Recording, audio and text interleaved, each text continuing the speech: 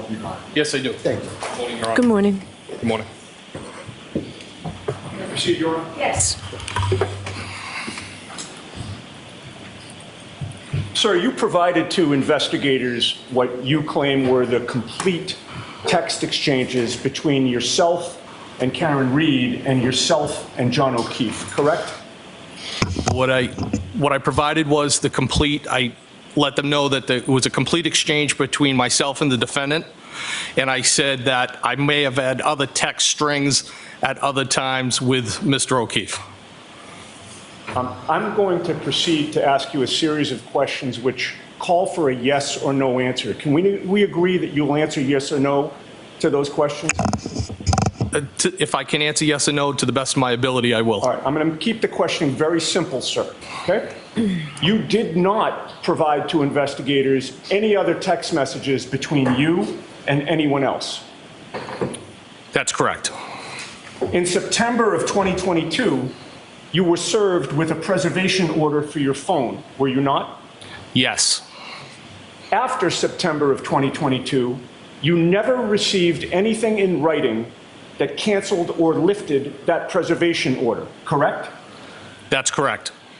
After September of 2022, you made the decision to dispose of your phone without consulting anybody about the decision to throw out your phone, correct? Yes. Before you threw the phone away, you did a factory reset of it, did you not? No, I did not.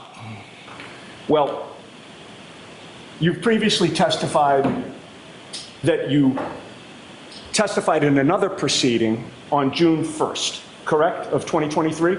Yes. Prior to that June 1st testimony, you met with some people and gave a statement on May 5th of 2023, did you not? I did meet with them. I don't know if that was the date. Okay.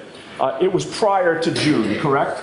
Yes. All right. May 5th doesn't sound wildly inaccurate, does it? No.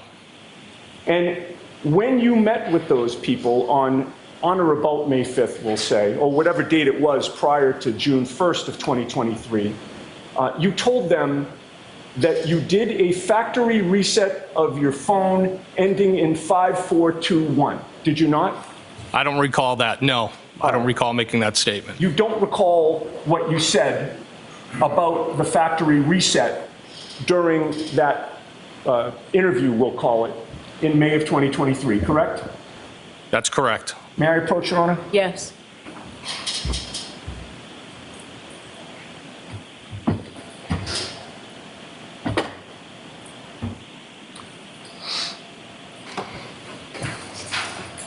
Directing your attention to the first highlighted line there, sir. Why don't you give him a second? If you read that silently to yourself and look up at me when you're done.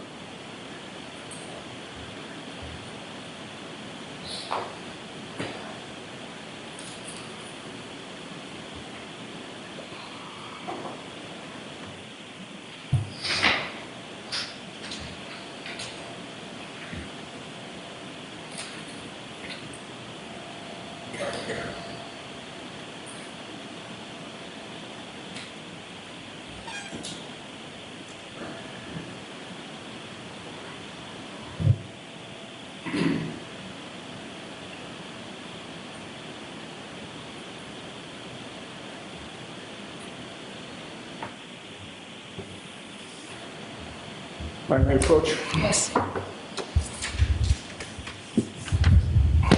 Having read that document, sir, does that refresh your memory about telling those people in May of 2023 that you did do a factory reset of your phone? That's not accurate. I did not tell them that. And I also didn't tell them that I saved texts with my father. All right, so your testimony is that they got it wrong, correct? My testimony is I didn't make those statements. Your testimony is that they got it wrong, yes or no? Objection. Sustained. Well, in any case, you took the SIM card out of your phone, correct? No, what I testified to was that it's... Did you take the SIM card out of your phone, yes or no? I don't know. Did you testify that that's what you do when you get rid of phones, sir? What I said was that might have been the extent of it if I was to have done that. And you either cut up the SIM card or ripped it up, correct? I believe what I testified to was I'm I not would have. asking you what you testified to. I'm asking you today, did you either cut up the SIM card or rip it up? Cut it up or broke it. And you will agree with me that cutting up or breaking the SIM card destroys the SIM card, does it not? The card itself, yes. That would have been the purpose in terms of cutting it up or ripping it up, to destroy it, correct? Well, so nobody else could use the phone. Well, that was my next question. But In another phone. But the purpose of cutting up or ripping up or the SIM card is to destroy the SIM card, is it not? Yes. And you wanted to make sure that somebody couldn't put that SIM card in their phone and potentially access your data, correct? No, that wouldn't be the reason why. Okay. Well, we already talked about the fact that you testified under oath on June 1st of 2023, correct? Yes. And you were under oath when you were testifying on June 1st of 2023, correct? Yes. You swore to tell the truth. Yes. You raised your right hand. That's correct. And June of 2023, June 1st of 2023, was about a year ago, correct? Yes. It was about a year closer to your throwing your phone away, correct? Yes. And in that testimony that you gave in June 1st of 2023, did you say the following, quote, "I made sure that somebody couldn't put it in their phone"? Yes, I did say that.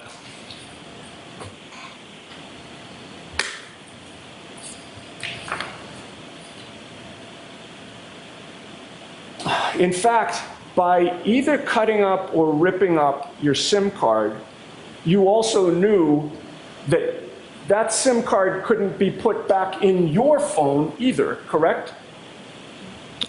Yeah, I believe that would be correct. And you'll agree with me that you took that destroyed SIM card and put it in a trash bag, did you not? I believe it went in a trash bag, yes. Well, you used a passive voice. It went in a trash bag. Did it fly out of your hand unexpectedly into a trash bag, sir? No, sir. It would have been disposed of with the phone. No, I understand, but are you reluctant to say that you put it in a trash bag, sir? Objection. Can you answer that? Are you reluctant to say that? No, Your Honor, I put it in a trash bag. Or with my And trash. then you also took your phone, now without the SIM card, and you put that in the trash bag too, did you not? Yes, sir. Then you drove to a military base and you threw both the destroyed SIM card and the phone into a dumpster, did you not? Well, I was cutting through the base, and I believe how I testified Did you drive was to a military base, sir? I was cutting through a base, yes. Did you drive to it? Yes, sir. And then you put both the destroyed SIM card and the phone itself, which were in a trash bag, into a dumpster on that military base, did you not? I believe that's what I did, yes. And as you were driving away, you knew that that destroyed SIM card and the phone would be gone forever, correct? Yes, I threw it away. And before you drove away, you did not transfer anything from your old phone to the new phone, correct? That's correct. You lost all of your photos on that phone, did you not? Whatever photos I had on there, I did, yes. You lost all your videos on that phone, did you not? To the extent if I had any. You lost all of your other text messages besides the ones that you had with Karen Reed and John O'Keefe, correct? That's correct. And you knew that you did have text messages on that old phone with Kevin Albert. He's a friend, most likely. You also had text messages on your phone with Nicole Albert. Most likely, yes. And you had text messages on your phone with Brian Albert. Yes.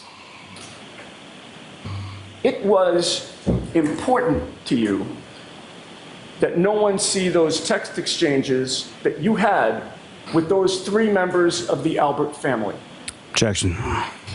I'll let him have it. No, sir, that's not true. You took no steps to preserve those text messages, did you?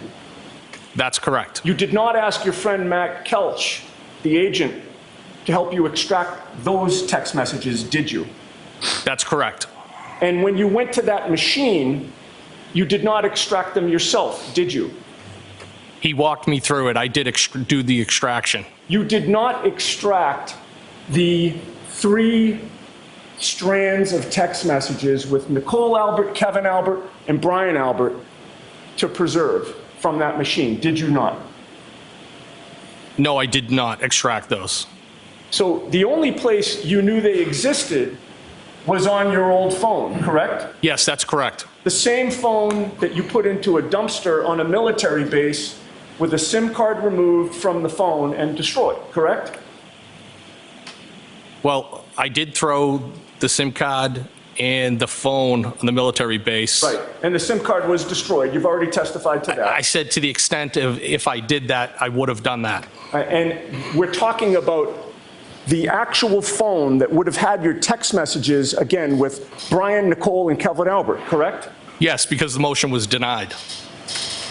Well, you've already testified, sir, earlier that you never received anything in writing that either canceled or lifted the initial preservation order, correct? That is correct. You knew when you were throwing that phone and the destroyed SIM card in the dumpster that from that day forward, no one would ever be able to access the content of what you and Brian Albert had discussed by text messages on your old phone, correct? Anybody. I have nothing further. Mr. Lally? Thank you, Your Honor.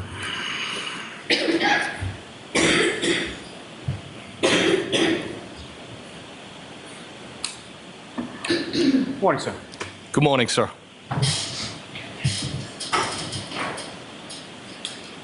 If I could take you back just for a moment to January 29th, early in the morning, you're pulling away from the Albert home, correct? Yes. And you had the plow down on the front of your Jeep Wrangler, is that correct? Initially, it was still on the ground, yes. And about how long distance, again, was that on the ground before you pulled that up? Maybe a foot. And with relation to the curb, specifically in front of the area with the flagpole and the fire hydrant, how close to the curb were you when you were pulling away from the Albert house? I believe I looked both ways. There was no vehicles coming in either direction. I pulled out into traffic, and because that's a one-lane road, if there's no other vehicles, I'd be more to the center of that road. Now, maybe a silly question, but with reference to the front of your Jeep Wrangler, that didn't have any red plastic pieces or anything like that on the front of it, correct? At what time? At what point? At any time. No. And that's the same Jeep Wrangler that you then drove to the Canton Police Station immediately after? Directly from there, yes. And then you drove that same Jeep Wrangler back to your home in West Roxbury? Yes. And then you drove that same Jeep Wrangler back to Fairview Road later on that morning? Yes. And then you drove that same Jeep Wrangler from Fairview Road to the Canton Police Station again later that morning, correct? Yes.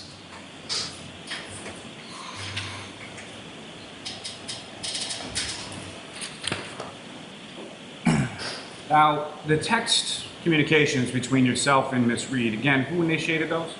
The defendant did.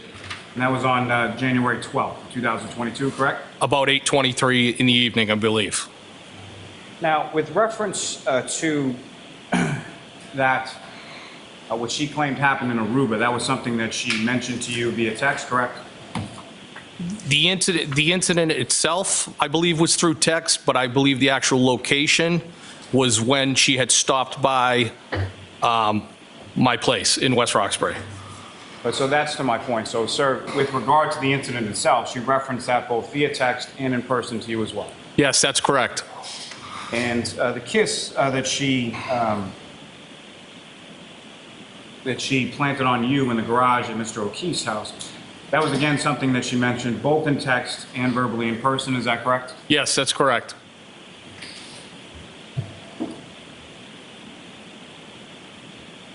Now, as far as the ghosting that you were asked questions about last Friday,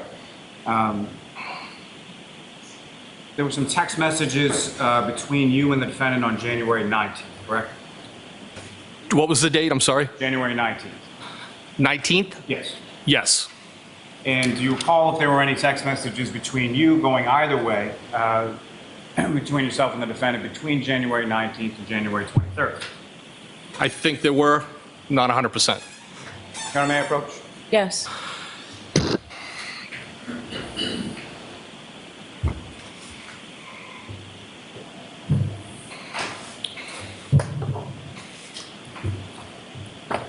So I'm going to show you what's been marked as Exhibit 104A.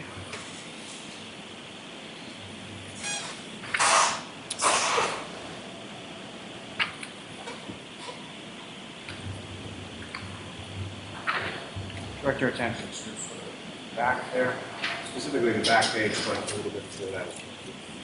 If you could just let me know whether or not there's any text messages between yourself and the defendant, Ms. Reed, between January 19th and January 23rd.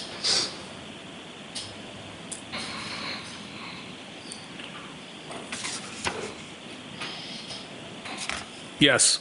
Looks like the 19th and the 23rd, both text messages. But in between those dates, and what I'm asking about is January 20th, January 21st, January 22nd. There's no text messages on any of those dates, correct? I don't see any. And then as far as between January 23rd and January 28th, January 28th is when you texted her while you were both within the waterfall, correct? On the 28th, yes.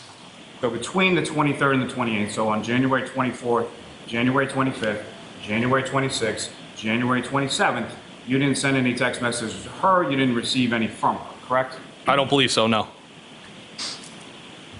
And then beyond that one text message that you testified to on the 28th, the next text message you received from the defendant was in regard to John being dead on the 29th, correct? Yes, that's correct. Now, you asked some questions about these text messages and whether or not you discussed them with various people. Did you discuss those text messages with anyone? Not to my knowledge, no. And why not, sir? To be honest with you, I mean, on a personal level, I kind of keep things to myself. I was a little embarrassed. Wasn't really proud of him. Kind of maybe didn't show me in a good light with respects that I was John's friend. And so with regard to that text on January 28th that you had sent her in the waterfall, she didn't respond as she was in the waterfall with her boyfriend, Mr. O'Keefe, correct? That's correct. Now, if the defendant did not have a boyfriend, wasn't dating Mr. O'Keefe, would you have been interested in pursuing anything further with the defendant? I can't say. I don't know. What, if any, reservations would you have based on the conversations that you had? Just everything was so out of left field. I just found it hard to believe.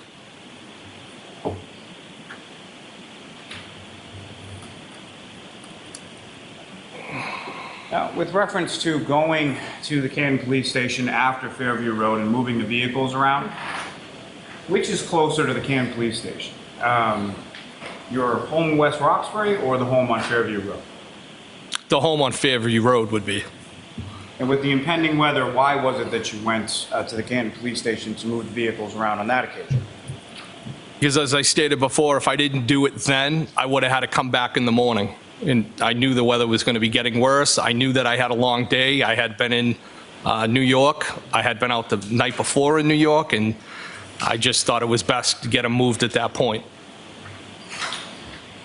Now, you were asked some questions on Friday about a phone call or something in a call log from about 2 o'clock or 2:22 in the morning of January 29th. Do you recall that? I recall the questions, yes.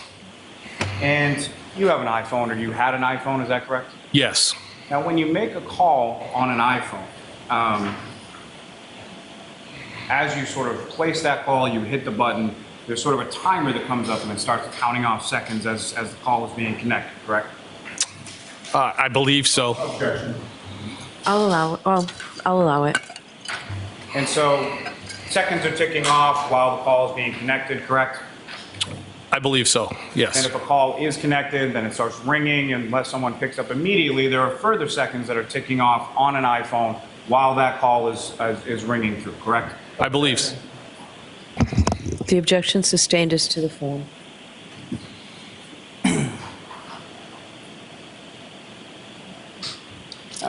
You were asked some questions about a call or a call back between yourself and Brian Albert around that time frame. Do you recall that?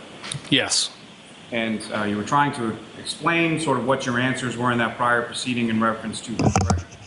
yes. What, if anything else, did you want to explain to the jury in regard to that? Objection. In that form, I'll sustain it. You were asked some specific points as far as your testimony in the prior proceeding, correct? Yes. What, if anything else, did you say in reference to that in the prior proceeding? Objection. Sustained as to the form, Mr. Lawler. Did you ever speak with Brian Albert at 2:22 in the morning on January 29th? No, I did not.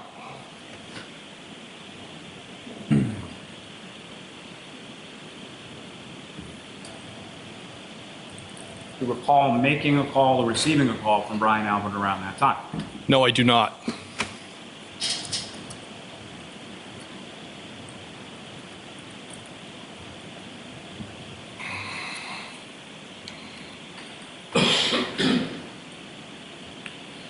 You were asked some questions on Friday regarding key card access within the Canton Police Station, correct? Yes.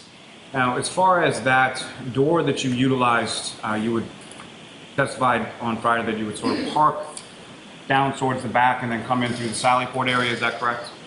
So I believe I was referring to one of the two Sallyport doors. And that was sort of your cut through in order to get to your office. Yes.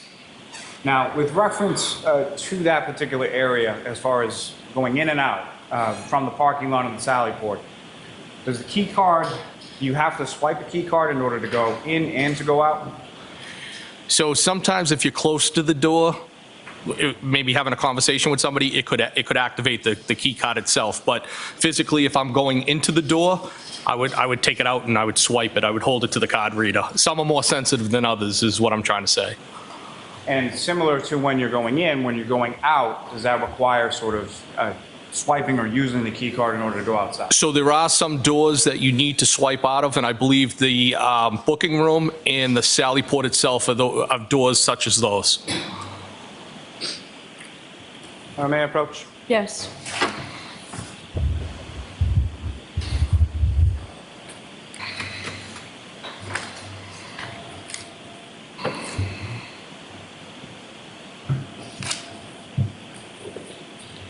I'll show you a document to place one for you now. If you could just take a look at that and look up when you're finished.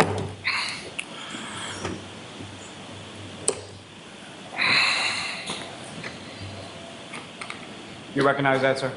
Yes. Is that the same document that was, essentially the same document that was placed before you on Friday? Yes. And that's a 167-page document encapsulating different key swipes within the Canton Police Station on January 29th, 2022, correct? Yes. And from those 167 pages, at least on that first page, does there appear to be about 27 entries there? Yes. And so from 27 entries over a course of 167 pages, that'd be somewhere north of 4,500 entries within those 167 pages. Does that sound right? Well, I went to public high school, but I'll take your word for it. Would it surprise you that there are 18 entries within those 4,500? So not what would surprise him. Ask the question differently, Mr. Lawler. You know that there are 18 entries that contain your name within those records? Objection. Form of the question. No, I'll allow that. Are you asking me if in the 167 pages, there's only 18 entries with me? Yes. I did not know that, no. Would that surprise you as far as your, well, let me rephrase that for a minute. Now, with respect to your travels around Canton Police Station on that particular day, would you quarrel with 18 entries as far as where you went and what you did in Canton PD that day? No, in and out, nope.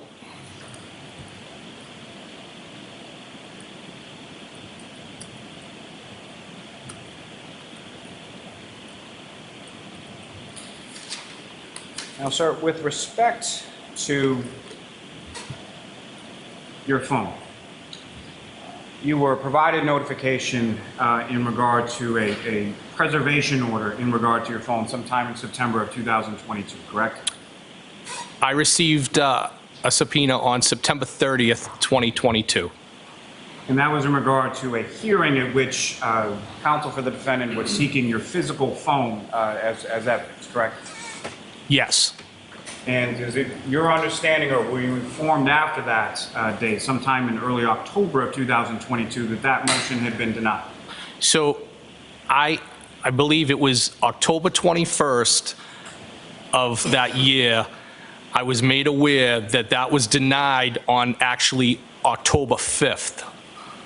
Are you aware of a 30-day period by which a defendant has to file some sort of notice of appeal of a motion? Objection. I'll allow that. I know typically there's appeal periods. In this particular sense, I wasn't familiar with the preservation order itself. What a preservation order was with respects to, that was kind of all new to me. Usually in an investigation that I'm conducting, it's a search warrant, I take the phone. I don't ask people to preserve it through a court order, if that makes sense. And so when was it that you disposed of your phone? It was about 2 months after that, And why was it that you disposed of the phone? because it was beaten, it was broken up, and I had already had a new phone, and this only explanation is I threw it away. That's it.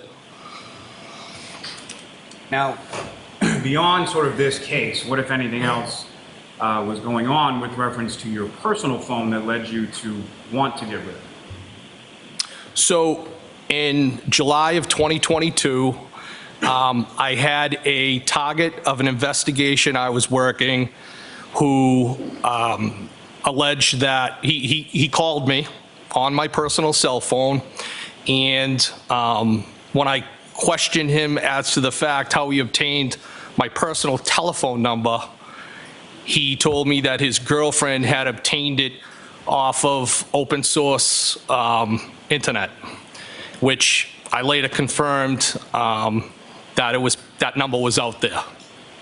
What, if any, concerns did that raise for you, sir? Well, I had a lot of concerns, and so July of 22 is when I probably started thinking about, you know what, I got to get rid of the telephone number itself. And a lot of the work that you were doing, at least at that time, was undercover work, is that correct?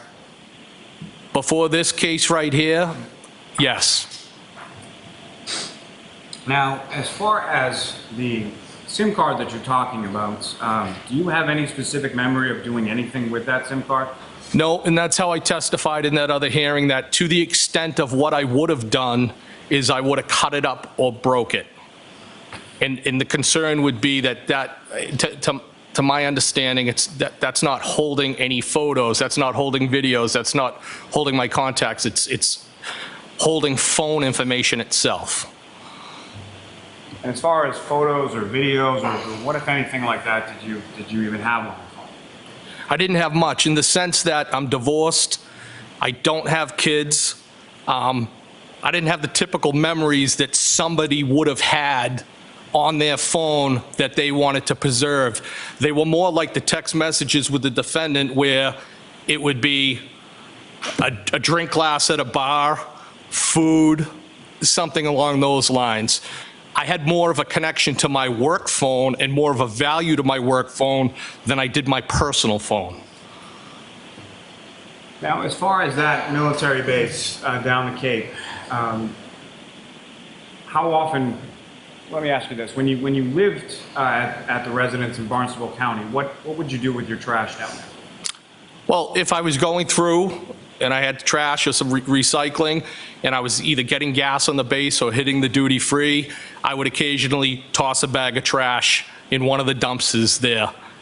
Or if I forgot, I would throw it out when I got back to my other property. And at the time, at one point, I was living in Canton, and I had the house there, and then I sold it, and then I had the in-law I was renting, so I had other options to throw things away.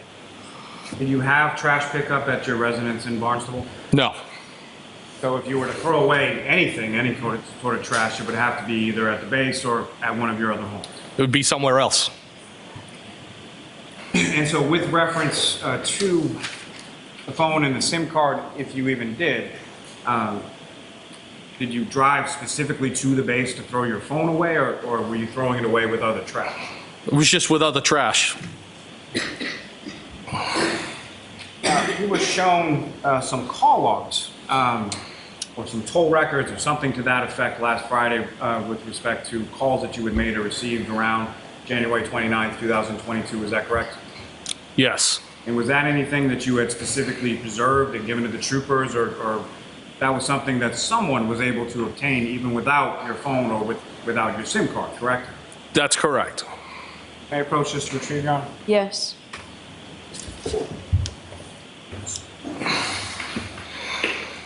One moment, Your Honor. Yes.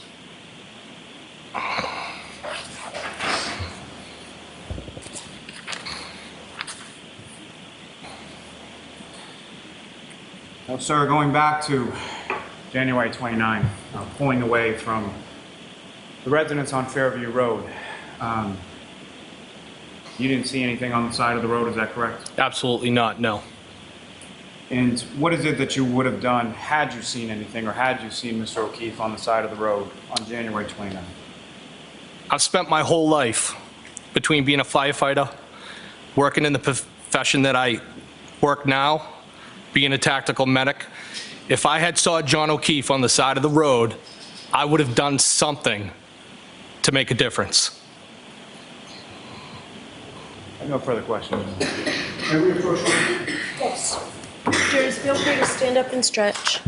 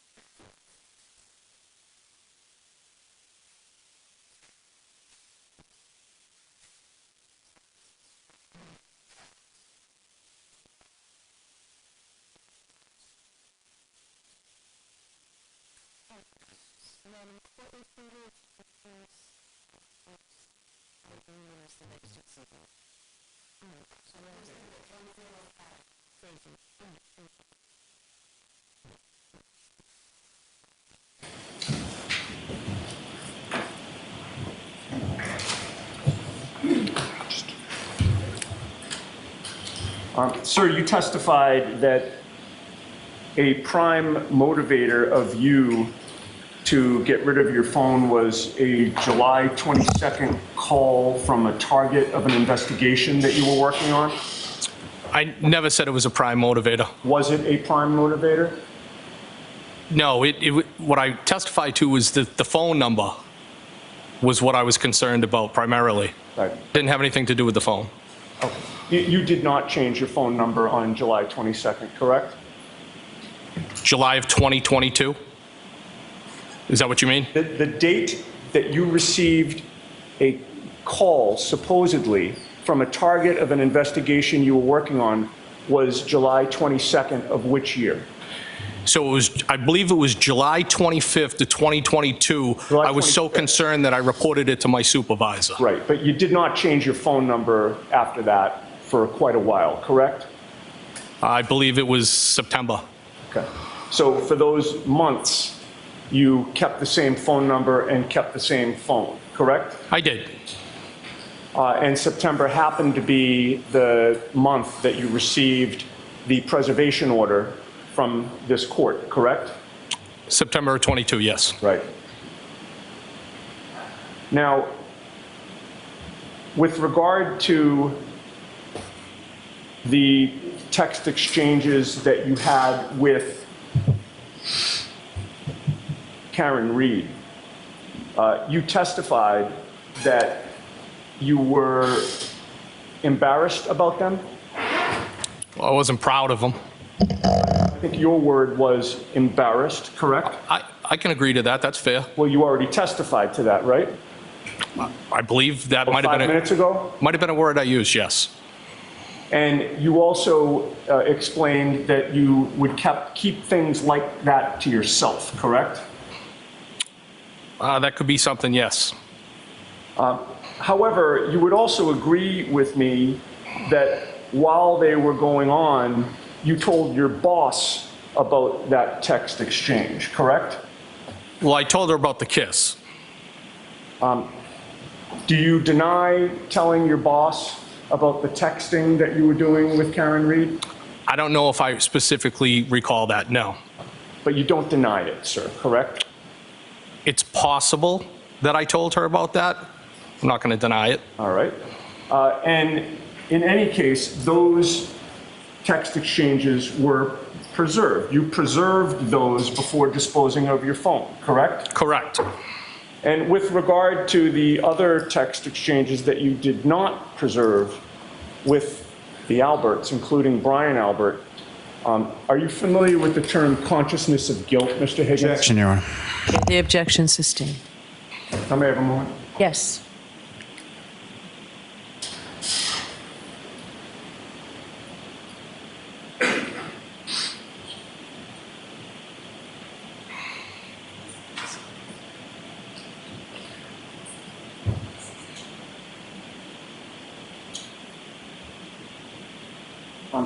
Just one more thing. With regard to the date that you changed phone numbers on your phone, you would agree with me that was September 29th of 2022?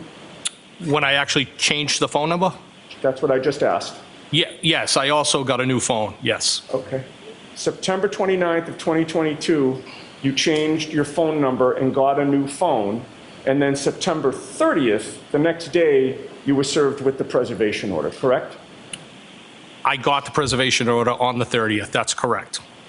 Nothing further. All right, Mr. Higgins, you are all set, sir. Thank you, Your Honor. Thank you.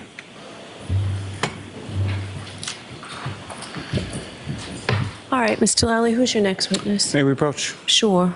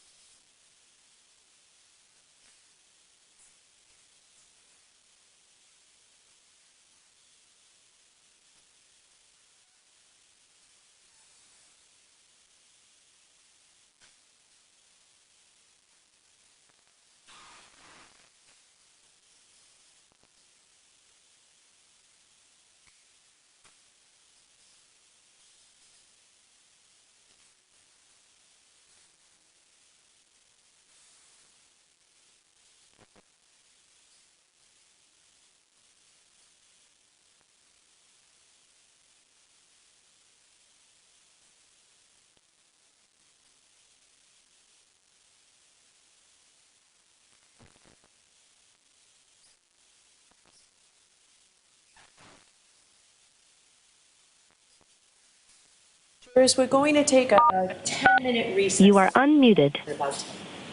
All rise to the court, please. Follow me.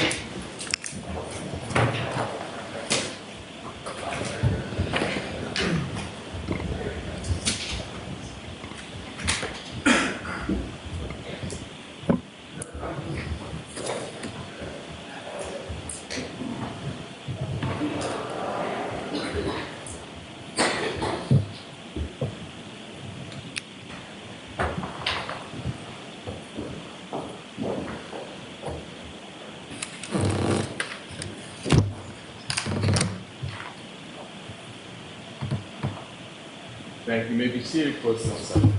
All right, so Mr. Lally, your next witness is a juvenile? Yes, Your Honor. All right, so there's a specific media order that there'll be no transmission of this testimony. Well, You've been watching the Karen Reed murder trial here on CBS News Boston. Right now, for our viewers at home, we are unable to broadcast a portion of this testimony due to minors taking the stand. As soon as that testimony wraps, we will resume our coverage of the trial. For now, we're going to take a quick break. We'll be back with more of today's headlines and a check of your next weather forecast.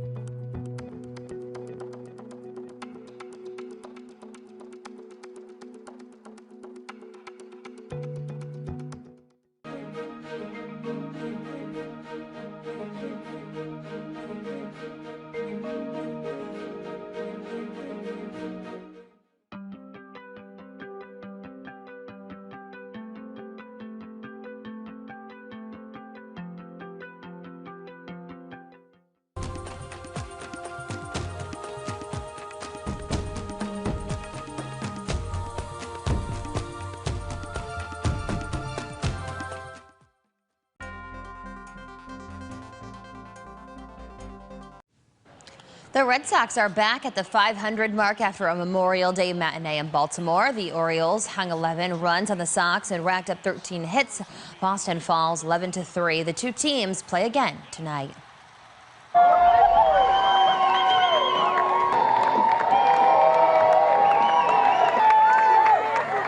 The Boston College women's lacrosse team bringing home the trophy for winning the NCAA championship Sunday. The team made its triumphant return to campus yesterday. It was their 7th straight trip to the title game. Congratulations to them. And this morning, the sports world, remembering basketball Hall of Famer Bill Walton. The two-time NBA champion died Monday at 71 after a long battle with cancer. CBS's Elise Preston has more on one of the game's most colorful characters on and off the court.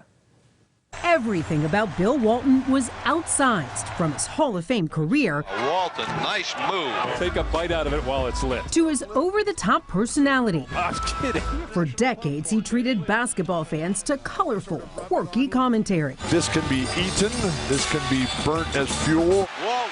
But on the court, it was his dominant play that did all the talking, winning 2 national championships at UCLA for legendary coach John Wooden, and then 2 NBA titles with the Portland Trail Blazers and Boston Celtics.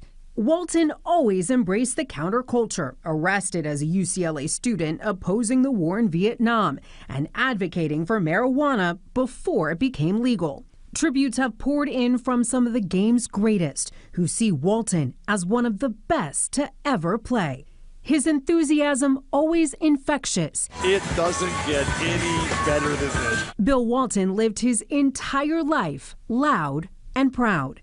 Elise Preston, CBS News, Los Angeles.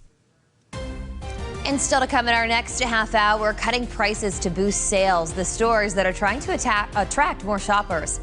Plus, helping inmates prepare for life outside of prison, the new program making it easier to get back into society.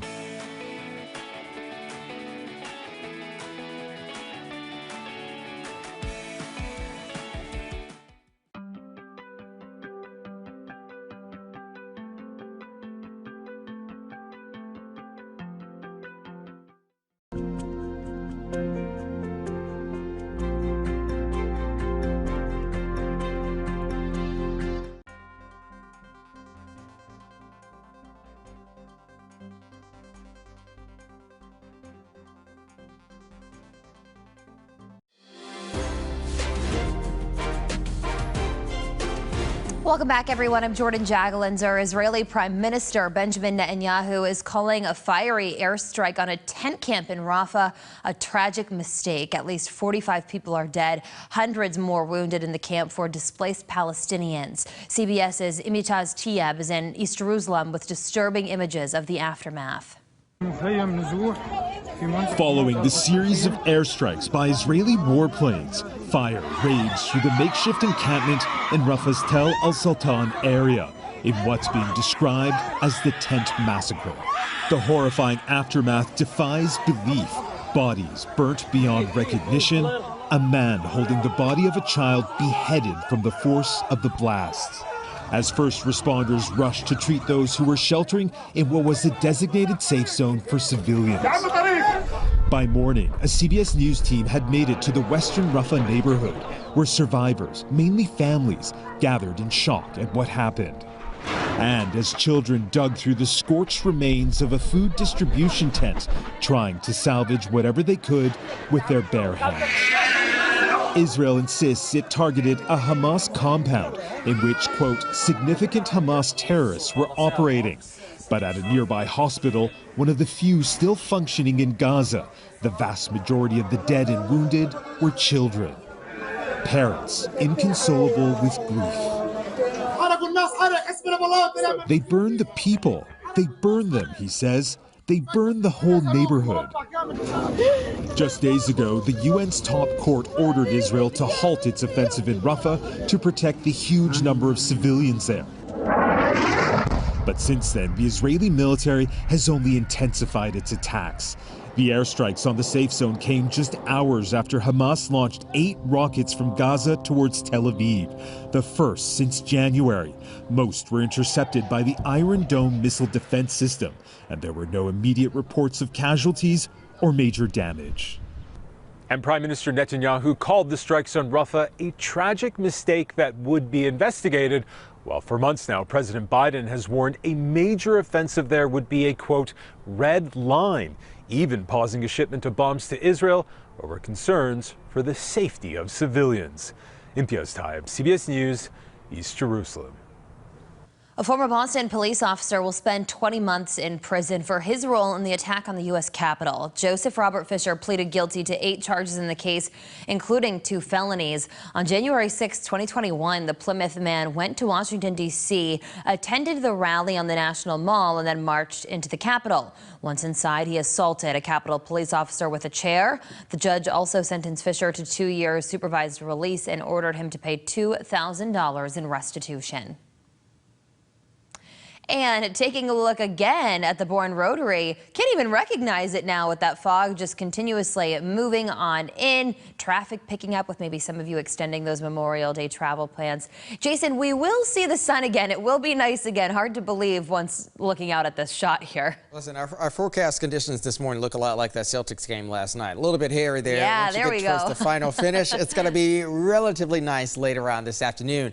4-panel cam for you at 7:30 this morning, friends, showing again still hefty clouds out there. Some peaks of sunshine trying its best to move on into the forecast. But again, we're going to peel these clouds back after the foggy and muggy conditions to start. 60s outside, give way to the 70s by midday, and eventually likely landing into the low 80s. Fog is still manifesting, certainly south once you get out towards the Cape. Even the islands there, about a half-mile visibility up to a mile between Nantucket and also Martha's Vineyard. The south coast has been dealing with fog over the past few days or so, and this mainly because of that really stagnant air mass down there. Also plenty of moisture lofted up in the atmosphere as well. Upper 60s to low 70s outside right now. Stepping outside, dress a little bit lightly. Cooler and much more drier dew points, much more comfortable dew points are going to be arriving once we get the frontal boundary to pass around mid to late morning hours today. Still with the breezy south-southwest wind, certainly out towards the Cape and the islands, lifted all that moisture into the atmosphere. Breezy and also lighter winds. This is that changeover, so okay, just almost like you're getting ready to get off the off-ramp. You kind of have to slow down a little bit,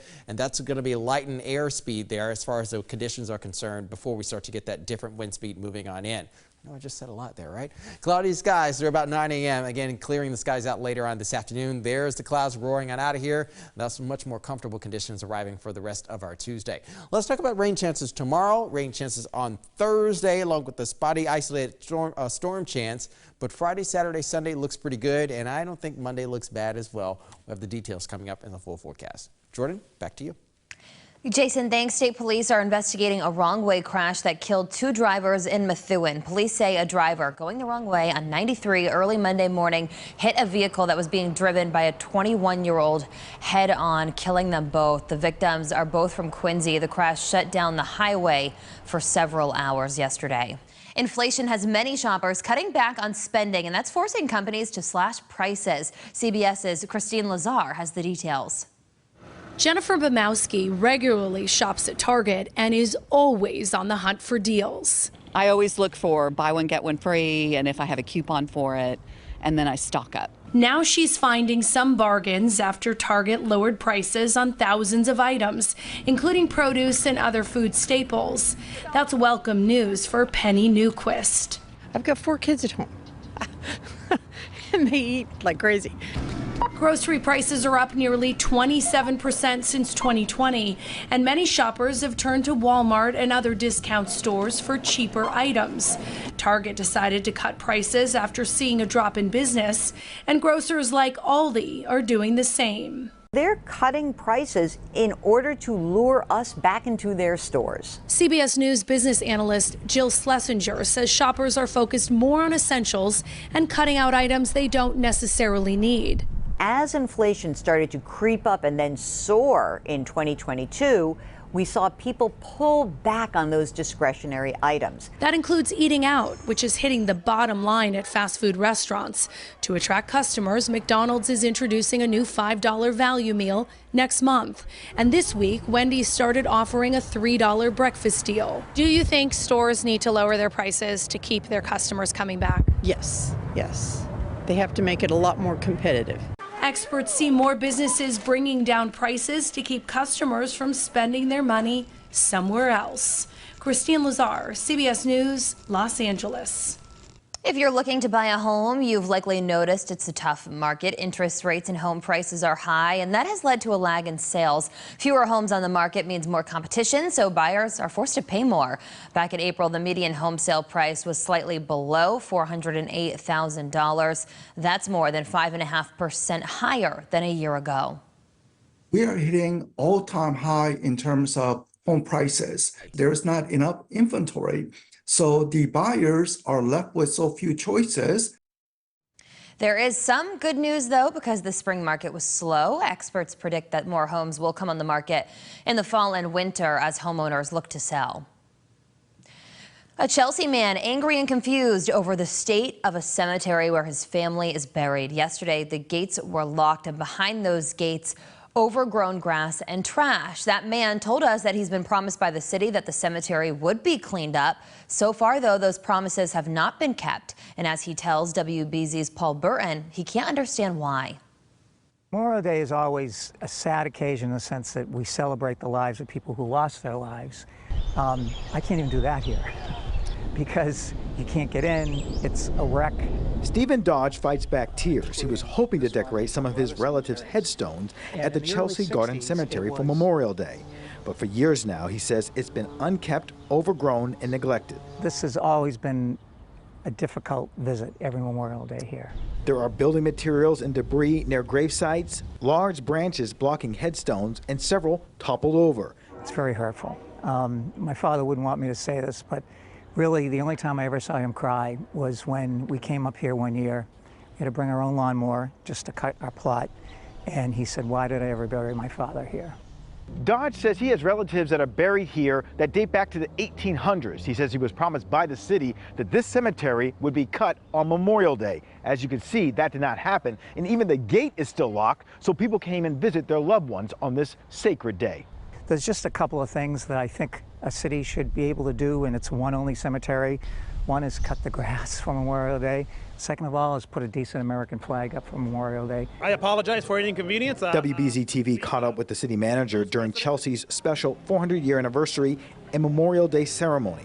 He says the city has made a huge investment in the cemetery, and they are currently in the middle of a 5-year restoration project. The entire gates were replaced. Of the retaining walls were also replaced, and we're going through a restoration process of the headstones, and it is a long journey. Shortly after our interview, a city worker did replace the American flag, but for now the cemetery will remain locked and closed for safety concerns, which brings little comfort to Dodge, who wants to honor his family members on Memorial Day. It's just very sad, and there aren't many people who still come here to decorate the stones. In Chelsea, I'm Paul Burton, WBZ News.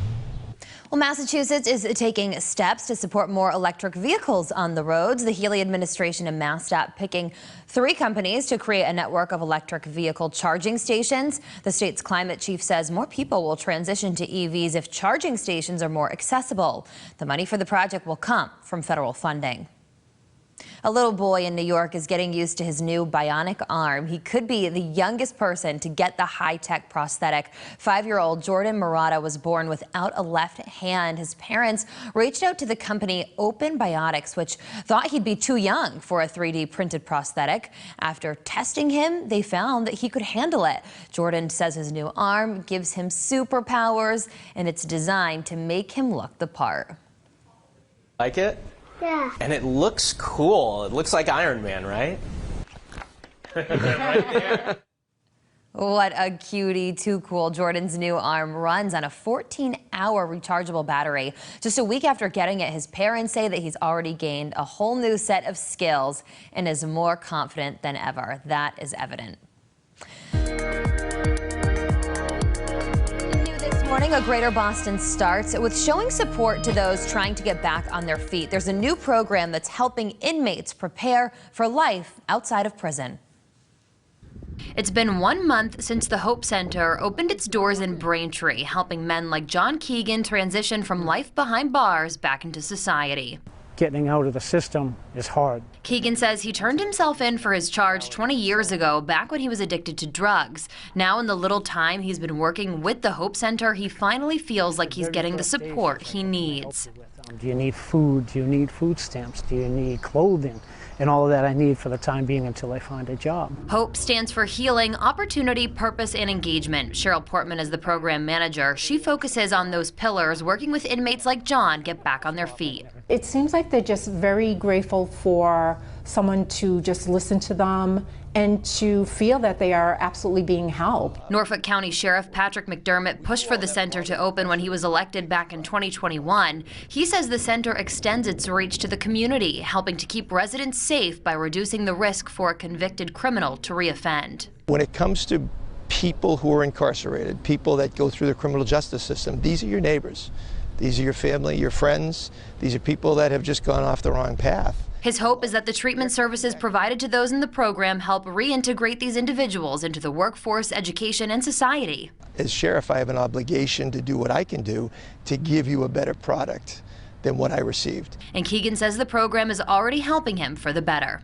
It does give me hope. It really does. It gives me hope because I'm so used to just walking out and getting into trouble and going to do drugs and stuff like that, and then I come back in. And this way, now I have something when I walk out, I'm like, okay, I don't need all this stuff. And it's all a collaborative effort specifically for that reason, to support people before they get to hard times. Anyone interested in supporting the center can go to nsocares.org. And coming up after the break, when you think about baseball icons, names like Ruth, Mantle, and Mays may come to mind. But what about Toni Stone? The perfect time to see a story about a strong African-American woman who's done remarkable things. How a new play at the Huntington Theater is introducing the Trailblazer to a whole new generation. Is there someone in your community making a difference? Let us know for our Changemakers series. We're looking for people innovating, solving problems, and closing opportunity gaps. You can send us an email to changemakers@wbz.com.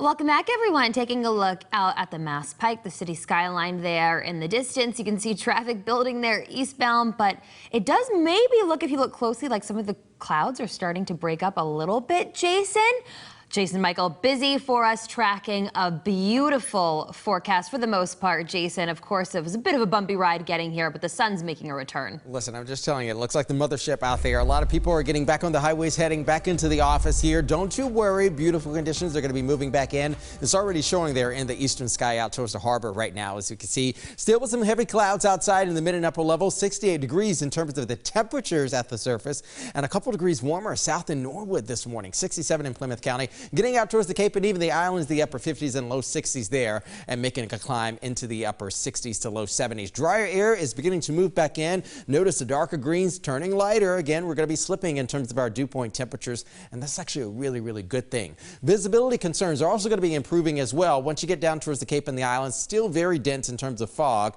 but as we get into the afternoon, the race is going to be on towards the lower 80s. There's a spotty rain chance in the forecast because we're going to be dealing with the westerly flow of the parent of low pressure. So still some clouds expected in parts overnight tonight, along with some spotty sprinkles. The better rain chance, though, arrives for us on Thursday. It's going to be very scattered. In fact, I took a look ahead, and even on Thursday, we're really not expecting a wash up by any means. Certainly the past 12 hours, it's definitely been a wet one here across the northeastern corridor, even into southern Canada and portions of the New England area. The vast majority of the cloud deck begins to exit, friends. And again, that's going to be opening up a lot of our skies there, also airing towards the beautiful sunshine later on this afternoon. Again, as we press forward here in our hour-by-hour forecast, the westerly wind is going to be moving back in, again with some spotty sprinkles, western Mass, moving into eastern Mass, even overnight tonight. Partly cloudy skies, the upper 50s, low 60s. Hey, not that bad. We should be averaging about 53 degrees. I'll point out to you on that. But again, we're going to be above average in terms of the daytime highs tomorrow and also the overnight lows. And certainly today, low 80s in the forecast. Better dew points, better allergens courtesy of the drier dew points. So we have some mold concerns outside because of the heavy rain, but as far as trees and grasses, heavy rain actually performs rather well in terms of the allergens. Today, not that bad. Tomorrow, not that bad. And Thursday, we start to creep back up a little bit, but the lower 70s around bedtime tonight, again, it's going to be pretty good. 56 for an overnight low tonight. 57 here in the city, upper 50s over towards the Worcester Hills, and Sturbridge also about 56 degrees.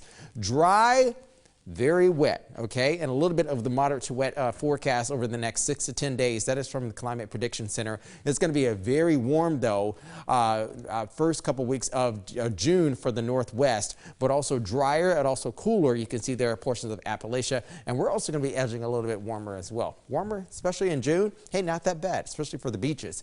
Low 70s on Friday, mid to upper 70s Saturday and also on Sunday. Mainly sunny conditions. Sun and high clouds on Monday, and we start to get more in the way of a drier trend after we get past Thursday, which will be great. So the first full weekend of June will be a beaut across the northeastern corridor into New England. Jordan? I was shocked and a little dismayed that we didn't know who she is. Local playwright and director Lydia Diamond making sure that more people know about Toni Stone. She was a trailblazer, the first woman to ever play professional baseball on a men's team, and a new play at the Huntington Theater puts a spotlight on the special athlete. She had this singular focus on this thing that she said, I'm going to do, and you won't stop me. Rejected from the League of Our Own because she was black, Toni Stone joined the Negro League in 1946 and played with the guys. We should know her like we know Babe Ruth, like we know Satchel Paige, like we know Jackie Robinson. Jennifer Mogbach, the actress portraying Toni, is the only woman in the cast. I found it striking to see 8 black men in our production 9 hold Toni up and help tell her story. It feels right. It's also beautiful on stage, and it's a thing I don't get to see on stage very often. Stanley Andrew Jackson is one of those 9 men portraying several roles, including Toni's only female friend, Millie. I identify a lot with Millie, actually. Her desire to really nurture and to take care of this person that they see so much potential in, that they are so inspired by. This story is all about her fortitude. It's all about her facing odds and breaking barriers and her focus on doing that no matter what came in her way. And I feel like that is a beautiful, important American story. It's not just a black story, but it's an American story. Tony's passion for baseball and determination to succeed resonates. I think the doing of a thing really well transcends often the ways perhaps we as African Americans, we as African American women can be diminished. You know, you can't really deny excellence. The cast and crew hope the piece about baseball can open doors to a whole new audience. This is a great way, if you've never been to the theater before, this is a great entryway, especially if you're a sports person. You get to see your sport talked about, but also be introduced to the sport of theater. You can see Tony Stone at the Huntington Theater Company through June 16th. Paula Eben, WBZ News. When we come back, it's National Hamburger Day, where you can score some deals after this.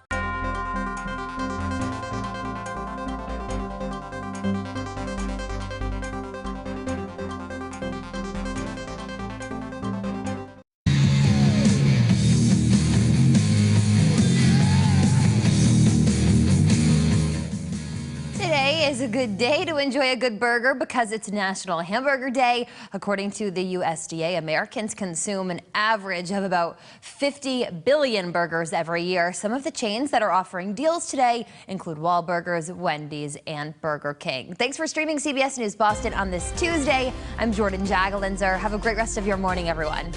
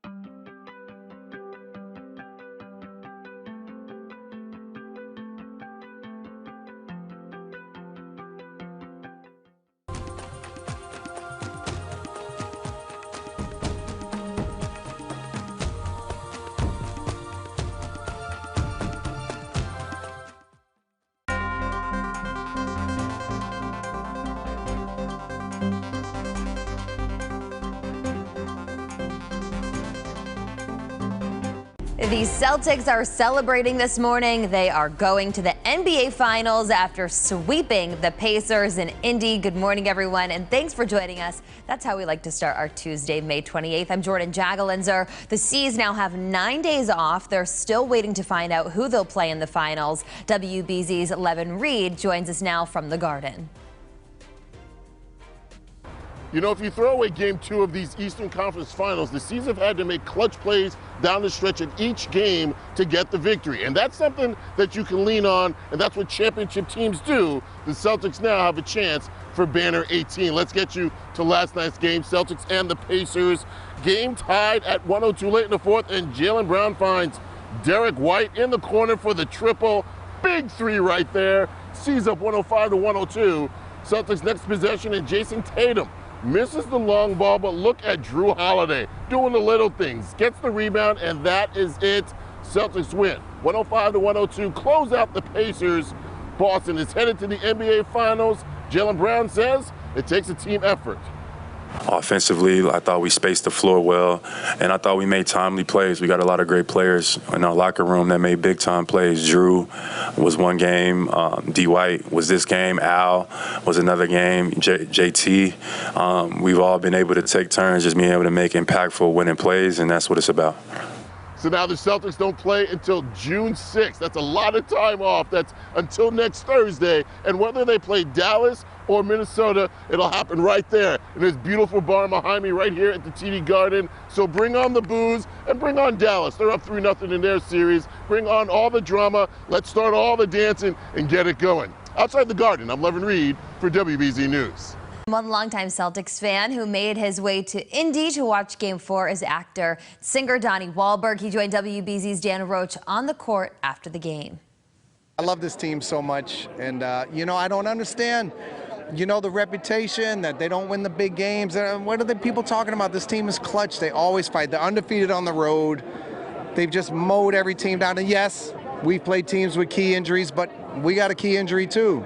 I mean, if Porzingis was playing, we probably wouldn't have lost any games. You know, it's a great team. I love Coach. I love the guys, and I just think this is their year. Four more wins. 4 more. It ain't over yet, Boston. 4 more, and we got this.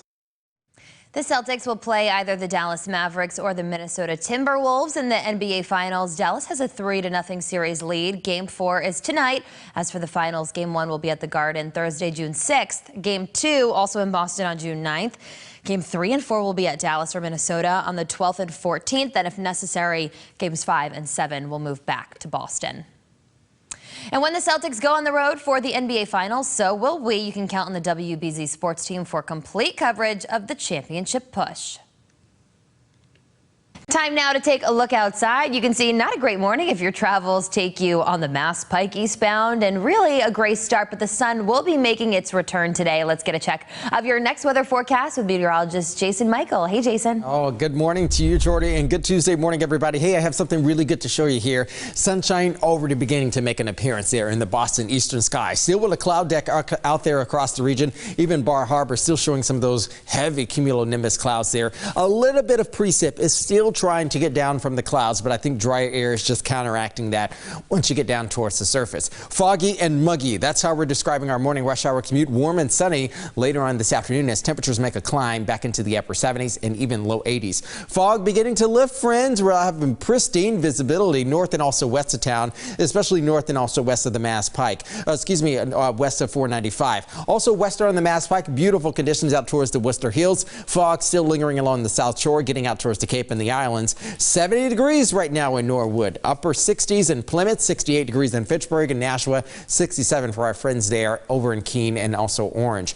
As a result of the cold front beginning to move closer to the area, we're also cutting back our dew point temperatures. So almost a 10-degree spread. You can see over areas west between Springfield and also Pittsfield. 64-degree dew point temperatures in also the areas of, just to the north and also west of town, over in the area of Fitchburg. But once we get into that westerly wind, it's going to cut down our humidity levels significantly and also open up our skies. How about a nice outdoor lunch? 78, 79 degrees. I think you'll like that for the outdoor lunch. We clear our skies out. There's that westerly wind. Stability returns here, but only for a moment. Let's talk about midweek rain chances returning Wednesday and Thursday coming up. Jordan? The man accused of going on a violent crime spree on the South Shore set to face a judge today. Jared Reviza is now out of the hospital behind bars. Police say he stabbed 4 girls at the AMC Theater in Braintree Saturday. All of them are expected to recover. From there, police say he drove to McDonald's at a rest stop in Plymouth and stabbed 2 employees there. He then led police on a chase where he finally crashed his car in Sandwich. WBZI team sources say the crime spree first started in Deep River, Connecticut, where the suspect is wanted in connection with a murder investigation. Neighbors say he was renting a home there. We'd come down here, visit us with the poodle. We'd sit, we'd chat. We talked about, where he was from, where I was from, and we got along great for 2 weeks. You should be able to go to the movies. I mean, someone should be able to show a ticket to go in there. Someone shouldn't be able to just walk in anyway, first of all. But yeah, you can't live in your homes, but more and more this is happening, and it makes parents sick to bring their kids anywhere. The movie theater says it is now reviewing the incident after claims that staff members did not immediately take action after the stabbing. A Brookline man facing charges for allegedly tricking a woman into ending her pregnancy. The district attorney says Robert Kawada is charged with poisoning and assault and battery on a pregnant person. Investigators say Kawada gave his girlfriend the abortion pill misoprostol and told her that they were vitamins. Kawada is due in court today. Brockton police think a driver doing donuts in a parking lot may be responsible for a serious hit-and-run crash. One area business owner says the early morning donuts are an ongoing problem. He tells WBZ's Mike Sullivan it's an issue police have ignored. This is that parking lot in Brockton. You'll still find burnt rubber here. We have you up high to get a better look at what we've been looking at, which is all of these tire marks from the donuts, and to get a better scope of what it looks like. It stretches from here all the way to the other side of the parking lot. What you see may look like fun, burning rubber in a parking lot, doing big donuts. This isn't simply a reenactment, it's the remnants of a crime scene. I just seen like cars flying out, like fleeing the scene and stuff. Javon Cruz was nearly struck by a fleeing car as he pulled up to this parking lot on Crescent Street last night. He usually comes here to show off his ride to other car enthusiasts. It's everyone like surrounding a car, and like I think someone is like they're helping pull the guy out of the car. Brockton police say a 20-year-old man was seriously injured and flown by helicopter to a hospital in Boston. They are trying to find out if he was struck by another driver doing donuts. Just make like friends, like we like to show each other's cars off. Like we don't like to start trouble. There's just some people that do that and make it looks bad for us. Area business owners say these gatherings can have 50 to 60 people. I'm surprised because sooner or later this thing should be happening. Alberto Mendez owns Santana restaurant and function house near the parking lot. He says sometimes customers can't hear themselves talk over the noise. I have a problem to parking lot. My place is 350 capacity. The parking, I can't go to that side. He's tried to do something about it, showing us his calls for help. Broke the police. Saturday. He says this happens 2 to 3 times a week. Call it the 911 and don't answer. They call me back, I don't answer. They send someone quickly. But the police are coming in, they don't do nothing. Nothing. He hopes this incident sparks change. Brockton police currently have no suspects, but there are numerous cameras around this parking lot, and we talked to some of those business owners. And right now, they're looking at those cameras, trying to find evidence. In Brockton, I'm Mike Sullivan, WBZ News. Closing arguments are today in Donald Trump's so-called hush money trial. He's accused of falsifying business records to pay adult film star Stormy Daniels to keep quiet about an alleged sexual encounter. A total of 22 witnesses were called in this case, and the jury heard hours of testimony. I think we can expect the prosecution to say, this case isn't that hard. The defense will do the opposite. They'll say this case is really complicated. There's so many different times where you have to find the intent to defraud or intent to commit another crime. Are you really sure that all of this old evidence and testimony about old events adds up to a conviction? The jury could get the case tomorrow. And just ahead this morning on CBS News Boston, in today's Health Watch, helping others may be motivated by a specific region of the brain. Plus, improving attendance in Massachusetts schools. What the latest data shows. Stay with us. We'll be right back.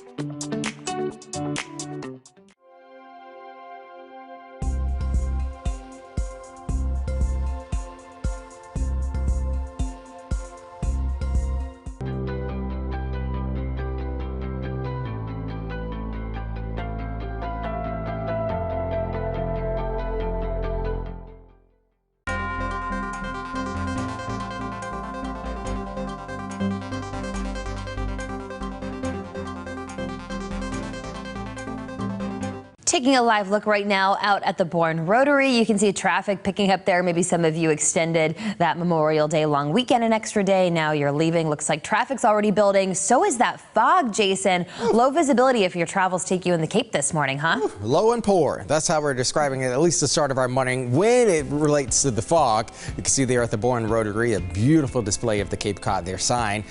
Carved into some of the greenery, foggy and humid is how we're describing the morning walk, or perhaps even the run, maybe even the bus ride to school for the kids later on this afternoon. Recess, perhaps even lunch.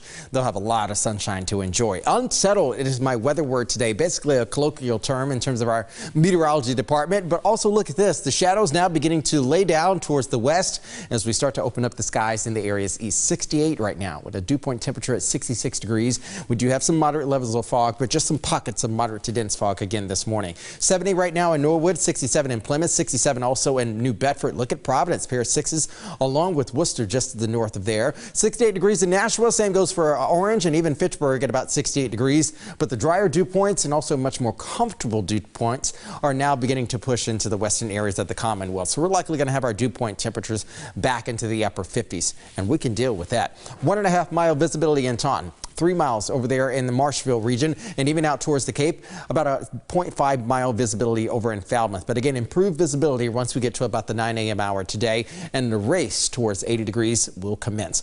Muggy, foggy with drizzle this morning, PM clearing, also warming conditions today. We just talked about that. More rain chances arrive for us tomorrow and also on Thursday. Better rain chances, I will point out, though, on Thursday. Just a few spotty sprinkles expected for us tomorrow with a nice finish to the week. Hey, we had some really good dousing of rain that moved through over the past 12 hours. Some higher amounts out towards the Cape, even over towards Western Mass in the Berkshires, a quarter up to 2 inches, even some isolated amounts up to about 3 inches. You can see there north and also west over in the Rutland region. As we get into the afternoon, notice this. We're pushing all that rain on out of here. It's going to be lifting up to the north there near Nova Scotia. There's our cold front, but also notice what comes in right behind that. Clearing skies, friends, and that's going to be a beautiful Tuesday afternoon. Our hour-by-hour forecast will show some clearing skies moving in later on today. We'll have some of those high cirrus clouds, still with some spotty rain showers now overspreading the region because we're still going to be dealing with the backside of that area of low pressure. So anything that we're dragging down from the west-northwest is going to be stable, but also offer up a little bit of isolated spots here and there. Low 80s today here in the city in our urban core. Algens are also not that bad. We have oak, ash, and also grasses entering the chat, but also increasing once we get to Wednesday and Thursday with breezy winds and also the drier conditions as well. Later on this evening, how about this? The mid to low 70s around bedtime tonight will likely land into the mid to upper 50s to start tomorrow. And even looking ahead, once we get into the month of June, we'll still keep the rain chances around, though on the lowest end of the totem pole, some lighter amounts, but still nonetheless in the forecast. But that still will not temper some of the warming conditions once we get into the heart of our June month. As we get through the weekend, low 70s tomorrow, low 70s expected by Friday, heading into Saturday and Sunday, a beautiful weekend for the first weekend of June, mainly sunny skies, some upper 40s to low 50s, basically comfortable at night, still a little bit below average. Will we start to warm up heading into early next week, still with a beautiful Monday forecast. Sun, high clouds, low 80s in the afternoon. Jason, thanks. Starting today, expect some lane closures in the Sturo Drive tunnel. There will be alternate lane closures on the inbound side from 10 at night until 5 in the morning. That will last until Monday, but the lanes will not be closed Friday or during the weekend. The closures are needed so that crews can inspect the tunnel. Being helpful to others appears to be controlled by one region of the brain and how teenagers can lower the odds of developing a peanut allergy. CBS's Christian Benavides has more in today's Top Health Stories. Introducing peanuts at an early age lowers the risk of developing a peanut allergy. That's according to a study out of King's College in London, which found children who regularly ate peanuts from infancy until the age of 5 reduced the rate of an allergy by about 70%. The study's author suggests peanut products could be introduced as early as 4 months of age, depending on the child's readiness. Early consumption could prevent more than 100,000 new cases of peanut allergy a year. U.S. hospitals that predominantly serve Black and Latino populations have significant disparities in the quality of care when it comes to cancer. That's according to findings in the peer-reviewed journal Cancer. Researchers found patients treated in these medical facilities were less likely to receive definitive treatment like surgery or radiation for prostate, lung, colon, and breast cancer. Addressing access to care could help reduce racial and ethnic disparities in cancer outcomes. Helping others may be motivated by a specific region of the brain. That's according to researchers in Britain who found that brain damage in certain subregions of the ventromedial prefrontal cortex makes people less likely to want to help. Researchers also found that brain damage to a nearby area of the brain actually made people more willing to help. The study's authors say understanding this region of the brain could help lead to new treatment of clinical disorders like psychopathy. Those are some of today's top health stories. Cristian Benavides, CBS News, Miami. More Massachusetts students are attending class regularly after a surge in absences following the pandemic. A student is considered chronically absent after missing at least 10% of their school days. Data from the Department of Elementary and Secondary Education shows that just under 20% of students were considered chronically absent last year. That's down 5 percentage points from the previous year. It's a difference of about 45,000 more students who are now attending class regularly. Coming up next on WBZ News, a warm welcome home for the new women's national lacrosse champs. Plus, the NBA world and the Celtics mourning a loss. We're taking a look at the life and legacy of Bill Walton.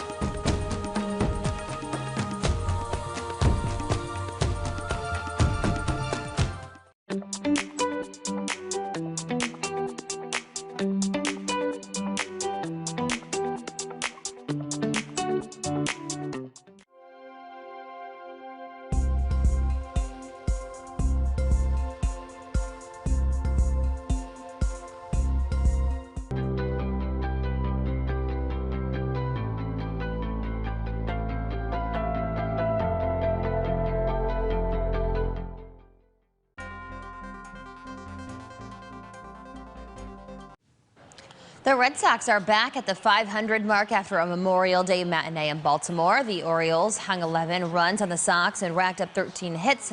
Boston falls 11-3. The two teams play again tonight.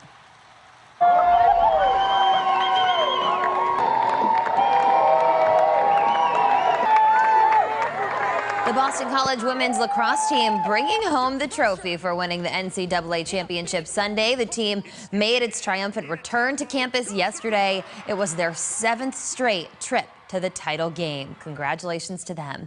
And this morning, the sports world, remembering basketball Hall of Famer Bill Walton. The two-time NBA champion died Monday at 71 after a long battle with cancer. CBS's Elise Preston has more on one of the game's most colorful characters on and off the court.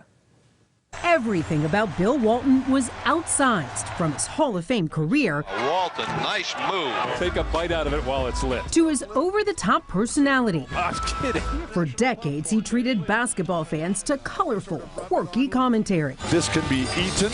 This can be burnt as fuel. Walton. But on the court, it was his dominant play that did all the talking, winning 2 national championships at UCLA for legendary coach John Wooden, and then 2 NBA titles with the Portland Trail Blazers and Boston Celtics. Walton always embraced the counterculture, arrested as a UCLA student opposing the war in Vietnam and advocating for marijuana before it became legal. Tributes have poured in from some of the game's greatest, who see Walton as one of the best to ever play. His enthusiasm always infectious. It doesn't get any better than this. Bill Walton lived his entire life loud and proud. Elise Preston, CBS News, Los Angeles. And still to come in our next half hour, cutting prices to boost sales, the stores that are trying to attract more shoppers. Plus, helping inmates prepare for life outside of prison, the new program making it easier to get back into society.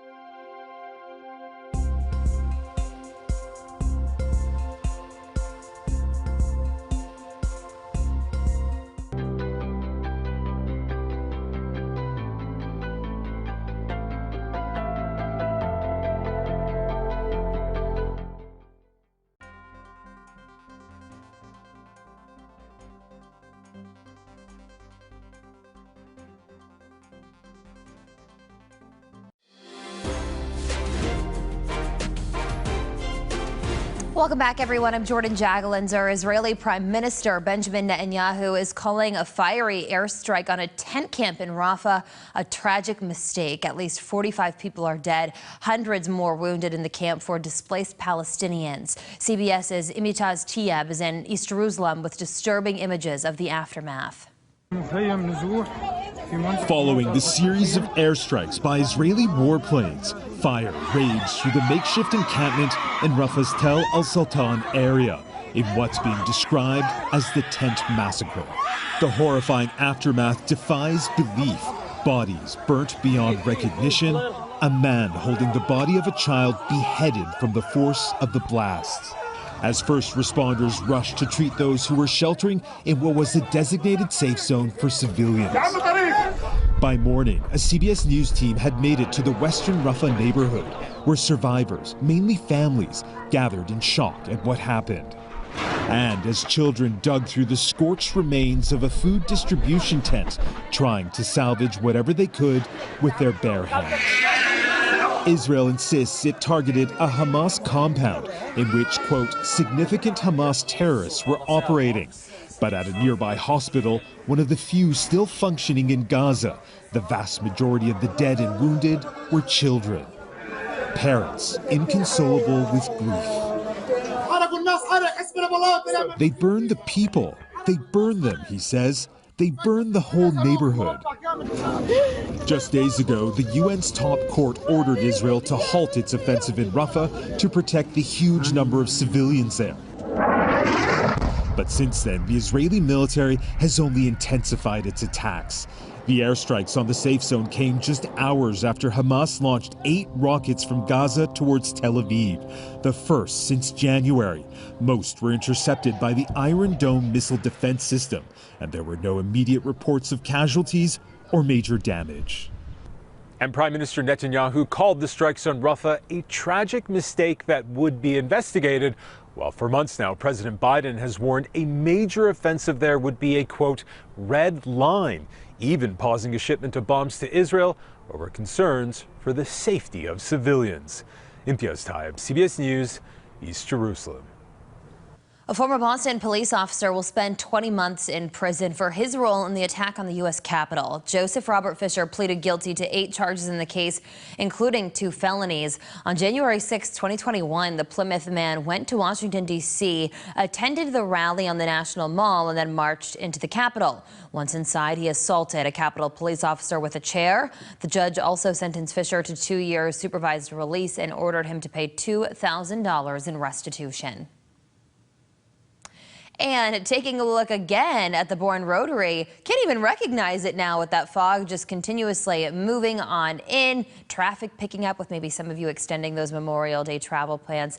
Jason, we will see the sun again. It will be nice again. Hard to believe once looking out at this shot here. Listen, our forecast conditions this morning look a lot like that Celtics game last night. A little bit hairy there. Yeah, once there you we get go. towards the final finish, it's going to be relatively nice later on this afternoon.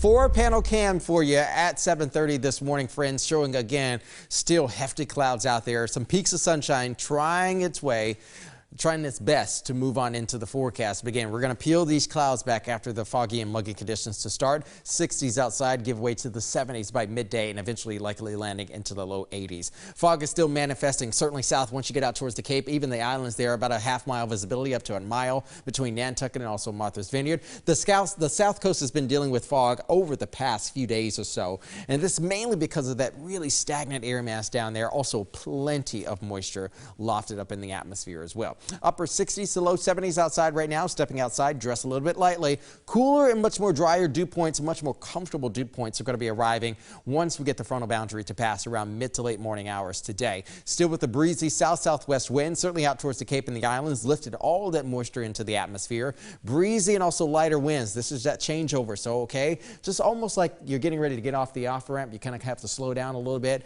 and that's going to be lightened airspeed there as far as the conditions are concerned before we start to get that different wind speed moving on in. I just said a lot there, right? Cloudy skies, they're about 9 a.m. Again, clearing the skies out later on this afternoon. There's the clouds roaring on out of here. That's much more comfortable conditions arriving for the rest of our Tuesday. Let's talk about rain chances tomorrow. Rain chances on Thursday, along with the spotty isolated storm chance. But Friday, Saturday, Sunday looks pretty good, and I don't think Monday looks bad as well. We have the details coming up in the full forecast. Jordan, back to you. Jason, thanks. State police are investigating a wrong-way crash that killed 2 drivers in Methuen. Police say a driver going the wrong way on 93 early Monday morning hit a vehicle that was being driven by a 21-year-old head-on, killing them both. The victims are both from Quincy. The crash shut down the highway for several hours yesterday. Inflation has many shoppers cutting back on spending, and that's forcing companies to slash prices. CBS's Christine Lazar has the details. Jennifer Bumowski regularly shops at Target and is always on the hunt for deals. I always look for buy one, get one free, and if I have a coupon for it, and then I stock up. Now she's finding some bargains after Target lowered prices on thousands of items, including produce and other food staples. That's welcome news for Penny Newquist. I've got 4 kids at home, and they eat like crazy. Grocery prices are up nearly 27% since 2020, and many shoppers have turned to Walmart and other discount stores for cheaper items. Target decided to cut prices after seeing a drop in business, and grocers like Aldi are doing the same. They're cutting prices in order to lure us back into their stores. CBS News business analyst Jill Schlesinger says shoppers are focused more on essentials and cutting out items they don't necessarily need. As inflation started to creep up and then soar in 2022, we saw people pull back on those discretionary items. That includes eating out, which is hitting the bottom line at fast food restaurants. To attract customers, McDonald's is introducing a new $5 value meal next month. And this week, Wendy's started offering a $3 breakfast deal. Do you think stores need to lower their prices to keep their customers coming back? Yes, yes. They have to make it a lot more competitive. Experts see more businesses bringing down prices to keep customers from spending their money somewhere else. Christine Lazar, CBS News, Los Angeles. If you're looking to buy a home, you've likely noticed it's a tough market. Interest rates and home prices are high, and that has led to a lag in sales. Fewer homes on the market means more competition, so buyers are forced to pay more. Back in April, the median home sale price was slightly below $408,000. That's more than 5.5% higher than a year ago. We are hitting all-time high in terms of home prices. There's not enough inventory. So the buyers are left with so few choices. There is some good news, though, because the spring market was slow. Experts predict that more homes will come on the market in the fall and winter as homeowners look to sell. A Chelsea man angry and confused over the state of a cemetery where his family is buried. Yesterday, the gates were locked, and behind those gates, overgrown grass and trash. That man told us that he's been promised by the city that the cemetery would be cleaned up. So far, though, those promises have not been kept. And as he tells WBZ's Paul Burton, he can't understand why. Memorial Day is always a sad occasion in the sense that we celebrate the lives of people who lost their lives. I can't even do that here because you can't get in. It's a wreck. Stephen Dodge fights back tears. He was hoping to decorate some of his relatives' headstones at the Chelsea Garden Cemetery for Memorial Day. But for years now, he says it's been unkept, overgrown, and neglected. This has always been a difficult visit every Memorial Day here. There are building materials and debris near grave sites, large branches blocking headstones, and several toppled over. It's very hurtful. My father wouldn't want me to say this, but really, the only time I ever saw him cry was when we came up here one year. We had to bring our own lawnmower just to cut our plot. And he said, "Why did I ever bury my father here?" Dodge says he has relatives that are buried here that date back to the 1800s. He says he was promised by the city that this cemetery would be cut on Memorial Day. As you can see, that did not happen. And even the gate is still locked, so people came and visit their loved ones on this sacred day. There's just a couple of things that I think a city should be able to do, and it's one only cemetery. One is cut the grass for Memorial Day. Second of all is put a decent American flag up for Memorial Day. I apologize for any inconvenience. WBZ TV caught up with the city manager during Chelsea's special 400-year anniversary and Memorial Day ceremony. He says the city has made a huge investment in the cemetery, and they are currently in the middle of a 5-year restoration project. The entire gates were replaced. Of the retaining walls were also replaced, and we're going through a restoration process of the headstones, and it is a long journey. Shortly after our interview, a city worker did replace the American flag, but for now the cemetery will remain locked and closed for safety concerns, which brings little comfort to Dodge, who wants to honor his family members on Memorial Day. It's just very sad, and there aren't many people who still come here to decorate the stones. In Chelsea, I'm Paul Burton, WBZ News. Well, Massachusetts is taking steps to support more electric vehicles on the roads. The Healy administration and MassDOT picking 3 companies to create a network of electric vehicle charging stations. The state's climate chief says more people will transition to EVs if charging stations are more accessible. The money for the project will come from federal funding. A little boy in New York is getting used to his new bionic arm. He could be the youngest person to get the high-tech prosthetic.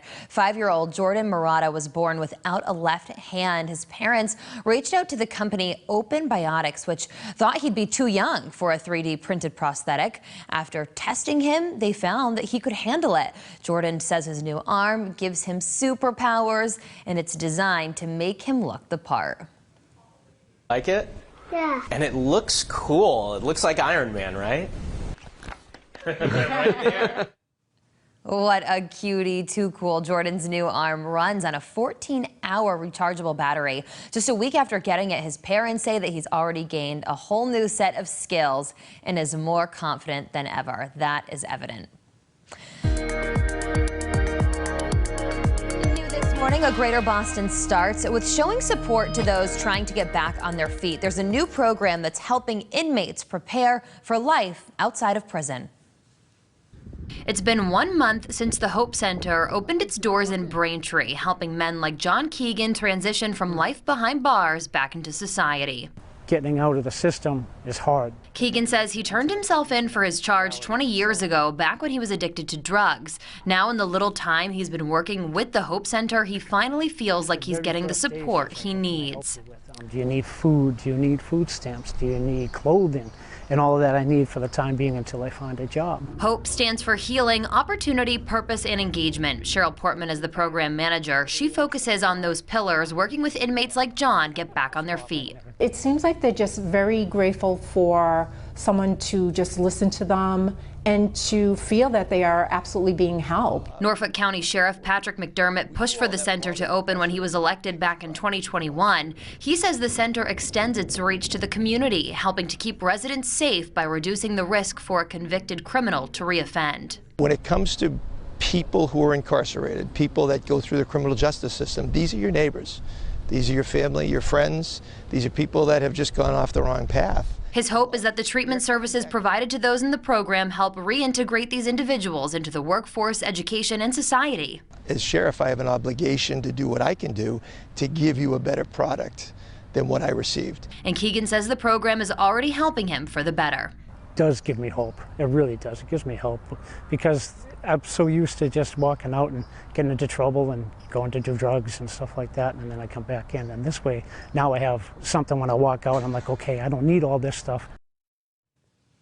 And it's all a collaborative effort specifically for that reason, to support people before they get to hard times. Anyone interested in supporting the center can go to nsocares.org. And coming up after the break, when you think about baseball icons, names like Ruth, Mantle, and Mays may come to mind. But what about Toni Stone? The perfect time to see a story about a strong African-American woman who's done remarkable things. How a new play at the Huntington Theater is introducing the Trailblazer to a whole new generation. Is there someone in your community making a difference? Let us know for our Changemakers series. We're looking for people innovating, solving problems, and closing opportunity gaps. You can send us an email to changemakers@wbz.com.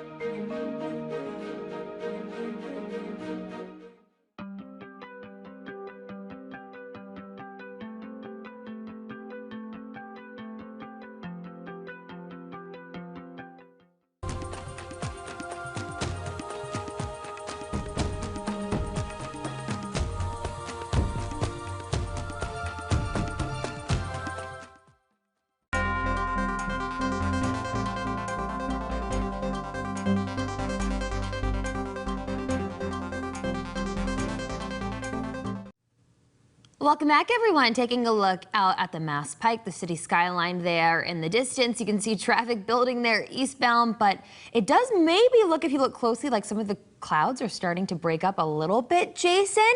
Jason Michael, busy for us tracking a beautiful forecast for the most part. Jason, of course, it was a bit of a bumpy ride getting here, but the sun's making a return. Listen, I'm just telling you, it looks like the mothership out there. A lot of people are getting back on the highways, heading back into the office here. Don't you worry, beautiful conditions are going to be moving back in. It's already showing there in the eastern sky out towards the harbor right now, as you can see. Still with some heavy clouds outside in the mid and upper level, 68 degrees in terms of the temperatures at the surface, and a couple degrees warmer south in Norwood this morning, 67 in Plymouth County. Getting out towards the Cape and even the islands, the upper 50s and low 60s there, and making a climb into the upper 60s to low 70s. Drier air is beginning to move back in. Notice the darker greens turning lighter. Again, we're going to be slipping in terms of our dew point temperatures, and that's actually a really, really good thing. Visibility concerns are also going to be improving as well. Once you get down towards the Cape and the islands, still very dense in terms of fog, but as we get into the afternoon, the race is going to be on towards the lower 80s. There's a spotty rain chance in the forecast because we're going to be dealing with the westerly flow of the parent of low pressure. So still some clouds expected in parts overnight tonight, along with some spotty sprinkles. The better rain chance, though, arrives for us on Thursday. It's going to be very scattered. In fact, I took a look ahead, and even on Thursday, we're really not expecting a wash up by any means. Certainly in the past 12 hours, it's definitely been a wet one here across the northeastern corridor, even into southern Canada and portions of the New England area. The vast majority of the cloud deck begins to exit, friends. And again, that's going to be opening up a lot of our skies there, also airing towards the beautiful sunshine later on this afternoon.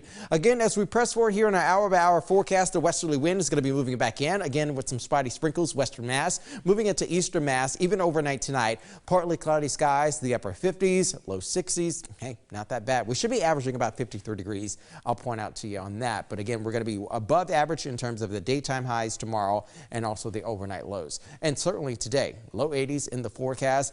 Better dew points, better allergens courtesy of the drier dew points. So we have some mold concerns outside because of the heavy rain, but as far as trees and grasses, heavy rain actually performs rather well in terms of the allergens. Today, not that bad. Tomorrow, not that bad. And Thursday, we start to creep back up a little bit, but the lower 70s around bedtime tonight, again, it's going to be pretty good. 56 for an overnight low tonight. 57 here in the city, upper 50s over towards the Worcester Hills, and Sturbridge also about 56 degrees. Dry, very wet, okay, and a little bit of the moderate to wet forecast over the next 6 to 10 days. That is from the Climate Prediction Center. It's going to be a very warm, though, first couple weeks of June for the Northwest, but also drier and also cooler. You can see there are portions of Appalachia, and we're also going to be edging a little bit warmer as well. Warmer, especially in June. Hey, not that bad, especially for the beaches. Low 70s on Friday, mid to upper 70s Saturday, and also on Sunday. Mainly sunny conditions. Sun and high clouds on Monday, and we start to get more in the way of a drier trend after we get past Thursday, which will be great. So the first full weekend of June will be a beaut across the northeastern corridor into New England. Jordan? I was shocked and a little dismayed that we didn't know who she is. Local playwright and director Lydia Diamond making sure that more people know about Toni Stone. She was a trailblazer, the first woman to ever play professional baseball on a men's team, and a new play at the Huntington Theater puts a spotlight on the special athlete.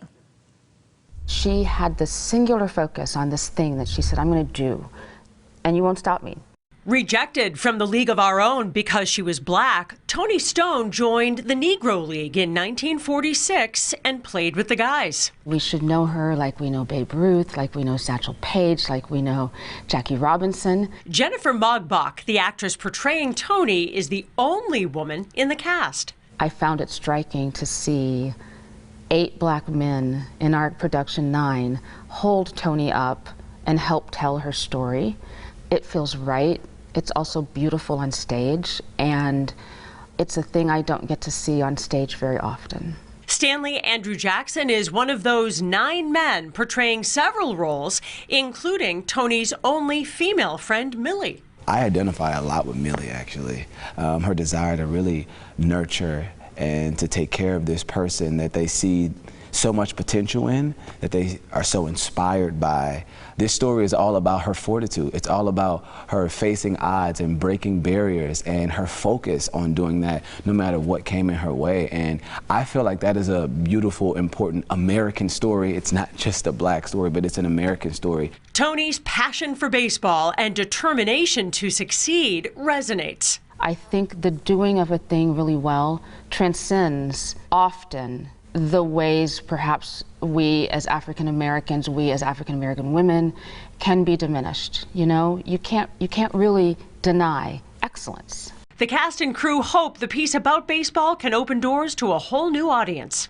This is a great way, if you've never been to the theater before, this is a great entryway, especially if you're a sports person. You get to see your sport talked about, but also be introduced to the sport of theater. You can see Toni Stone at the Huntington Theater Company through June 16th. Paula Eben, WBZ News.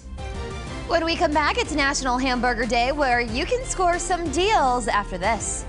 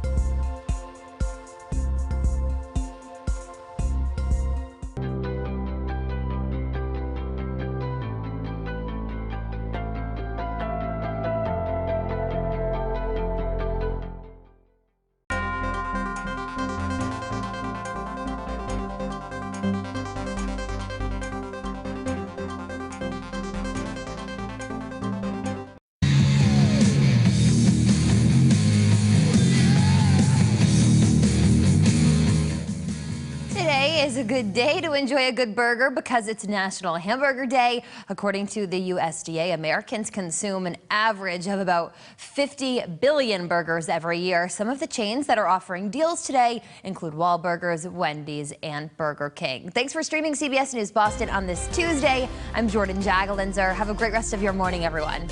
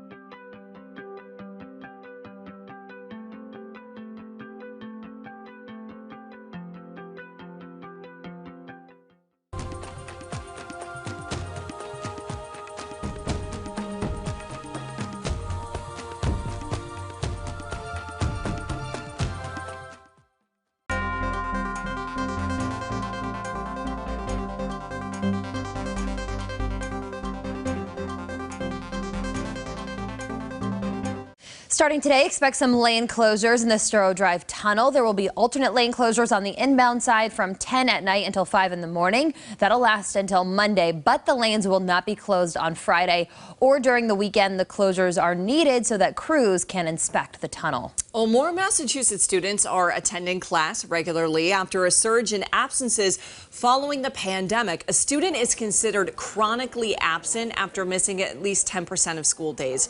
Data from the Department of Elementary and Secondary Education shows that just under 20% of students were considered chronically absent last year. That is down 5 percentage points from the previous year. It's a difference of about 45,000 more students who are now attending class regularly. The Celtics celebrating this morning. They're going to the NBA Finals after sweeping the Pacers in Indy. The C's now have 9 days off. Yeah, they are still waiting to find who they'll play in the finals. WBZ's Levin Reed tips off our team coverage. Morning, Lev. Morning, Brianna and Jordan. If you throw away Game 2 of these Eastern Conference Finals, the Celtics have had to make clutch plays down the stretch to get the victory. It hasn't been easy, but they find a way to win, and that's what championship teams do. The C's now have a chance to raise banner 18. Celtics and the Pacers. Game tied at 102 late in the fourth. Jaylen Brown finds Derek White in the corner, and he says, got it. Knocks down the triple right there. Sees up 105-102. Next Celtics possession, Jason Tatum misses the long ball, but Drew Holiday doing the little things. Gets the rebound, and we call that game. Celtics win 105-102, close out the Pacers. Boston is headed to the NBA Finals. Jaylen Brown says it takes a team effort. Offensively, I thought we spaced the floor well, and I thought we made timely plays. We got a lot of great players in our locker room that made big-time plays. Drew was one game. D. White was this game. Al was another game. JT. We've all been able to take turns just being able to make impactful winning plays, and that's what it's about. So now the C's have some rest. The NBA Finals doesn't start until June 6th. That's next Thursday. And whether they play Dallas or Minnesota, game one, right here in Boston at the Garden. Always good to have home court in the NBA Finals. Brianna? All right, Lev, love it. And Lev said he's going to buy more green. So yeah, because we can't have him supporting other team colors. Right. All right. These are some of the sounds here of Celtics fans partying up in Boston. They are fired up for a trip to the finals. Oh, what a night. Celtics fans overjoyed over the big win as the C's make their way to the finals. And WBZ was there to get reaction the moment that the C's got it done. I'm feeling incredible. This is awesome. I was there for the last finals run. I'm ready to see them get the job done this time. I'm ready to see them finish it out. I'm so excited. Like 4-game sweep, baby. Let's go. So happy right now. We're #1, baby. 4-0 sweep.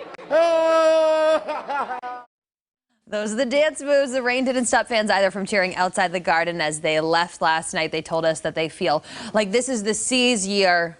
And you're wearing green, showing your support this morning. We're with them. Yep, I like the broom dance moves, too. Yeah, that was the sweep. The sweep. I like that, too. Yeah.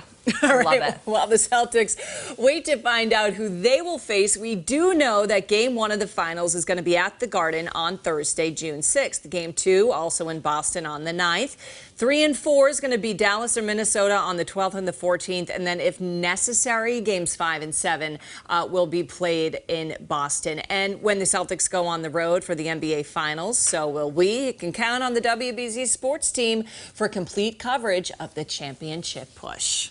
Now, the Celtics in Indy last night dedicated last night's win to Hall of Famer Bill Walton. Before the game, there was a moment of silence for the Celtics great. He died yesterday at the age of 71 after a battle with cancer. Walton was a dominating force in college, a key player on the Celtics' legendary 1986 championship team. After retiring from the game, he shined in the broadcast booth. Well, a Greater Boston starts with showing support to those who are trying to get back on their feet. I went to learn more about a new program that's helping inmates prepare for life outside prison.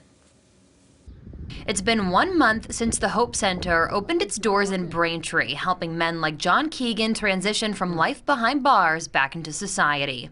Getting out of the system is hard. Keegan says he turned himself in for his charge 20 years ago, back when he was addicted to drugs. Now, in the little time he's been working with the Hope Center, he finally feels like he's getting the support he needs. Do you need food? Do you need food stamps? Do you need clothing? And all of that I need for the time being until I find a job. HOPE stands for Healing, Opportunity, Purpose, and Engagement. Cheryl Portman is the program manager. She focuses on those pillars, working with inmates like John get back on their feet. It seems like they're just very grateful for someone to just listen to them and to feel that they are absolutely being helped. Norfolk County Sheriff Patrick McDermott pushed for the center to open when he was elected back in 2021. He says the center extends its reach to the community, helping to keep residents safe by reducing the risk for a convicted criminal to reoffend. When it comes to people who are incarcerated, people that go through the criminal justice system, these are your neighbors. These are your family, your friends. These are people that have just gone off the wrong path. His hope is that the treatment services provided to those in the program help reintegrate these individuals into the workforce, education, and society. As sheriff, I have an obligation to do what I can do to give you a better product than what I received. And Keegan says the program is already helping him for the better. It does give me hope. It really does. It gives me hope because I'm so used to just walking out and getting into trouble and going to do drugs and stuff like that, and then I come back in. And this way, now I have something when I walk out, I'm like, okay, I don't need all this stuff. And that's really what it's all about, a collaborative effort. And they want it to be a space that people can turn to for support before they get to hard times. Anyone interested in supporting the center can go to nsocares.org. Great idea by that sheriff, and hopefully other communities see Do that the same thing. and do the same. Yeah. All right. Still ahead, breaking down the blockbusters of the summer. Alamo Drafthouse is joining us live here in the studio. And the centuries-old British tradition sending big crowds scrambling after a wheel of cheese. We'll be right back.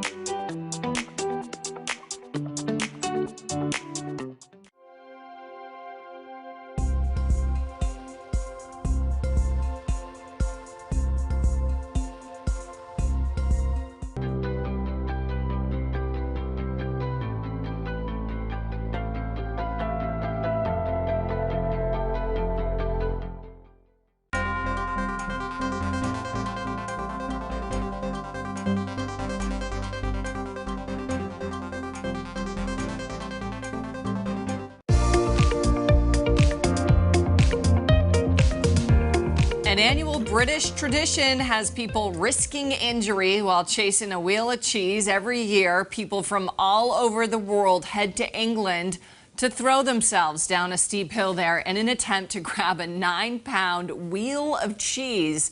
There are 6 races with 6 chunks of cheese up for grabs. Oh my goodness. So painful. Gosh, wow, okay. The 2022 women's winner, who's from North Carolina, traveled all the way across the pond to try and reclaim her throne. Are you worried about getting injured at all? No, I'm not. I heal fast. I'm only 23. Yeah, I mean, in your early 20s, you can do things Yeah, like she just this. she bounces right back up. She did end up claiming the title, earning bragging rights in the role of, in the wheel of cheese, rather, that she captured. So, you know, this is fun. Hey, Alyssa, cheese is super expensive, right? We all know this. It's really expensive. It is expensive. It is, right? I don't know if I could. I guess she's like bouncing up in the air. Like when you're 23, you know, I feel bad for the others that were behind her that didn't win. So hopefully they got to go home with something. I know. Hopefully they weren't in as much pain. Whew, that was tough to watch. All right, we are starting off here with some foggy conditions this morning, but it's starting to get better already. This is going to quickly improve here as the sun continues to shine and we get rid of some of those low-lying clouds, but a warmer start to the day, to be sure. Temperatures already in the 70s, and we are going to be heading into highs in the 80s later on this afternoon. Now, we do have chances for rain that we're going to be looking at here in the next couple of hours, but it looks like very, very minimal and very spotty showers, if anything, today. So 82 degrees for the high temperature. We will see more sunshine. Get ready for the nice warm air to come in and also a touch of humidity. But right now we are dry. Even on satellite where we see the cloud cover, we're not seeing a ton of it here, but we know, especially on the coastline, is where we're seeing the main area of fog right now. So a lot of our visibility readings are reading at all clear or 10 miles visibility. So we know that there are some spots, though, that it's going to be a bit foggier, still hard to see, and we've been catching that on our camera shots this morning. 71 degrees right now in Boston, and look how much we're already starting to see those cloudy gray skies begin to break down. Get ready for the sunshine. Winds around 15 miles per hour. We're already 12 degrees warmer this morning than we were just this time yesterday. So of course that puts our temperatures in the lower 70s. We are heading to highs right around 80, 81 degrees today. It's going to be a nice and warm one. So be prepared for that. We do have rain chances on and off throughout the first half of the week here. And especially as we get into the middle of the week, we are going to be looking at those rain chances increasing, but we are looking at mostly dry weather for this afternoon. So here's a look at our 7-day forecast. 82 degrees for the high temperature, and tomorrow 76 for the high. It gets much better though as we get to the weekend. We have temperatures in the mid 70s, even low 70s on Friday into Saturday. Some beautiful weather finally to get us started on the weekend. Back to you guys. All right, Alyssa, thank you. Well, summer is here, and while that means warm weather, it also means a whole bunch of Hollywood blockbusters. To help us sort through all of the sweltering cinema, we have Alex Shabar joining us now from the Alamo Drafthouse Theater in Boston. Thank you so much. This popcorn smells unbelievable. Yeah, he brought us popcorn. We love that. Even at 9 a.m. popcorn. That's right. Always acceptable. And there's a lot of thunderstorm, rainy days in the summer. So we want to start off with Ryan Reynolds and Hugh Jackman teaming up. Let's just dive right into there. Movie of the summer, Deadpool 3. This is obviously a sequel to Deadpool 1 and 2, obviously. This enters the Marvel universe. Marvel has had kind of some snags, maybe a little fatigue going on. This one's going to be gigantic. It's R-rated, it's funny, it's dirty. Don't take your kids, but do come and see this one. This one I think is going to be a blast. Oh, good to know, because I think people hear Marvel and they just not this one. This one is absolutely not family friendly from the moment on. Do not take your children to this movie. Okay, good heads up. Next to another sequel to an animated series. Despicable Me 4. This stars Steve Carell. It feels like a surefire hit, but do you think audiences have had enough of the Minions and Despicable Me? Minion fatigue at this point. No, I don't think so. It's been 5 years since we've had a Despicable Me movie. The Minions have just grown in popularity. They're adding Will Ferrell to the cast, which is always a surefire hit for a comedy. I think this one is going to be gigantic. I think your kids are going to be talking like Minions again. So when they're not watching Deadpool 3, take them to go see Minions and get that voice all over again. Yeah, the Minion voice is so lovable. It's adorable. Yeah, it's cute. It's you can't so go cute. wrong with it. And from comedy to horror, A Quiet Place, day one. That's actually a prequel to A Quiet Place, which was a hugely popular movie. Yeah, 2 of them. Yeah, what's expected with this one? You know, this is the prequel coming in for the first moments that these aliens touch down. This is the movie where if you have sound, the aliens will kill you. They can hear really, really well, and they hunt for sound. Very creepy, so a very quiet movie, hence the name.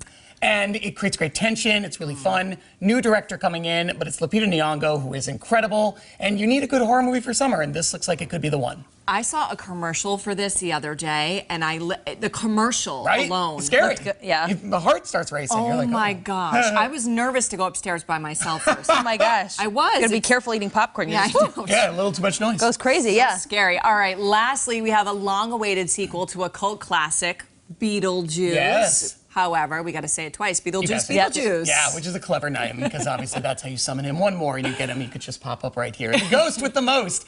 This sequel has been in talks since the movie came out in the 80s. It is finally happening. Old cast, new cast. Michael Keaton is back, who is just one of the all-time greats in that performances.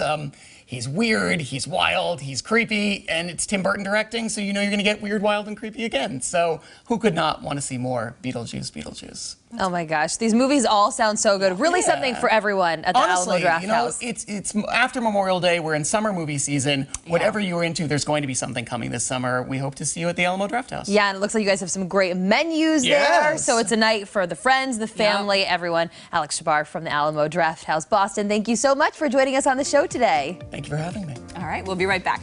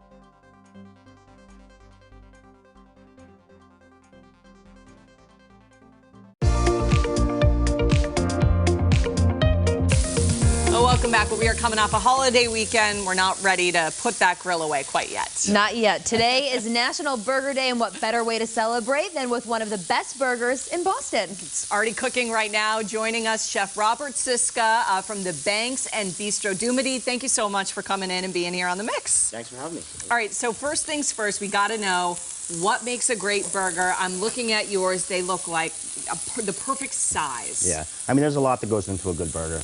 Most importantly, obviously, have good high-quality meat. Season it very aggressively. Lots of salt, lots of pepper. And you know what? The black stones are getting so popular these days, so a lot of people think about grilling their burgers, but with a flat top, it kind of confits itself, which means it kind of like cooks at its own fat. Oh, wow. So it's a really, really good way to have a burger. So maybe changing up the surface that you're going to use to cook it on. You don't have to grill it necessarily. Nope, the flat top is just as good. It's okay. And you said season aggressively. You said aggressively. Yeah, very good. A lot of salt, a lot of pepper. Also depends on how thick your burger is. If you have a real thick burger like that, you definitely want to add a lot more salt to it. Okay. Now, your bun, too, looks unbelievable. You said it's special. Tell us a little bit about what makes this bun different. So, at Bistro and at all four restaurants, we actually make our own hamburger bun. So this is kind of a cross between like a brioche and a potato bun. Oh, it looks so good. And it looks like you're putting it in some butter there. That's something I would never think to do. So kind of grilling it first. Almost making like a grilled cheeseburger almost in a way too. Oh my gosh. That sounds amazing. Okay, walk us through some of the toppings here that you do on your cheeseburgers. Yep, so we do just the classic lettuce, tomato, and onion. We make a compound butter using garlic, foie gras, truffles also. Wow. So that kind of really sets into the burger. For those at home who maybe aren't familiar with foie gras, what is it? It's duck liver. And it's delicious. I'm a big foie gras fan personally. Make a simple, easy sauce too if you want. You're looking for something different. You add a little bit of mayo. Yeah, something everyone has at home. Yep. Okay, mayo. so as we're making these, this is one of the best burgers in Boston. Yeah, I believe so. And it's been voted best burger a lot of times. It's official. It's been voted. Just a couple of fun facts here as we talk about National Burger Day. Americans eat tens of billions of burgers every year. Per person, that comes out to about 4 a week on average, which would be a lot. That's my husband. Really? 4 a week. That's a lot. How many do you eat here? I mean, you must eat these all the time, right? No, you can't eat these all. You can't. Oh, okay. He's good about it. Well, these are really rich. So for people at home watching this, they might not have the special compound butter and stuff like that. So what are your tips for people at home with some of these everyday ingredients that they probably have lying around their fridge to really make their burger that much better? So that's why I made a simple sauce here. It's mayonnaise, a little bit of sriracha, a little lime zest, lime juice. So it's not the Big Mac sauce, but it's kind of my own version of it. Oh, I love that. Can you also tell us a little bit about the banks here as you do the final touches? So the Banks Fish House is our newest venture. It's about 3 years old. We opened it 3 years ago. And it's serving great high quality seafood, high quality steaks. Yep. Same steaks you can get at Grill 23, you can get at the Banks Fish House as well now. Right, and it's patio season, so people are out and about and they're ordering. We got the Niçoise salad and some other options some too. nice healthy options if you're sitting on the patio at Bistro overlooking the park. It's nice to come in and get some grilled protein on it if you'd like to. Yeah, some other options after you've had your four burgers for the week. Now tell us about the cheese that you use. What's your recommendation for some of the best cheeses to put on your burger at home? So we have numerous types. We use Gruyere, it's the classic cheese that we use. We also have cheddar, we use blue cheese, we use goat cheese. On a burger, huh? Yeah, Fromage d'Aquilon is one of my favorite double cream cheeses. We put that on a burger and it's really, really good. So that's why it stands out. It's fun because you can really make it different every time. Yeah. It's so like a burger can be really kind of personalized like a pizza. And it sounds like maybe like for people at home to not be worried about trying some things. You might be like, oh, I don't know about putting that kind of cheese on my burger, but maybe try it. And give it a try. If you don't like it, try again. Well, I know that we are going to be getting ready to try some of these. So we're topping it off, a little bit of that butter. Yeah, a little bit of foie gras, truffle butter. Oh my gosh. What is this right here, Chef? So that's a summer truffle. Ooh. So we put fresh ones in the butter, but then just to make it French and a little more fancier. Oh, love Put that. little truffles on top. Oh my goodness. We're really being spoiled here today. We are. Okay, so we have 20 or so seconds left. Chef, tell everyone where they can find you just one more time with all the restaurants. Bistro du Midi, Grill 23, the Banks Fish House, and Harvest is all 4 of our restaurants. Okay, awesome. Chef Robert Siska, thank you so much for coming out here. You can get into that and I'll toss to break. Let me, because I need truffle and truffle fries. Oh, and a French fry. Wow, this is amazing. This is why the burgers voted the best. All right, here we go. National Burger Day, everyone. We'll be right back. Making the best of every virtue and vice, worth every damn bit of sacrifice to get a cheeseburger in paradise.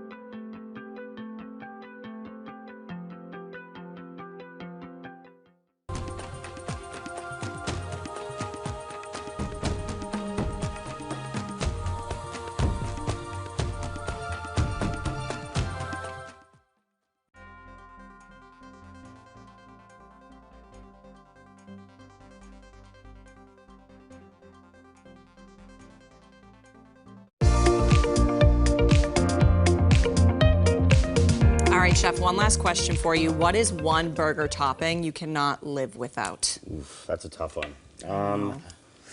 Gotta be cheese. No, the cheese doesn't count. Oh, that's a given. You get one extra. You get one extra. I think I'm going to go with the truffle now. I'm gonna go the tomato. The tomato. A lot of people don't like tomatoes. A lot of people ask for no tomato, but for me, the tomato, the lettuce, Yep. the ketchup, it all really brings it together. All right, my if you're gosh. smart, you'll do what he says, okay, everyone? You need the tomato on the burger.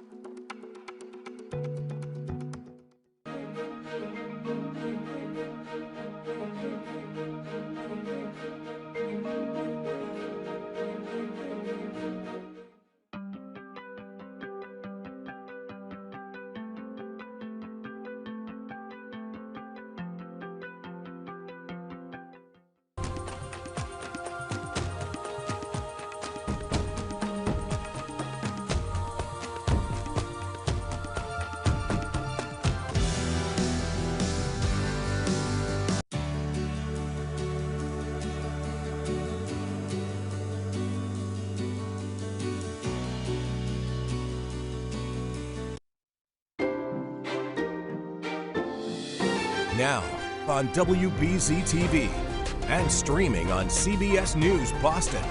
This is WBZ News. Now, on WBZ, the man suspected in a series of terrifying attacks makes his first appearance in court, and we're now hearing from one of the victims. I'm Paula Eben. Jared Revisa is accused of a series of stabbings on Saturday at a movie theater in Braintree and at a McDonald's in Plymouth. He was arraigned this morning on the charges out of Plymouth, and WBZ's Louisa Moeller was there. We briefly saw Jared Revisa in court with shoulder-length bleach blonde hair in a jumpsuit. The prosecutor asked for him to be held without bail, but the defense said he needs a competency evaluation, so he will stay here until he's seen by a doctor. You can see him in the video here. The 26-year-old from Chilmark, Martha's Vineyard, is accused of stabbing 6 people Saturday. Prosecutors say he pulled up to the Plymouth rest stop, got out of his Porsche, publicly urinated, then stabbed a man at the McDonald's drive-thru.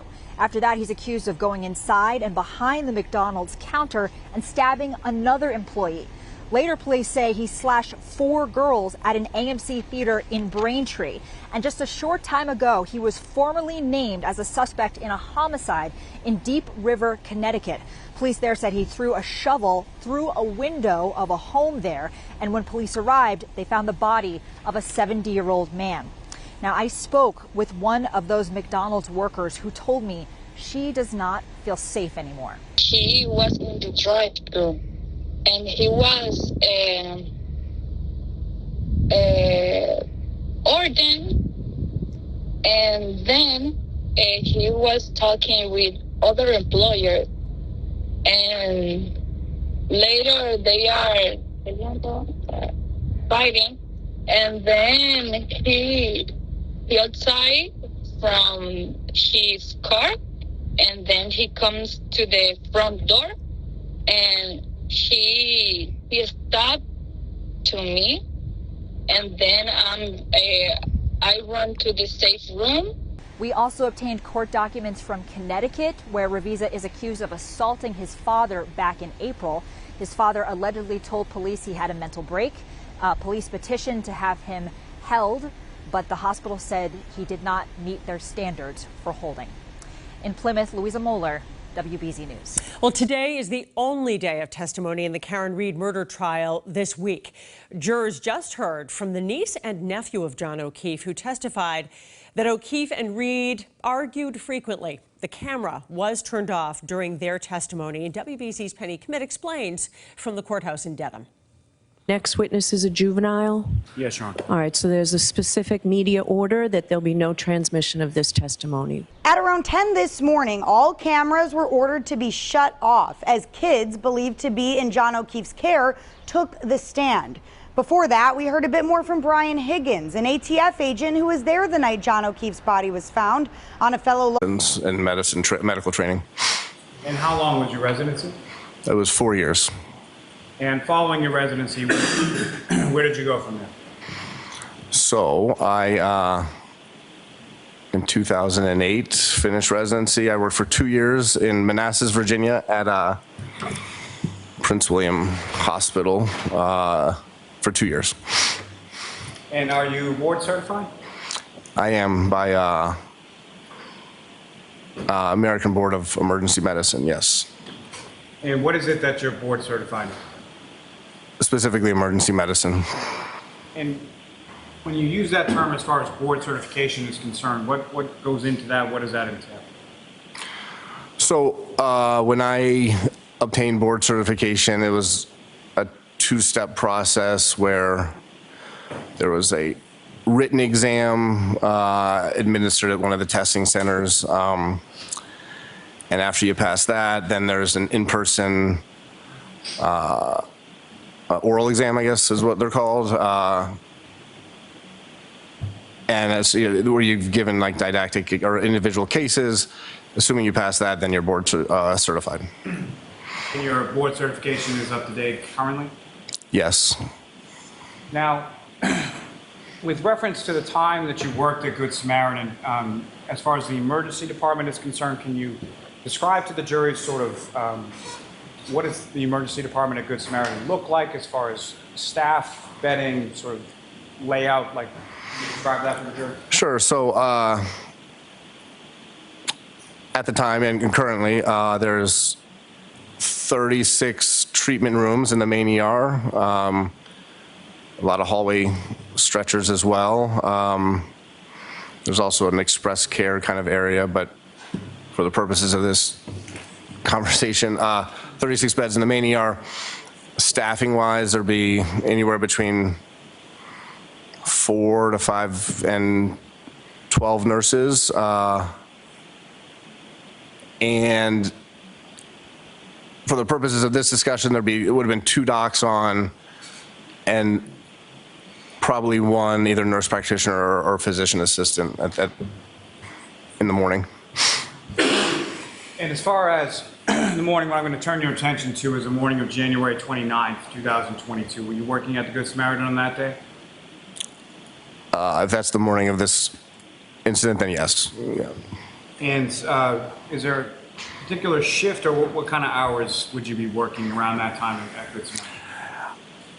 I'm pretty sure I started my shift at 6 a.m. that day. There was a 6 a.m. to 2 p.m. It was either 2 or 3 to, excuse me. It was either 6 to 2 or 6 to 3 p.m., but the shift would have started at 6 a.m. as I recall. And on that date at Good Samaritan, do you recall becoming involved with the treatment of a patient by the name of John O'Keefe? Yes. And Your Honor, may I approach the witness? Yes.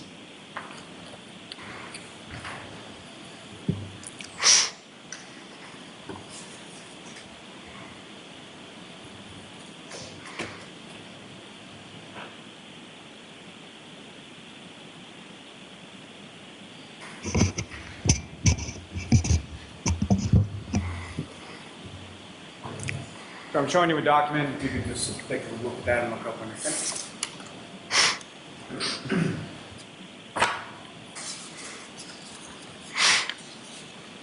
You want me to look through each page or just acknowledge that? Just as far as, do you recognize what that document is? Yes, of course. And what do you recognize that to be?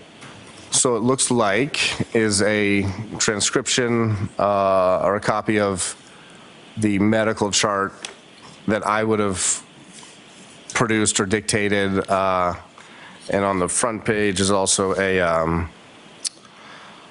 it's called like a code sheet, which the nurses would have put together and I would have signed off on, detailing what resuscitative efforts, as in the specific details and timing of the resuscitative efforts that were performed on Mr. O'Keefe's behalf.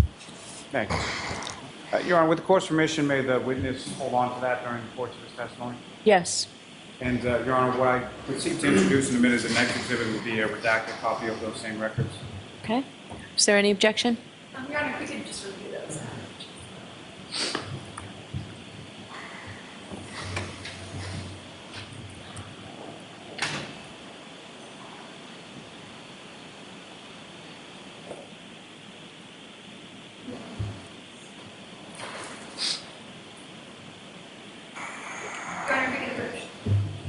Okay.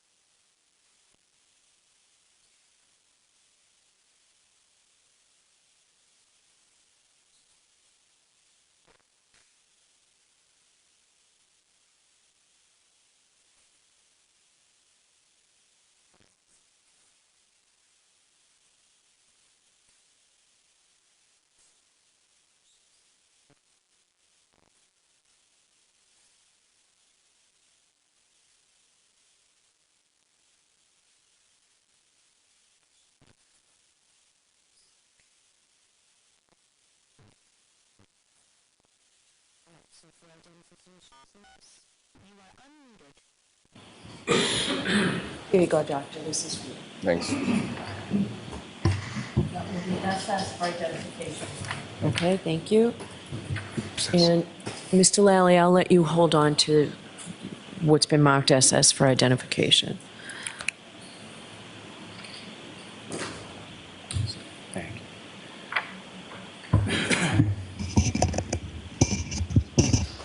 Now, Dr. Rice, with regard to Mr. O'Keefe, about what time did he come into your facility at Good Samaritan? Would you like me to look at the chart here? Let's see. If you can't remember things and you need to reference the chart, you can do that, doctor. Okay, thanks.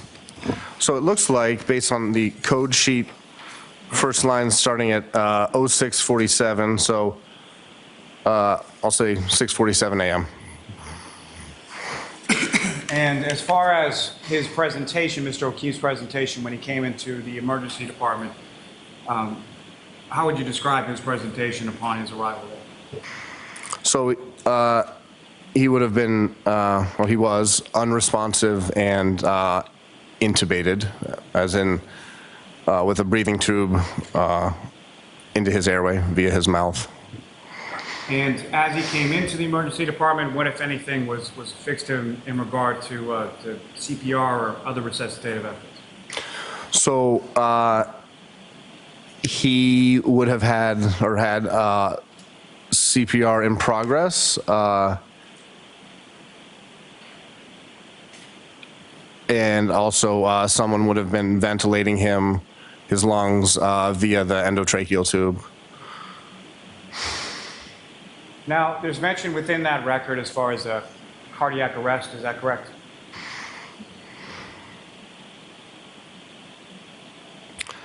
I don't know. I'm sorry, I don't understand what you're asking me. Sure. Well, let me just ask, you're familiar with the term cardiac arrest? Yes. Can you describe to the jury, based on your training and experience, what your understanding of that term is? Sure. So, as in he arrived with in cardiac arrest, which by definition means that his heart was not autonomously or independently pumping blood, or in his case, without electrical activity as well of the heart. And are you familiar with another term called perfusion? Yes. And can you explain what perfusion is and how that relates to the condition of cardiac arrest?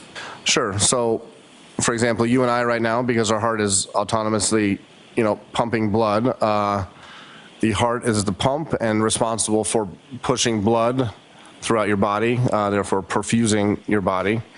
In a scenario like this, where a patient is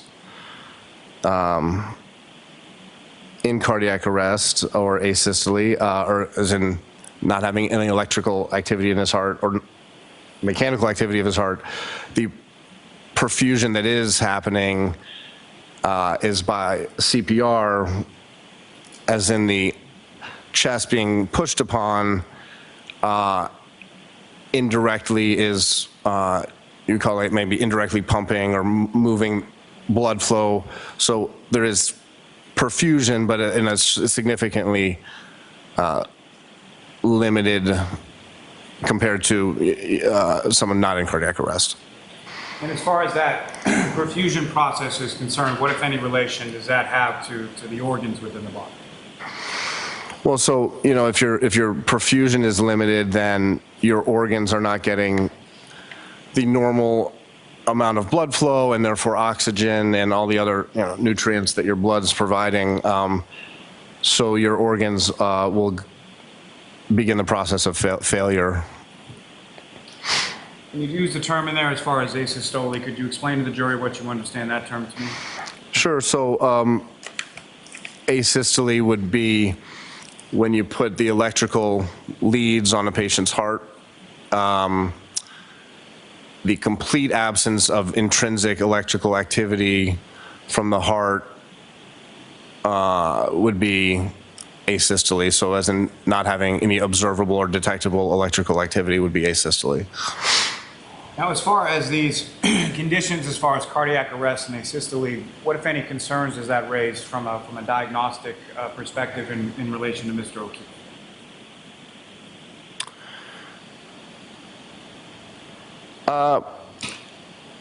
I guess your question with respect to it from a diagnostic perspective, I don't know exactly what you're asking me there.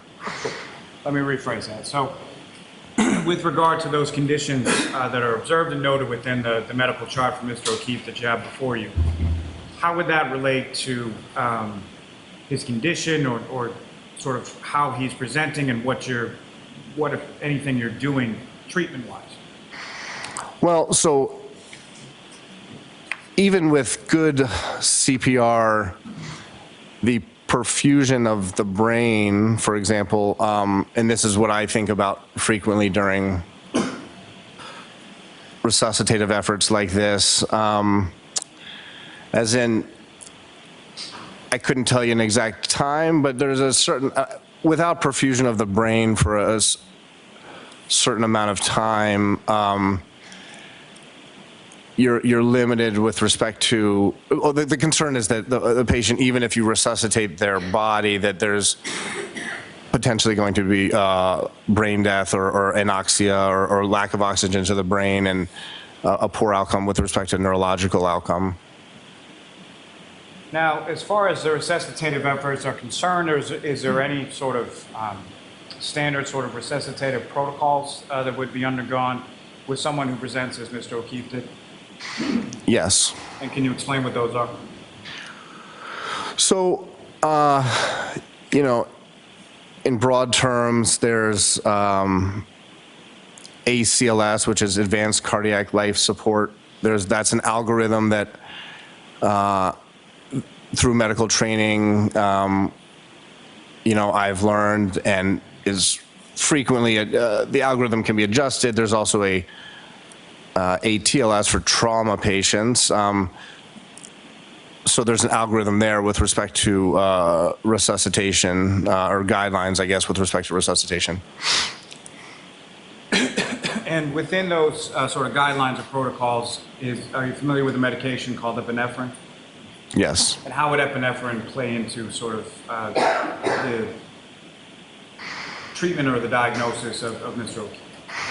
So, you know, in the time that I've been practicing, epinephrine is probably the only medication or drug that has persistently been in the ACLS pathway. It's adrenaline, so the idea is,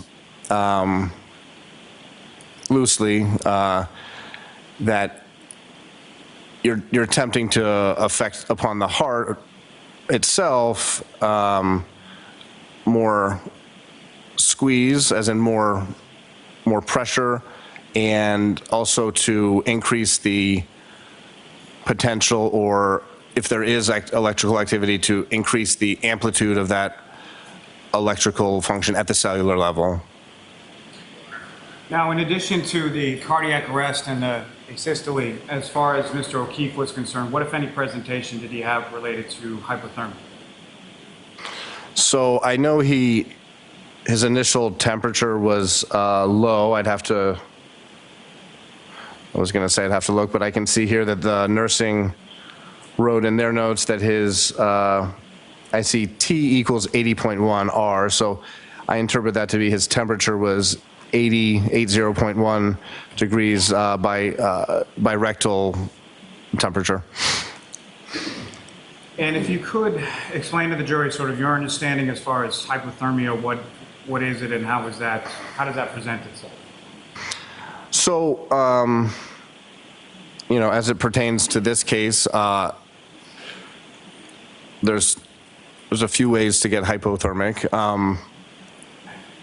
If I, at 12:20, were to have a cardiac arrest right now and stop perfusing, my current temperature of, my current temperature, I'm guessing, is 98.6, right? A normal temperature. Without perfusion, the body will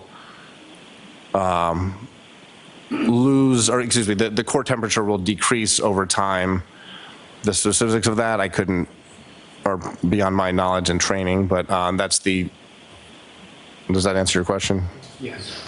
And so as far as hypothermia is concerned, is there a certain sort of baseline or what is sort of the typical temperature under which someone would be declared sort of hypothermic or treated as such?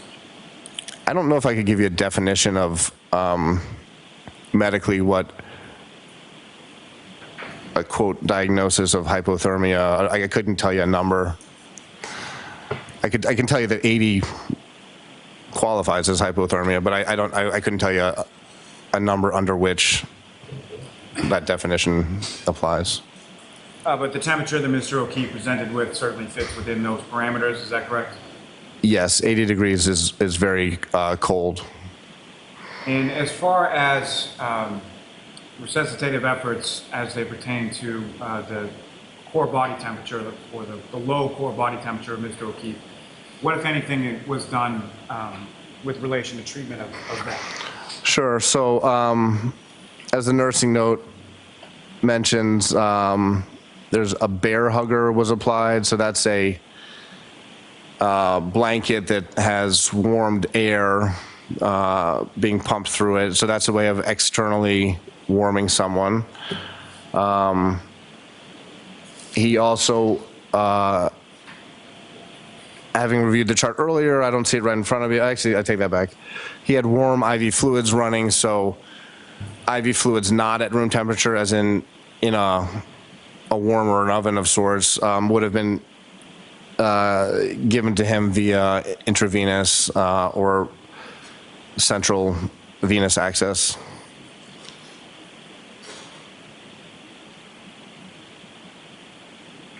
And as far as the body temperature is concerned, what if any relationship does the body temperature have and the warming process have as to a declaration of deceased in relation to Mr. O'Keefe? Well, so there's a goal in resuscitative medicine to attempt to rewarm a body. Loosely, the idea being that the heart, among other organs, will function better or function at all in a warmer environment. That's one goal of resuscitation. With him, as I recall, despite resuscitative efforts for approximately half an hour, there was not a significant warming of his core temperature. And so, sir, with reference to Mr. O'Keefe, at some point, was he pronounced deceased by yourself? Yes. And do you see any indication within the chart as to what time that was? Sure, I'll just need this moment here.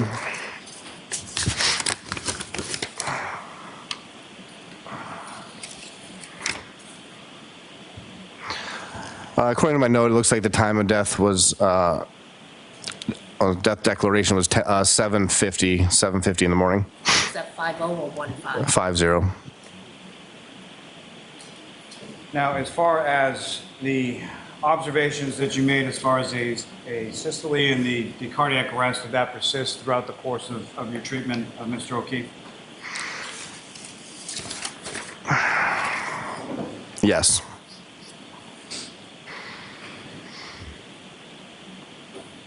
May I approach the witness? Yes. Let me just see that document. Mm-hmm.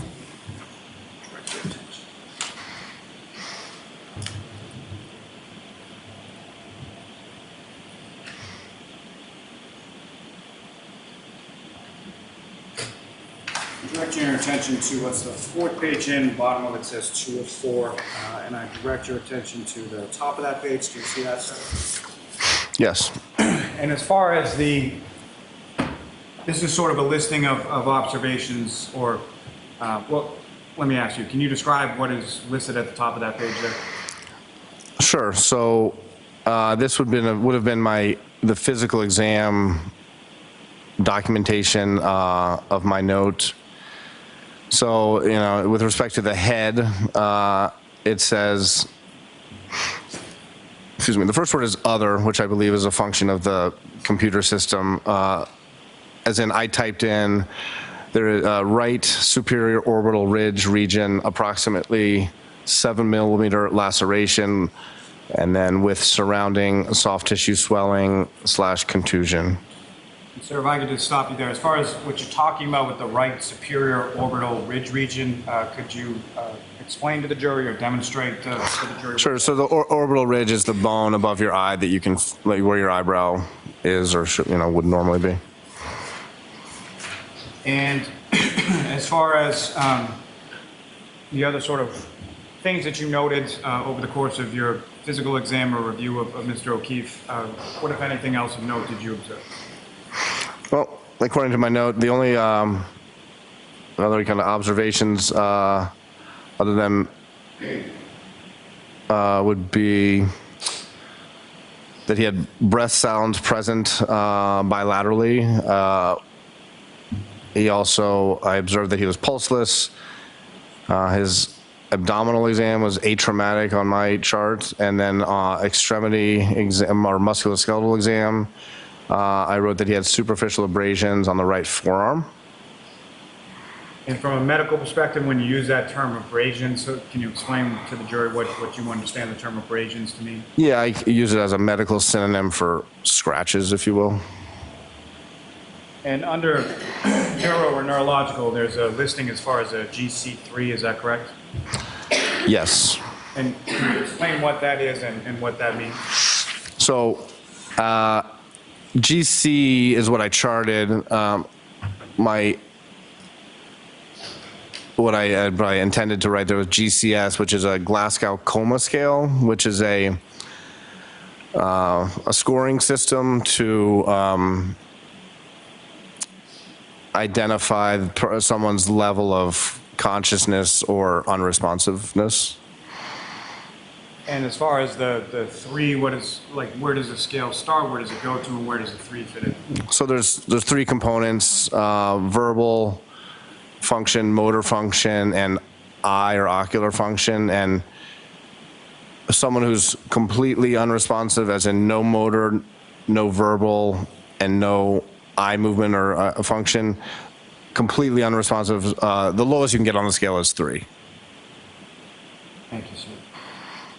May I approach this retrieve? Yes.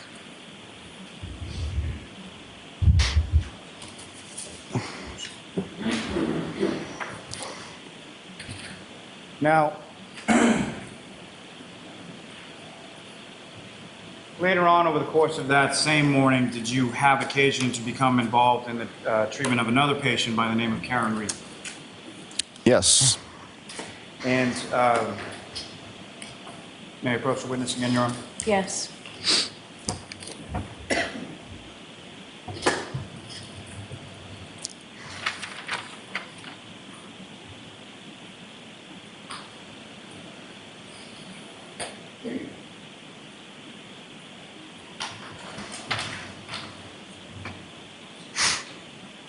So I'm showing you another document, just ask you to look at that to the extent you can recognize it and look up whenever you finish.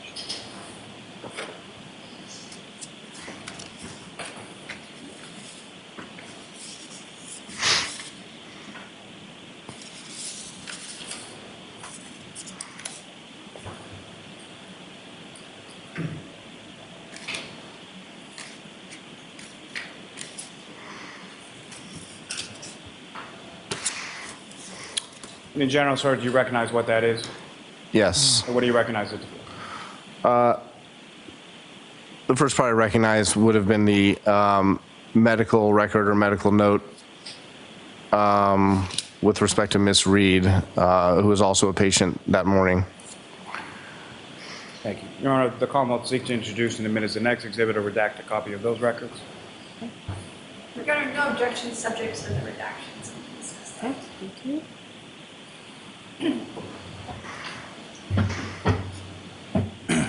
Exhibit 106. Thank you.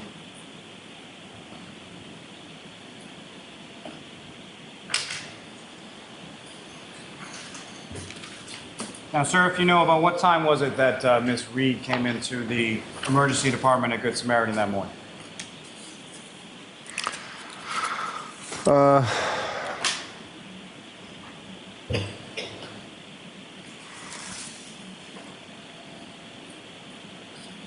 mean, I can tell you from this chart, it looks like that her, at least the first posted vital signs were from 7:51 in the morning. And in reference to Miss Reed, what is it that she came into Good Samaritan in regard to? Why was she there? I'd have to review Daisy's note, so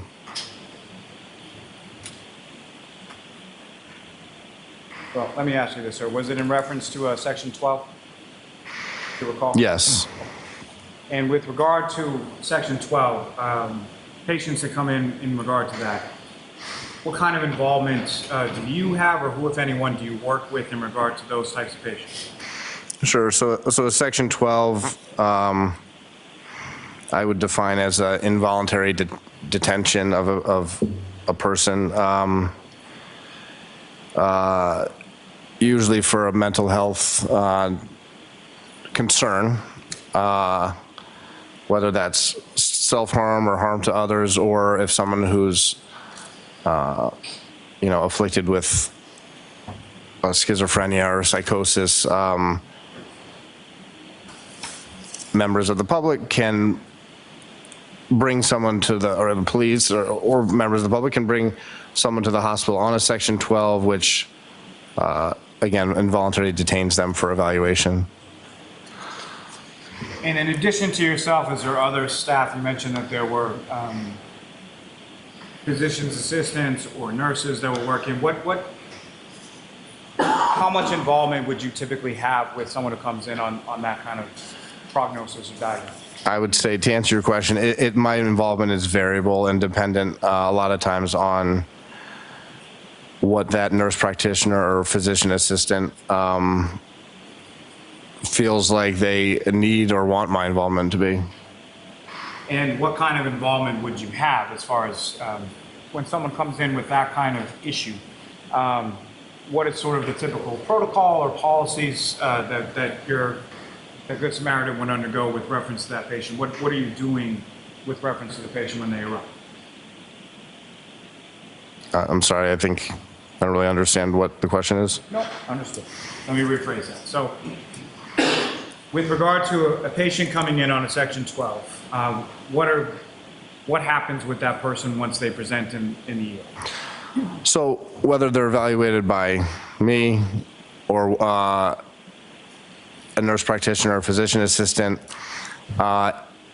if that person feels like, based on their evaluation, that they need a mental health consult or evaluation, then they would have that initiated, as well as what we do for a lot of patients, or all patients, vital signs, and sometimes blood work as well. And when it comes to that sort of blood work or assay, as far as what's being done with someone who comes in with that kind of report, what is sort of being tested and what is being looked at as far as the blood work is concerned? Well, there's a few reasons to get blood work, but in general, part of the evaluation is, with respect to the medical presentation, to make sure there's no medical emergencies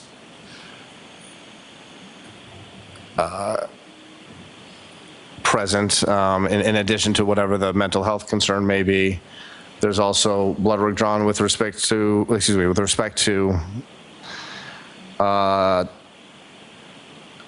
disposition, as far as some people, for example, it would be inappropriate to have a mental health evaluation if, for example, I were intoxicated on alcohol and my alcohol level were elevated, because I think the idea is that you're not getting, a true representation maybe of what's going on.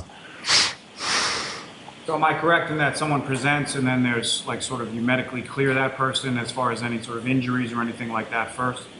I wouldn't say first necessarily. I think a lot of times these processes happen in parallel. So in parallel, you have the medical clearance and then sort of psychological clearance as well? Sometimes, yes. And then sort of involved in both of those, there would be blood drawn and reference to a section 12 as far as a typical one would be looking for sort of alcohol and drugs of abuse, things of that nature.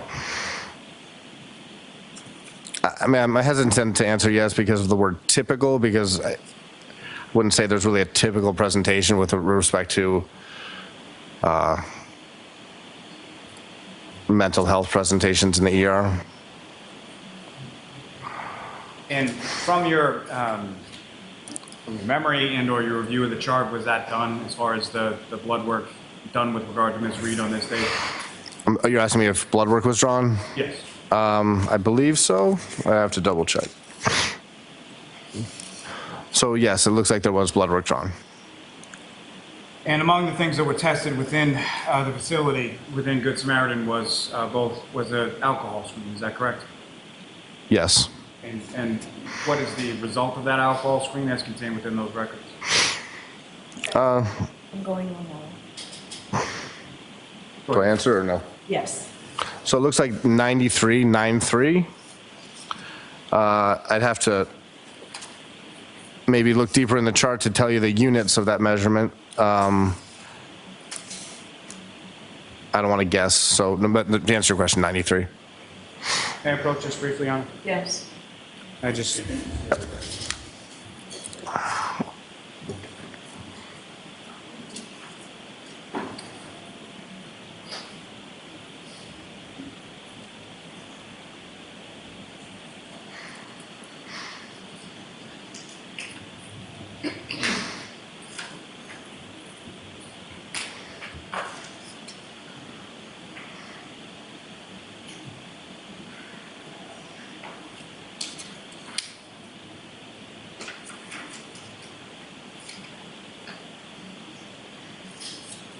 I'm directing your attention to a easy tap portion of that. Sure. Do you see the units that 93 pertains to contained within that record, sir? So yes, it looks like it's milligrams per deciliter. Thank you, sir. May I approach this to retrieve, Your Honor? Yes.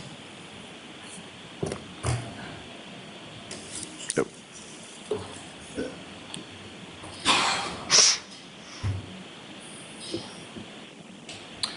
Thank you, sir. I have no further questions of this witness, Your Honor. All right, Ms. Little? Thank you.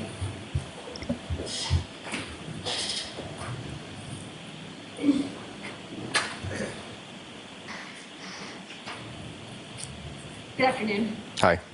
You testified that you treated Ms. Reed when she arrived at the hospital on January 29th, correct? I don't know if I testified that I treated her, but I was involved in her care, yes.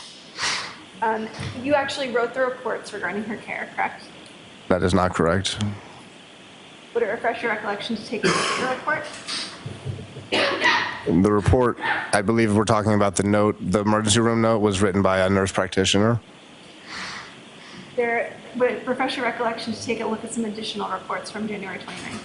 Sounds like you want to show me some reports, so sure. Thank you.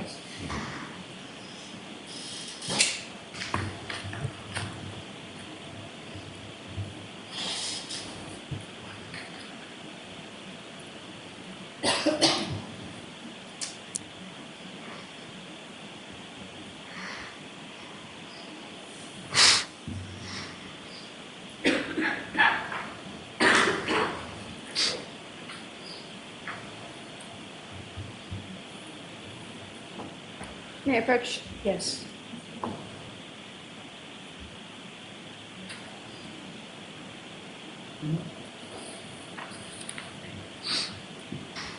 Take a look. Yep, okay.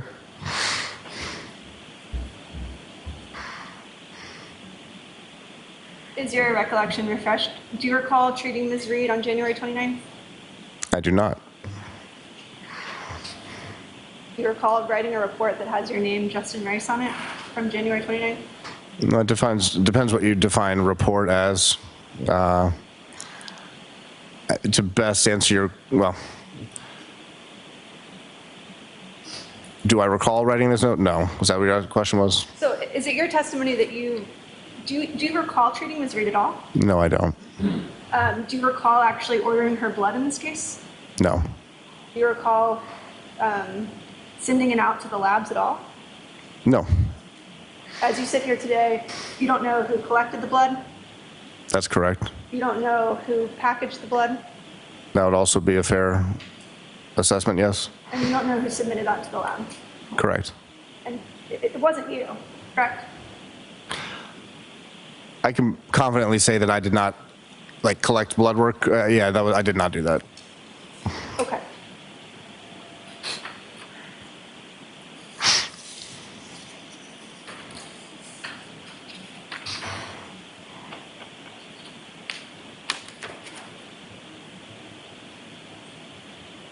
You testified that you treated Mr. O'Keefe upon arrival on January 29th, correct? Yes. Did a firefighter ever approach you on the morning of January 29th and tell you that he had information suggesting that the victim had been struck by a vehicle? Objection. Do you remember that? I do not.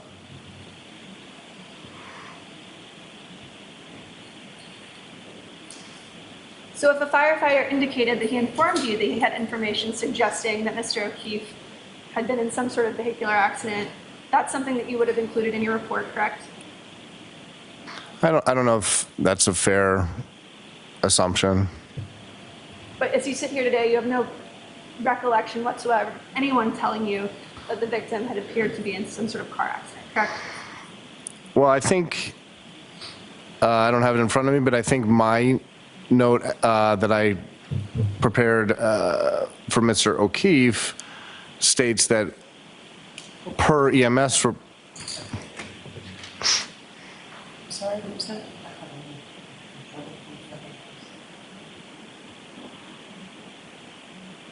Dr. Rice, you have no record. Apologies.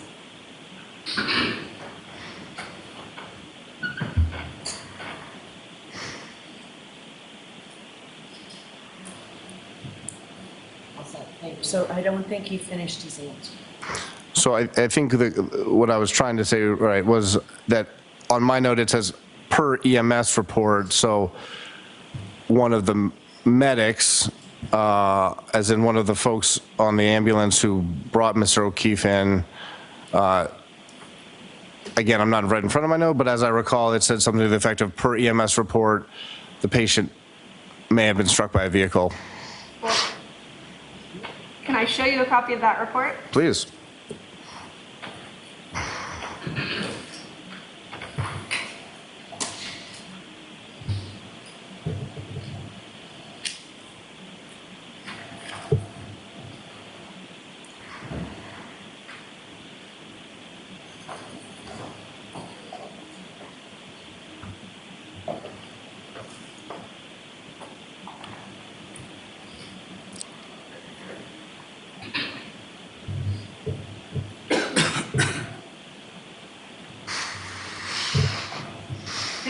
Yes.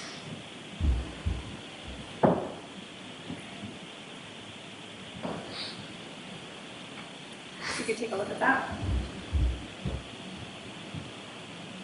All right, so, I'll ask the question. Is your recollection fresh? yes. Is there anywhere on that report that says that the patient came in and there was a statement by EMS that the victim appeared to have been struck by a vehicle? Just give me a moment to read through the... Sure.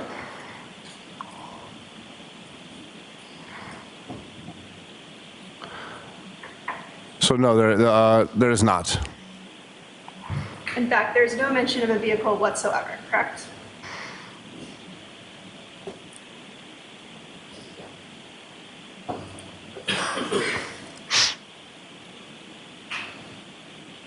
That's correct.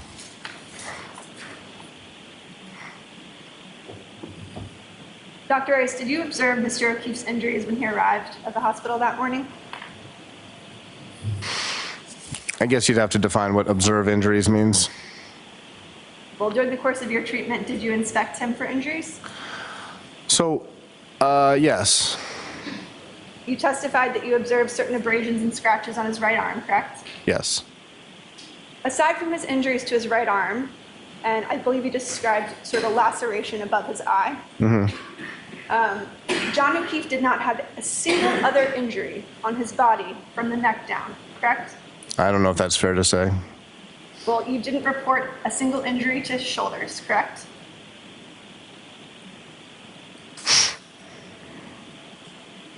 Correct. You did not report a single injury to his chest, correct? Correct. You did not report a single injury to his torso, correct? Correct. You did not report a single injury to his back, correct? Correct. You also did not report a single injury to his ribs, correct? Correct. No injury to his hips, right?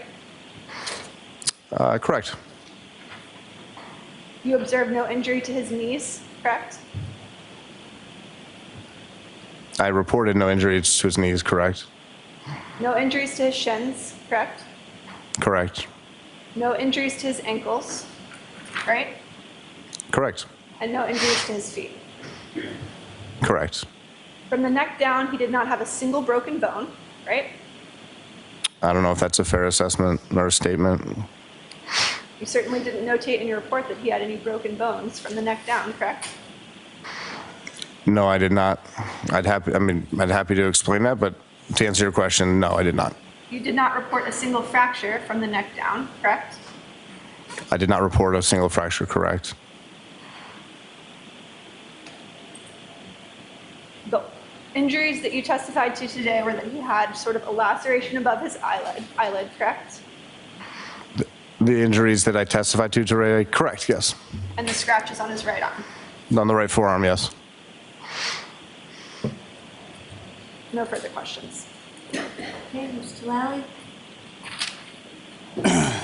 Dr. Rice, with reference to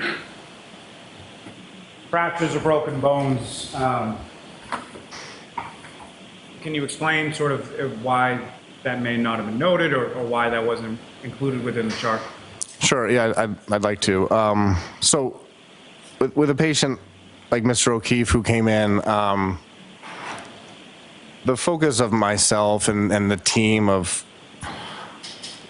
physician assistant, nurse practitioner, and nurses, whoever was helping in a case like this, the focus is in core resuscitative medicine, of securing an airway, making sure he has a breathing tube in, making sure that the CPR is being applied the right pressure to the right place, making sure that the core resuscitative elements of medicine are happening, unless, as in the mind can only focus on so much. So I think in cases like this, because the attention is on resuscitation of someone's heartbeat, their life, there's less focus on injuries or observations that don't coincide with the resuscitation effort or not pertinent to that resuscitative effort, if that answers your question. And so in that vein, it's not like you're doing x-rays or a full skeletal survey or something like that? No, we're not doing a full skeletal survey, no. Because you're more concerned with the fact that his body core temperature is 80, his heart isn't pumping blood, and he's pulseless, correct? Correct, unless there was an extremity injury that would be pertinent to his resuscitation. If he had had a traumatic amputation, as in removal of a leg, for example, that would be pertinent to a resuscitation, but an otherwise intact extremity, that is not necessarily within the realm of resuscitation. Now, may I approach the witness? Yes.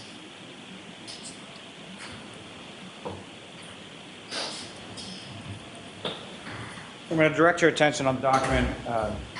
Indicates discharge and clinical impression. If you could just read from that, look up when you're finished. Read to yourself. I'm sorry, would you like me to read it out loud? So as far as the chart is concerned, as far as your clinical impression of Mr. O'Keefe, can you read sort of what you...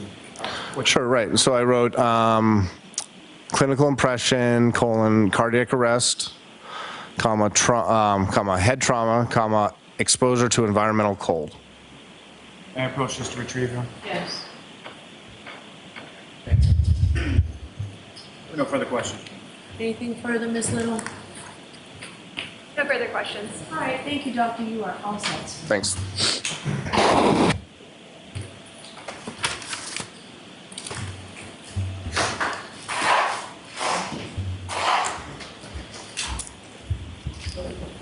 Rather than where it's 10 minutes of one, jurors, can we do an abbreviated lunch today so we can get as much of the testimony in as possible? So it's 10 minutes of one. Why don't we come back here at 1:30? And can we go until 4:30 today? People seem to say yes. If that changes, just let Officer Delano or Officer Lyden know. Okay, thank you. So we'll see you back here at 1:30. All right, so the court, please. You are muted.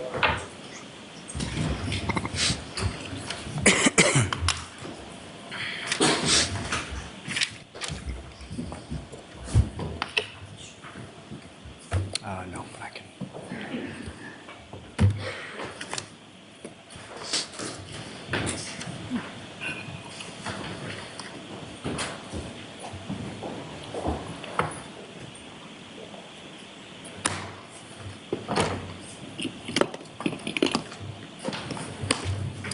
Thank you. You may be seated. All right, so as far as the redactions that you think should be there, Ms. Little, and you perhaps don't, Mr. Lally, I don't know if the testimony opened the door any on. Well, today is the only day of testimony in the Karen Reed murder trial this week. Good afternoon. Thanks for joining us. I'm Paula Eben. Jurors just heard from an ER physician who was on duty when John O'Keefe was brought into the hospital. Before that, they were listening to testimony from the niece and nephew of John O'Keefe, who testified that O'Keefe and Karen Reed argued frequently. The camera was turned off for the children's testimony before they took the stand. ATF agent Brian Higgins returned this morning for more cross-examination from Reed's legal team.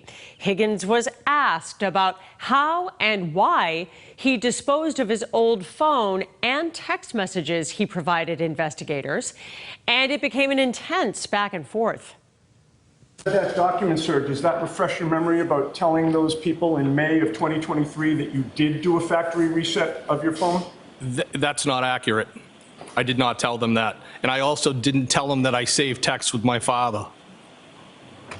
All right, so your testimony is that they got it wrong, correct? My testimony is I didn't make those statements. Your testimony is that they got it wrong, yes or no? Objection.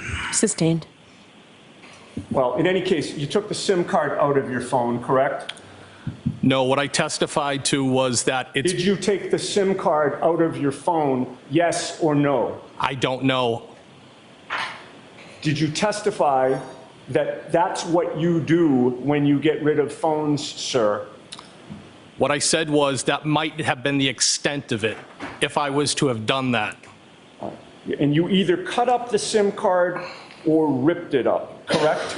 I believe what I testified to was I would have... I'm not asking you what you testified to. I'm asking you today, did you either cut up the SIM card or rip it up? Cut it up or broke it. Okay. And you will agree with me that cutting up or breaking the SIM card destroys the SIM card, does it not? The card itself, yes. That would have been the purpose in terms of cutting it up or ripping it up, to destroy it, correct? Well, so nobody else could use the phone.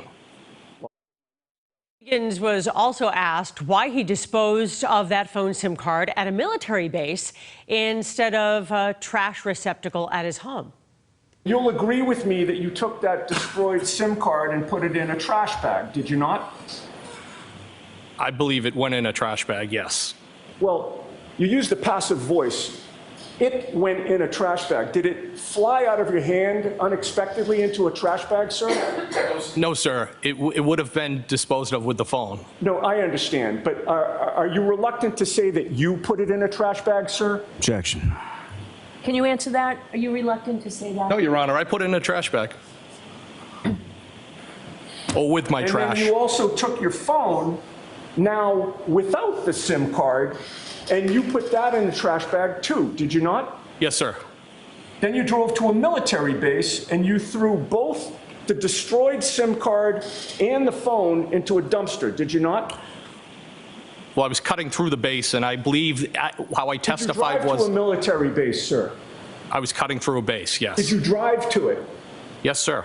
And then you put both the destroyed SIM card and the phone itself, which were in a trash bag, into a dumpster on that military base, did you not? I believe that's what I did, yes. And as you were driving away, you knew that that destroyed SIM card and the phone would be gone forever, correct?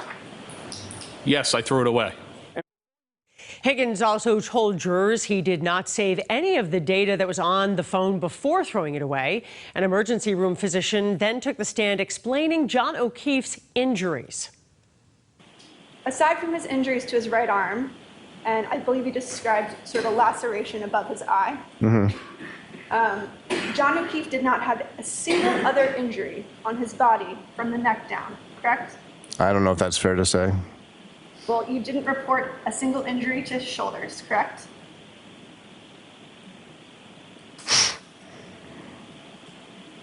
Correct. You did not report a single injury to his chest, correct? Correct. You did not report a single injury to his torso, correct? Correct. You did not report a single injury to his back, correct? Correct. You also did not report a single injury to his ribs, correct? Correct. No injury to his hips, right? Correct. Well, when the trial resumes later this afternoon, you can continue streaming it live right here on CBS News Boston. The man suspected in a series of terrifying attacks made his first appearance in court today. Jared Revisa is accused of a series of stabbings on Saturday at a movie theater in Braintree and at a McDonald's in Plymouth. WBZ's Louisa Moeller spoke with one of the victims. We briefly saw Jared Revisa in court with shoulder-length bleach blonde hair in a jumpsuit. The prosecutor asked for him to be held without bail, but the defense said he needs a competency evaluation, so he will stay here until he's seen by a doctor. You can see him in the video here. The 26-year-old from Chilmark, Martha's Vineyard, is accused of stabbing 6 people Saturday. Prosecutors say he pulled up to the Plymouth rest stop, got out of his Porsche, publicly urinated, then stabbed a man at the McDonald's drive-thru. After that, he's accused of going inside and behind the McDonald's counter and stabbing another employee. Later, police say he slashed 4 girls at an AMC theater in Braintree. And just a short time ago, he was formally named as a suspect in a homicide in Deep River, Connecticut. Police there said he threw a shovel through a window of a home there. And when police arrived, they found the body of a 70-year-old man. Now, I spoke with one of those McDonald's workers who told me she does not feel safe anymore. He was going to drive through. And he was ordained, and then he was talking with other employers, and later they are fighting, and then he outside from his car, and then he comes to the front door, and he stopped to me, and then I run to the safe room. We also obtained court documents from Connecticut, where Revisa is accused of assaulting his father back in April. His father allegedly told police he had a mental break. Police petitioned to have him held, but the hospital said he did not meet their standards for holding. In Plymouth, Louisa Moeller, WBZ News. A Brookline man accused of tricking a woman into ending her pregnancy is expected to face a judge today. The Middlesex DA's office says that it is charging Robert Kawada with poisoning and assault and battery on a pregnant person. Investigators say Kawada gave his girlfriend an abortion pill, misoprostol, and told her they were vitamins. Let's take a look downtown. An absolutely beautiful day here at the end of May. Let's get the latest forecast now with meteorologist Alyssa Andrews.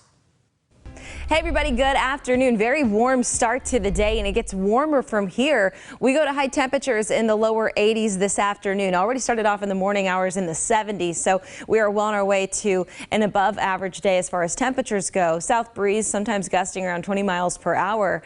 Taking a look outside, we've seen significant improvement from the early morning fog conditions that we saw. Just a few clouds out there, a little bit of sunshine starting to peek through, and it's really going to intensify into the afternoon hours. So many of us going to be experiencing much warmer temperatures later on today. We're already seeing on our radar that drizzly start to the day, really drying out, and also those clouds beginning to break down on satellites. That means more sunshine and more warm temperatures the rest of this afternoon. Highs again right in the lower 80s. It will be a bit of a breezy day, which will be helpful with how hot it's been, because there was a touch of humidity to be sure this morning. Now getting into tomorrow, we do go to temperatures in the 70s once again. We have more rain showers on the way though, so we're going to be talking about in and out pop-up showers throughout the middle of the week, and especially coming up tomorrow, some light scattered rain activity as well, and then better weather as we get closer to the weekend. Finally, it looks like we're going to find some dry opportunity and sunshine for both Friday and Saturday. We're going to have much more on that in our full forecast here in just a little bit.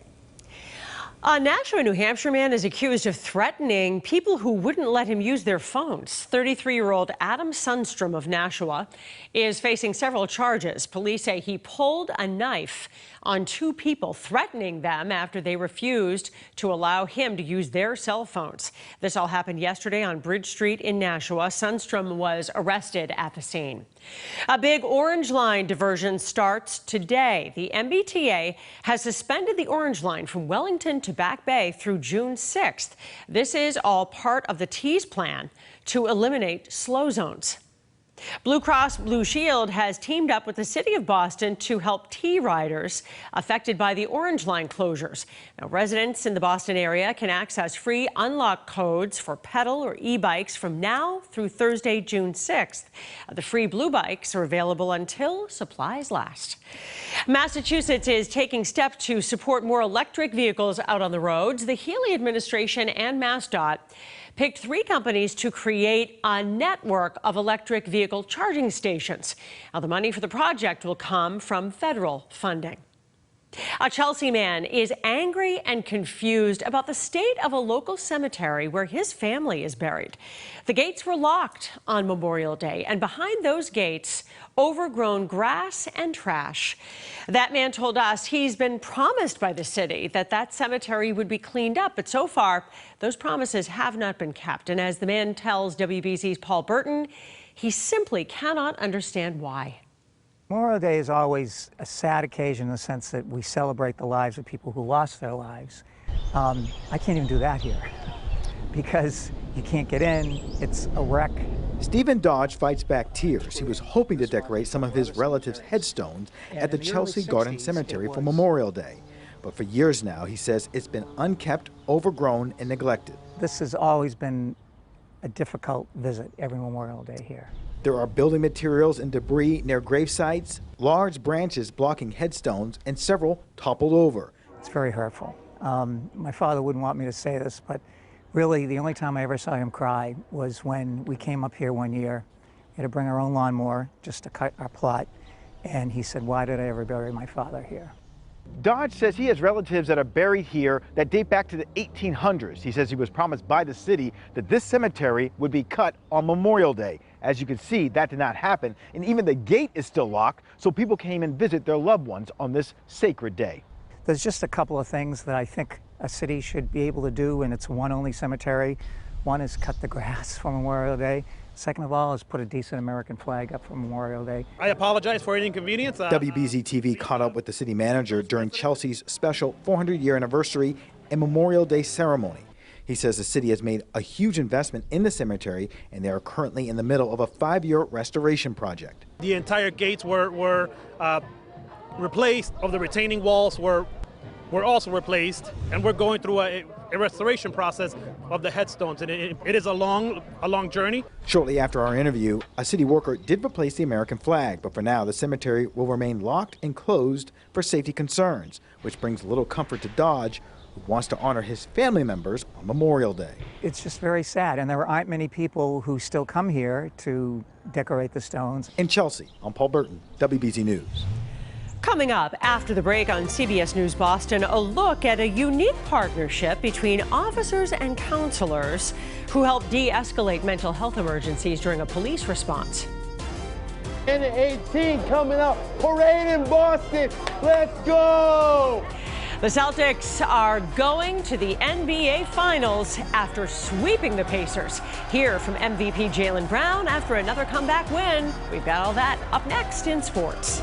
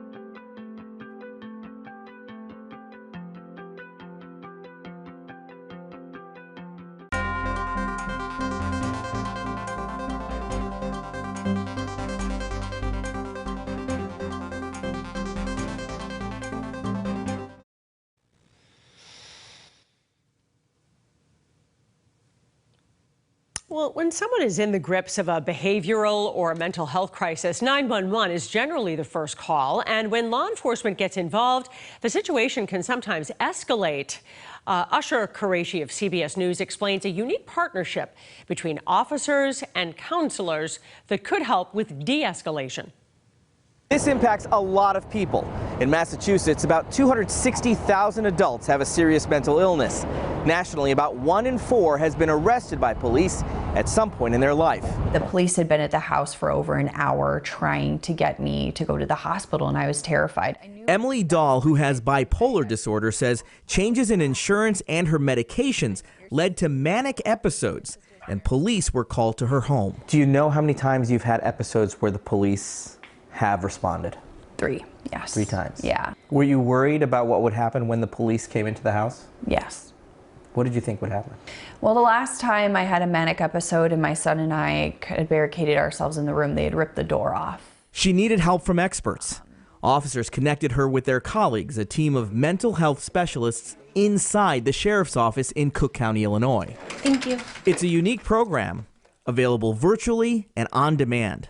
It can be the difference between saving a life and not saving a life, right? So does virtual counseling through law enforcement work?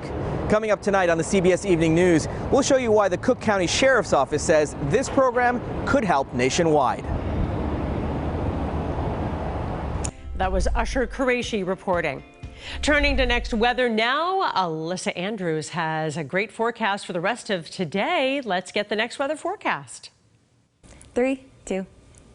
Hey everybody, good afternoon. Things are really warming up, and it was a muggy start to the day with a little bit of drizzle outside and some fog issues in the morning. Now much improved on those conditions, and we are well on our way to a hot afternoon. Already started off very warm this morning, temperatures in the 70s to start off, and we go to the 80s later today. By midweek, so today, tomorrow, Thursday, we're still looking at very spotty showers, and I think that organizes up a little bit better into the day tomorrow, so we'll time that out and talk about that here in just a minute. But later for this week, the late week and into the weekend looks great. We've got more sunshine coming up, and we're going to start off dry as we kick off this upcoming weekend. So some good news in the forecast there, because we've been a little hard pressed to find some of those drier and sunnier Saturdays. Looking at today at a glance, 82 degrees for the high temperature today, well above normal on those temperatures. Winds out of the southwest gusting up to 20 miles per hour at times, and we are staying dry here on our radar. Now these next couple of days, we do have the spotty rain chances both this morning, today, tomorrow, and into Thursday. And as we get into Friday, that's when we start to dry things out. Late week and into Saturday, it'll set us up really nicely for some dry weather with sunshine. Outside, we're seeing more sun starting to come through now, so we're getting those clouds to break down just a little bit. It'll look much sunnier as the day goes on. Now, these next few hours, that's where we really start to warm things up. By about 3 o'clock today, we're going to be seeing a lot of us reaching temperatures into the 80s, so it'll be very summer-like outside. And you may have noticed, too, your allergies are bothering you lately. You're not alone. We do have a high pollen count here. The current allergens being oak, ash, and grass. So those are currently reading at high levels right now for both Wednesday, Thursday, and then it starts to lower a touch on Friday, but still can be very problematic outside. Temperatures heading from the 70s into the 80s just in the next couple of hours, and our lows tonight are going to be a bit cooler than what we had this morning. Temperatures were just so mild and even muggy, and later on this evening we're going to be dropping to temperatures in the upper 50s and some in the lower 60s. So still not bad at all. It'll be a nice easy start to the day tomorrow, but we are going to be tracking chances for rain. So let's take a look at this heading into Tuesday evening. Very spotty showers. This isn't going to be too intense, but I would say a one-off thunderstorm is not to be ruled out. We could be seeing just the general thunderstorm risk in this area for both today and tomorrow. And then looking on into Wednesday, 8 p.m., we see more rain activity once again. Heavier downpours at times into Wednesday evening. But overall, not a bad forecast. We do have the rain chances again at the very beginning of the week here. And then as we get closer to the weekend. Well, we knew they could do it. The Celtics are now Boston bound after last night's Game 4 win, sweeping their way back to the NBA Finals. So the only question everyone's asking now is, who will their final opponent be? Here's how they got it done. The Celtics and Pacers were tied at 102 late in the fourth, when Jaylen Brown found Derek White in the corner, and White knocked down the big three. That put the Celtics up 105-102. On the next Celtics possession, Jason Tatum missed the long ball, but Drew Holiday got the rebound, and that is it. Celtics win 105-102 and close out the Pacers. Just space, and then just trust that JB's going to make the right play like he has this entire year. I felt like I got a good look, and just wanted to stay in the shot and knock it down. Obviously I had missed a lot in a row, but they were starting to feel a little better, so I just stayed confident and was able to make one. How good did that one feel, bro? It's definitely a very special feeling. We're back in the finals, so we got to do it this time, though. How's your face? Yeah, it's okay. It's going to heal. It'll be all right. The man! For most of the game, we were getting really good looks, and we just had to chip away at it. And just continue to execute. And we did a good job holding them to one shot, did a good job executing. So I thought the guys just did a great job kind of embracing, staying present, embracing the moment. Time has gone by, experience has been gained, and I think we are ready to put our best foot forward. So the Celtics will play either the Mavs or the T-Wolves in the NBA Finals. Dallas has a 3-0 series lead. Game 1 will be at the Garden on Thursday, June 6th. Game 2 also in Boston on Sunday, June 9th. Games 3 and 4 will either be at Dallas or Minnesota on the 12th and 14th. Then, if necessary, Game 5 in Boston, June 17th, and Game 6 at the Mavs or T-Wolves on the 20th. And a potential Game 7 would be at the TD Garden in Boston on Sunday, June 23rd. The Red Sox are back on the field today after a day game in Baltimore yesterday. They didn't exactly have a day. The Orioles tagged starter Cooper Criswell for 6 runs and added 5 more off the bullpen, so the Sox lost 11-3. They are back at 500. First pitch for tonight's game is at 6:35. Still ahead on CBS News Boston, helping inmates prepare for life outside of prison. The new program making it easier to get back into society.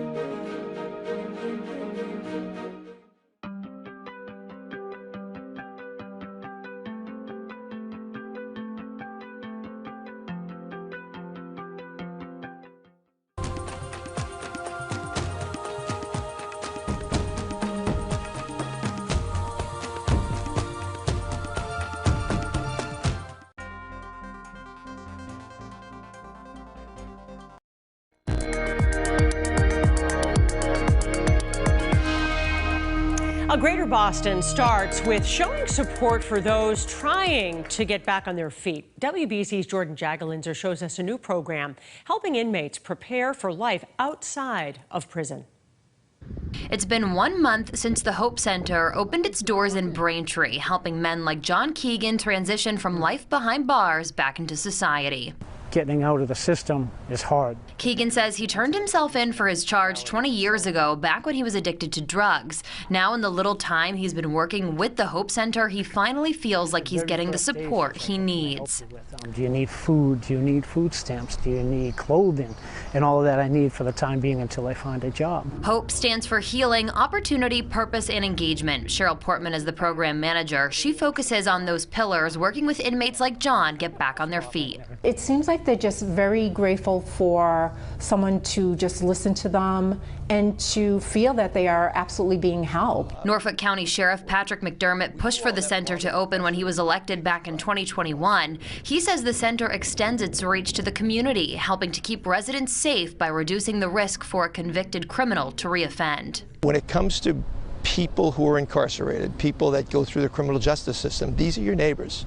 These are your family, your friends. These are people that have just gone off the wrong path. His hope is that the treatment services provided to those in the program help reintegrate these individuals into the workforce, education, and society. As sheriff, I have an obligation to do what I can do to give you a better product than what I received. And Keegan says the program is already helping him for the better. Does give me hope. It really does. It gives me hope because I'm so used to just walking out and getting into trouble and going to do drugs and stuff like that, and then I come back in. And this way, now I have something when I walk out. I'm like, okay, I don't need all this stuff. It's all a collaborative effort. They also want it to be a space that people can turn to for support before they get to hard times. Anyone interested in supporting the center can go to nsocares.org. Jordan Jagalinzer, WBZ News. Thank you for streaming CBS News Boston. I'm Paula Eben. Today's top stories and your weather are straight ahead.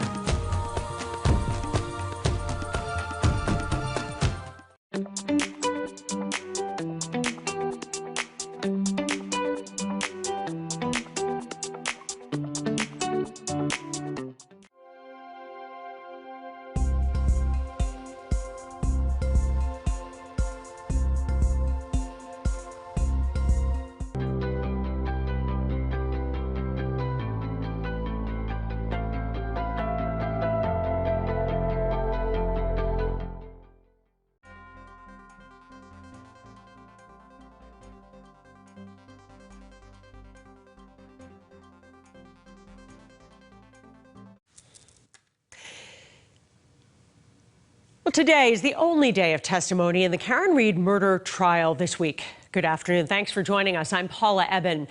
Jurors just heard from an ER doctor who was on duty when John O'Keefe was brought in. Before that, they heard from the niece and nephew of John O'Keefe, who testified that O'Keefe and Karen Read argued frequently. Now, the camera was turned off for the testimony of those children. Before they took the stand, ATF agent Brian Higgins returned this morning for more cross-examination from Read's legal team. Higgins was asked about how and why he disposed of his old phone and the text messages he provided investigators, and it was an intense back and forth. Document, sir, does that refresh your memory about telling those people in May of 2023 that you did do a factory reset of your phone? That's not accurate. I did not tell them that. And I also didn't tell them that I saved texts with my father. All right, so your testimony is that they got it wrong, correct? My testimony is I didn't make those statements. Your testimony is that they got it wrong, yes or no? Objection. Sustained. Well, in any case, you took the SIM card out of your phone, correct? No, what I testified to was that it's... Did you take the SIM card out of your phone, yes or no? I don't know. Did you testify that that's what you do when you get rid of phones, sir? What I said was that might have been the extent of it if I was to have done that. And you either cut up the SIM card or ripped it up, correct? I believe what I testified to was I would have... I'm not asking you what you testified to. I'm asking you today, did you either cut up the SIM card or rip it up? Cut it up or broke it. Okay. And you will agree with me that cutting up or breaking the SIM card destroys the SIM card, does it not? The card itself, yes. That would have been the purpose in terms of cutting it up or ripping it up, to destroy it, correct? Well, so nobody else could use the phone. Higgins was also asked why he disposed of that phone SIM card at a military base instead of a trash receptacle at his home. You'll agree with me that you took that destroyed SIM card and put it in a trash bag, did you not? I believe it went in a trash bag, yes. Well, you used a passive voice. It went in a trash bag. Did it fly out of your hand unexpectedly into a trash bag, sir? No, sir. It would have been disposed of with the phone. No, I understand. But are you reluctant to say that you put it in a trash bag, sir? Objection. Can you answer that? Are you reluctant to say that? No, Your Honor. I put it in a trash bag. Or with my trash. And then you also took your phone, now without the SIM card, and you put that in the trash bag too, did you not? Yes, sir. Then you drove to a military base and you threw both the destroyed SIM card and the phone into a dumpster, did you not? Well, I was cutting through the base, and I believe how I testified was... Did you drive to a military base, sir? I was cutting through a base, yes. Did you drive to it? Yes, sir.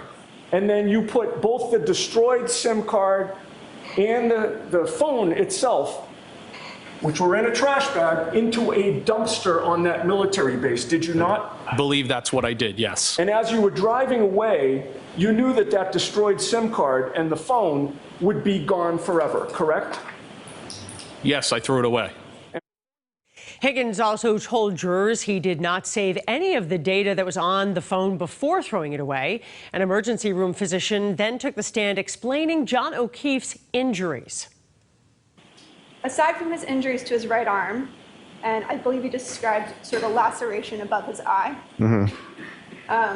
John O'Keefe did not have a single other injury on his body from the neck down, correct? I don't know if that's fair to say. Well, you didn't report a single injury to his shoulders, correct?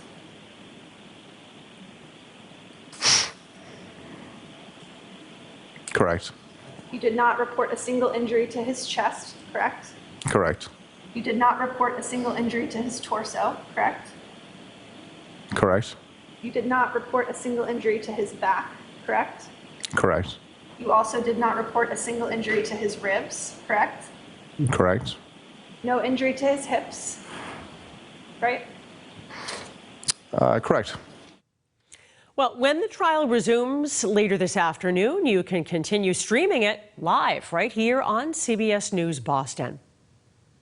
The man suspected in a series of terrifying attacks made his first appearance in court today. Jared Revisa is accused of a series of stabbings on Saturday at a movie theater in Braintree and at a McDonald's in Plymouth. WBZ's Louisa Moeller spoke with one of the victims. We briefly saw Jared Revisa in court with shoulder-length bleach blonde hair in a jumpsuit. The prosecutor asked for him to be held without bail, but the defense said he needs a competency evaluation, so he will stay here until he's seen by a doctor. You can see him in the video here. The 26-year-old from Chilmark, Martha's Vineyard, is accused of stabbing 6 people Saturday. Prosecutors say he pulled up to the Plymouth rest stop, got out of his Porsche, publicly urinated, then stabbed a man at the McDonald's drive-thru. After that, he's accused of going inside and behind the McDonald's counter and stabbing another employee. Later, police say he slashed 4 girls at an AMC theater in Braintree. And just a short time ago, he was formally named as a suspect in a homicide in Deep River, Connecticut. Police there said he threw a shovel through a window of a home there. And when police arrived, they found the body of a 70-year-old man. Now, I spoke with one of those McDonald's workers who told me she does not feel safe anymore. He was in the drive-thru. And he was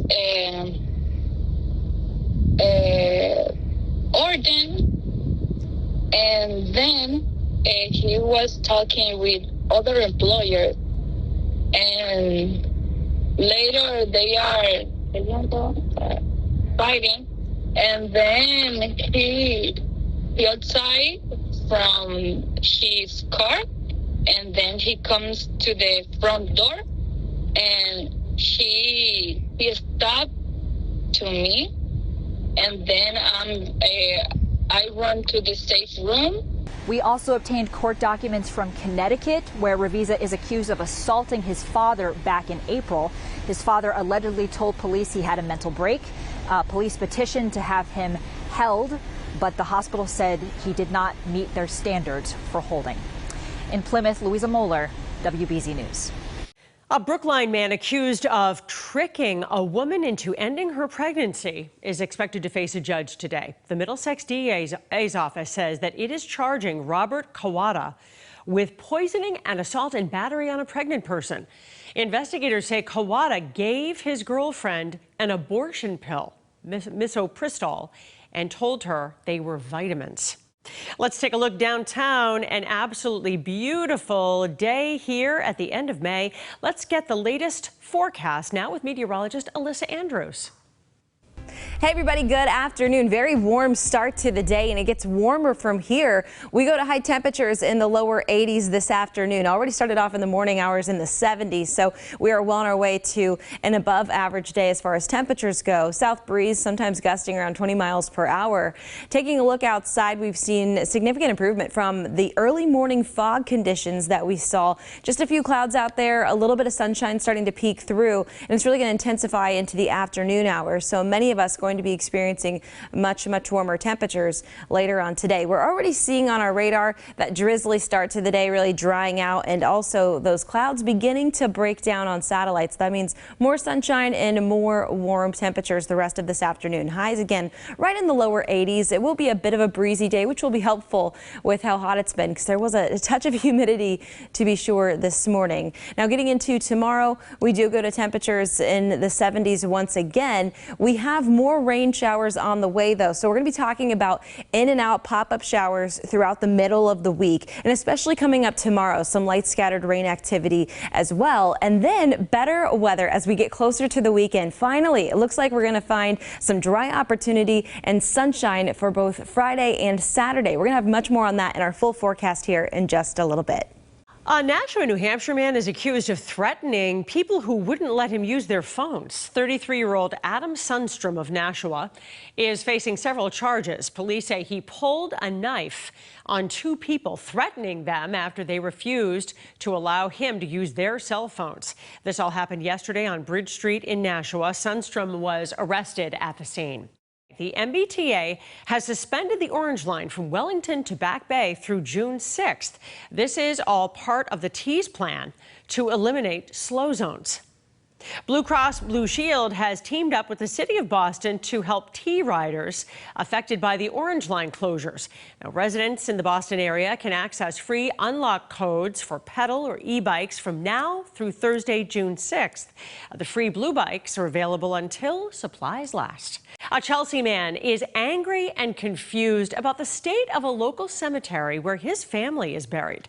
The gates were locked on Memorial Day, and behind those gates, overgrown grass and trash. That man told us he's been promised by the city that that cemetery would be cleaned up, but so far, those promises have not been kept. And as the man tells WBZ's Paul Burton, he simply cannot understand why. Memorial Day is always a sad occasion in the sense that we celebrate the lives of people who lost their lives. I can't even do that here because you can't get in, it's a wreck. Stephen Dodge fights back tears. He was hoping to decorate some of his relatives' headstones at the Chelsea Garden Cemetery for Memorial Day. But for years now, he says it's been unkept, overgrown, and neglected. This has always been a difficult visit every Memorial Day here. There are building materials and debris near grave sites, large branches blocking headstones, and several toppled over. It's very hurtful. My father wouldn't want me to say this, but really the only time I ever saw him cry was when we came up here one year. We had to bring our own lawnmower just to cut our plot, and he said, "Why did I ever bury my father here?" Dodge says he has relatives that are buried here that date back to the 1800s. He says he was promised by the city that this cemetery would be cut on Memorial Day. As you can see, that did not happen, and even the gate is still locked, so people came and visit their loved ones on this sacred day. There's just a couple of things that I think a city should be able to do, and it's one only cemetery. One is cut the grass for Memorial Day. Second of all is put a decent American flag up for Memorial Day. I apologize for any inconvenience. WBZ TV caught up with the city manager during Chelsea's special 400-year anniversary and Memorial Day ceremony. He says the city has made a huge investment in the cemetery, and they are currently in the middle of a 5-year restoration project. The entire gates were replaced. Of the retaining walls were also replaced, and we're going through a restoration process of the headstones, and it is a long journey. Shortly after our interview, a city worker did replace the American flag, but for now the cemetery will remain locked and closed for safety concerns, which brings little comfort to Dodge, who wants to honor his family members on Memorial Day. It's just very sad, and there aren't many people who still come here to decorate the stones. In Chelsea, I'm Paul Burton, WBZ News. After the break on CBS News Boston, a look at a unique partnership between officers and counselors who help de-escalate mental health emergencies during a police response. And 18 coming up, parade in Boston, let's go! The Celtics are going to the NBA Finals after sweeping the Pacers. Hear from MVP Jaylen Brown after another comeback win. We've got all that up next in sports.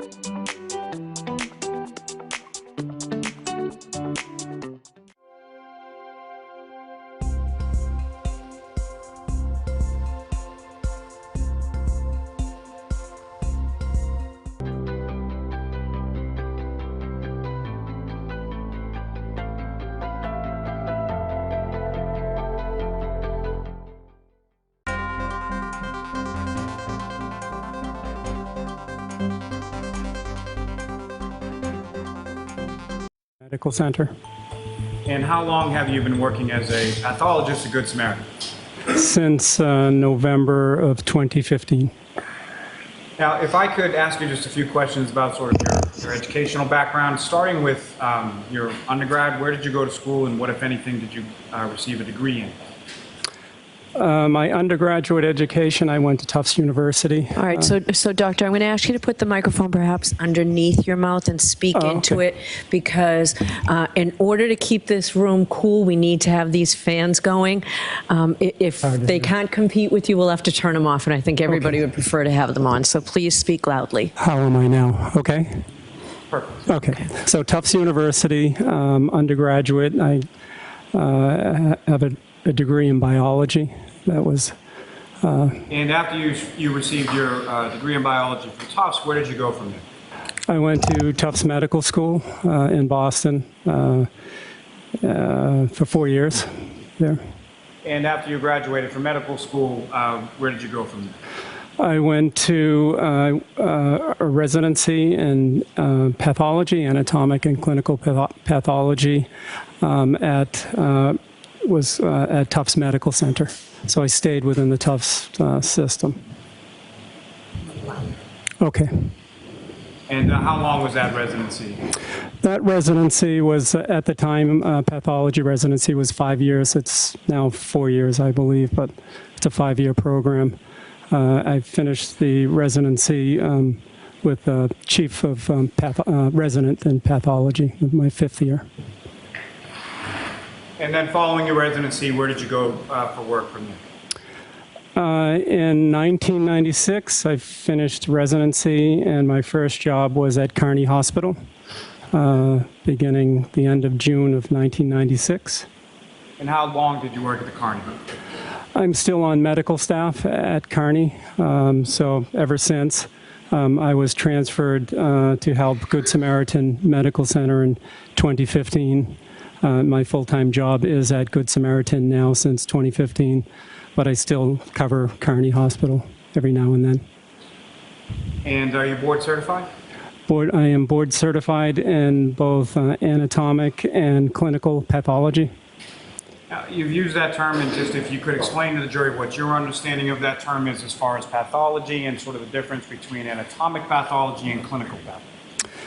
Sure. Pathology, there's two subspecialties, I guess, in pathology. One is anatomic pathology, which is basically if you, as a patient, go to a hospital or have a biopsy, or a tissue biopsy, or an excision, or anything like that, it comes to the pathology department, and an anatomic pathologist is responsible for making the diagnosis for that patient. So we abbreviate that as an AP, anatomic pathologist. So in residency, you can also train to become a clinical pathologist. And clinical pathologist is a pathologist who basically deals with, to put it simply, if you have a blood test that gets sent to the lab, we are essentially responsible for the quality and the safety of that blood test to help ensure the lab tests that are done on the specimens are accurate. Now, with regard to your position at Good Samaritan, what is it that you do at Good Samaritan? What are your sort of duties and responsibilities in relation to that hospital? I am the chief of pathologist at Good Samaritan Medical Center. I'm also the laboratory medical director. So my job at Good Samaritan is to ensure, quality of both the anatomic pathology side of things as well as the clinical pathology side of things. Ultimately, my job is to help ensure that any laboratory report coming from Good Samaritan is accurate. Now, the lab at Good Samaritan where the testing is done, is that accredited? Yes, it is. And can you explain to the jury sort of what that accreditation means, who it's by, and sort of what goes into that accreditation process? We are accredited by the College of American Pathologists. We abbreviate that as CAP, if I mention that later, just so you know.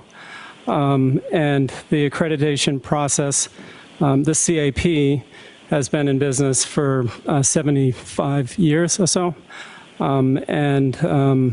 They, according to their website, are the preeminent accrediting body for medical laboratories. So what that means is every 2 years we have an in-depth laboratory survey.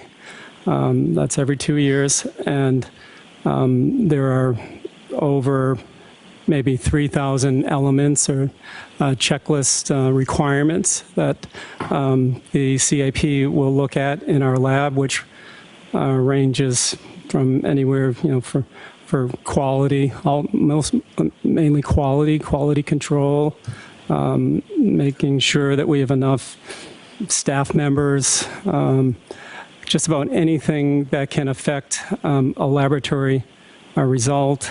There is essentially a checklist requirement that we need to fulfill and pass.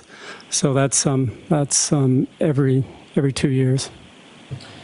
And is that accreditation, is that up to date as of now? Yes, it is. We will be having another inspection.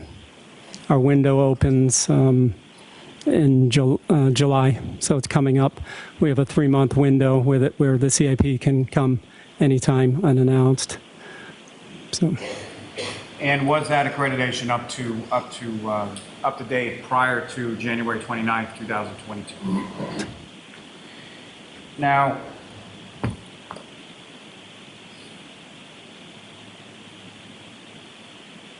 far as the clinical portion of the lab, what are some of the things that get tested as far as what are some of the things that are tested for in the lab as far as blood work is concerned?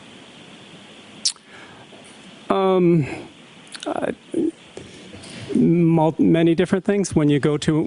As probably all of you know, when you go to a hospital, you have your blood tested, and the physician is looking for different tests such as like a sodium, a potassium, a chloride, some basic tests that if they show abnormality, that could help them help the clinician make a diagnosis on you.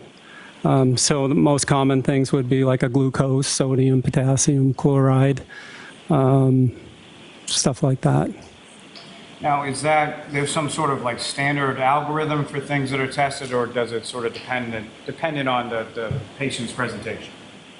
I think it depends on the patient's presentation. There's no standard ordering test that one can order. So it depends mainly on what the doctor is thinking and his differential diagnosis. He will order, a variety of different tests.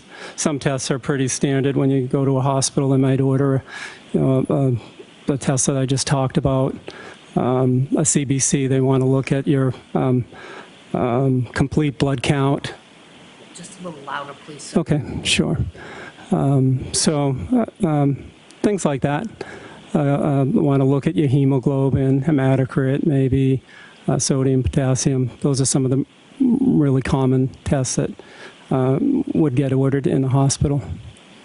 Now, as far as drugs of abuse, including alcohol, is that something that's dependent upon the presentation of a patient to your facility? I think an alcohol test or a drug of abuse test is not a routine type of order or test. It all depends on if the clinician or the primary care physician is suspecting could be drugs of abuse or alcohol on board, and they need to know if so to help treat the patient. Now, would that also include sort of a patient that presents in regard to a mental health status or Section 12 drugs of abuse? Would that be somewhat standard in relation to testing or blood work that's done in relation to that kind of patient? As far as Section 12, I do not know if there is a standing order for a routine ordering process for a patient that is admitted to Good Samaritan under Section 12. So I'm not sure. Would that be abnormal, though, as far as doing a blood draw and testing for alcohol and someone presenting on Section 2? I don't think so, no. Now, with regard to a blood draw in Good Samaritan Hospital with reference to testing for alcohol specifically, what, if any, sort of policies or protocols are in place in reference to that type of blood draw? I think a test for blood alcohol is the phlebotomist pretty much has to run through the same protocol that he or she needs to follow for any type of blood test, except for the fact that we do not want to use an alcohol swab to clean the area before the blood draw. In theory, if you use an alcohol swab and you're testing for alcohol, then you can, in theory, contaminate the blood sample with some of the residual fluid of the alcohol. Some people say if you let the alcohol swab dry for 30 seconds, it's not going to contaminate it, but we don't go by that process. We have it specifically in our policy never to use an alcohol swab when an alcohol test is ordered. Now, in that vein, Doctor, with reference to Good Samaritan and the emergency department, what, if any, precautions have you or your facility taken in regard to those types of blood draws in testing for alcohol with regard to alcohol wipes being used? My phlebotomy supervisor has removed essentially all, not 100%, but all of the alcohol swabs down in the emergency room. So a phlebotomist who perhaps could forget, which they shouldn't, because we have competency policies for them. So we have that in place where she's removed almost all of them so somebody can't mistakenly use a swab down in the emergency room. Okay, so keep your voice up again, please, Doctor, especially at the end of your sentences. Thank you. And so, Doctor, the removal of those alcohol wipes from the emergency department at Good Samaritan, does that predate January 29th, 2022? It's been in place for a long time. Before that, there was a policy they would use betadine for swabbing, but that policy has been in place for a long time, and before that day of 2022. You've spoken a little bit about, as far as phlebotomists working within Good Samaritan. If you could just explain to the jury sort of what is a phlebotomist and what is it that they do? A phlebotomist is any person who is trained to draw your blood when you come to a hospital. So you come in, we train people to draw the blood. And as far as with regard to phlebotomists at Good Samaritan, you mentioned that there's some proficiency testing or some protocols that they have to adhere to. Can you explain that a little bit more to the jury as far as what's involved in those? So with anybody who works in the laboratory, per CAP checklist requirements and the government's requirements, there has to be competency policies and assessments on anybody who works in our laboratory, including phlebotomists. So any new phlebotomist, they get an initial training, and they'll get a training, and then they have to be assessed to make sure that they know what they need to do for their job, including knowledge of all policies. Then after that, after initial training, our competency policy states that we need to assess them again at 6 months. We do the same thing, make sure they know what they're doing. And then 6 months from that, so that's a year from when they started working for us, and then annually thereafter. So the CAP we have all these competency policies for everyone to make sure the lab technicians know what they're doing. We also have competency policies for pathologists as well. So it's all about making sure the final result that comes from our lab is a good quality. May I approach the witness? Yes.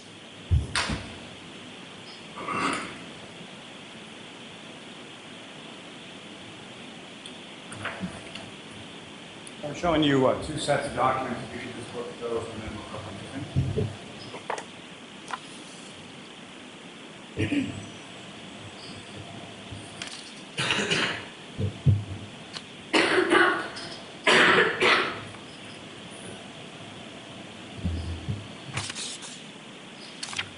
Okay.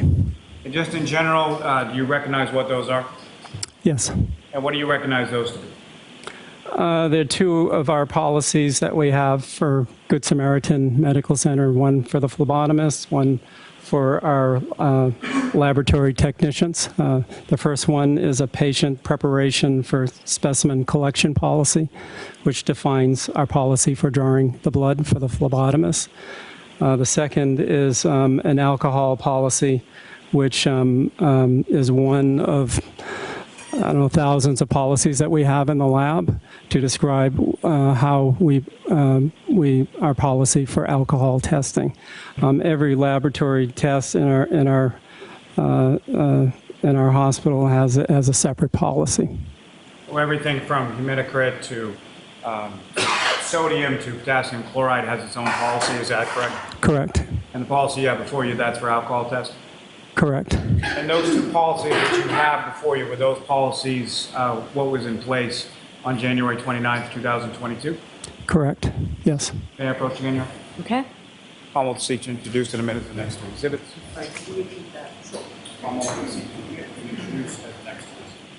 Any objection? No objection, Your Honor. All right. So, Madam Court Reporter, I don't think we marked SS into evidence. Do we have that ready to go into evidence? I don't believe so. All right.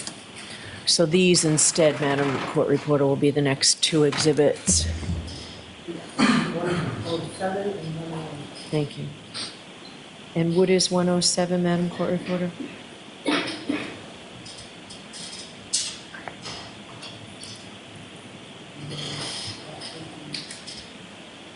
I believe 107 is in reference to excuse me. I believe 107 is in reference to the alcohol testing, and 108 would be in reference to the sample collection. All right, thank you. Thank you. May I approach the witness? Yes.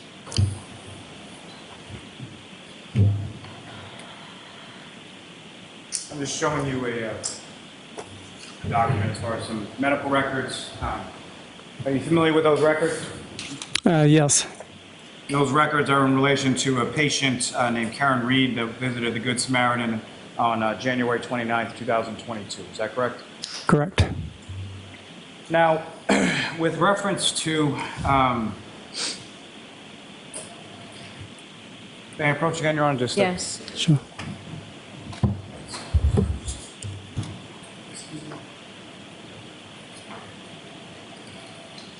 Your attention to a previously tapped portion of those records. Do you see a result for alcohol within those records? Mr. Lally, you have to keep your voice up when you're here as well. Let me say it again, sir.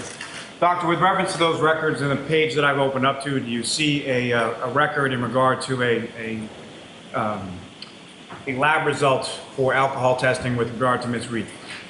Yes. And what is it reported as, sir?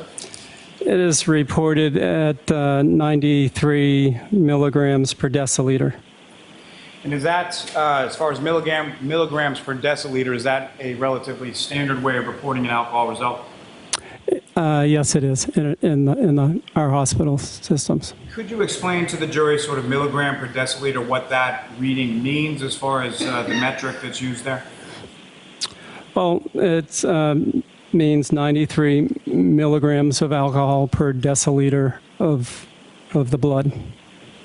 And as far as, if you could, explain to the jury sort of the testing process or the protocols that are in place at the Good Samaritan. So the blood is drawn by the phlebotomist, and then what happens from there as far as the testing is concerned? Okay, so before you do that, Doctor, so we might have to turn off the fans, which we don't want to do.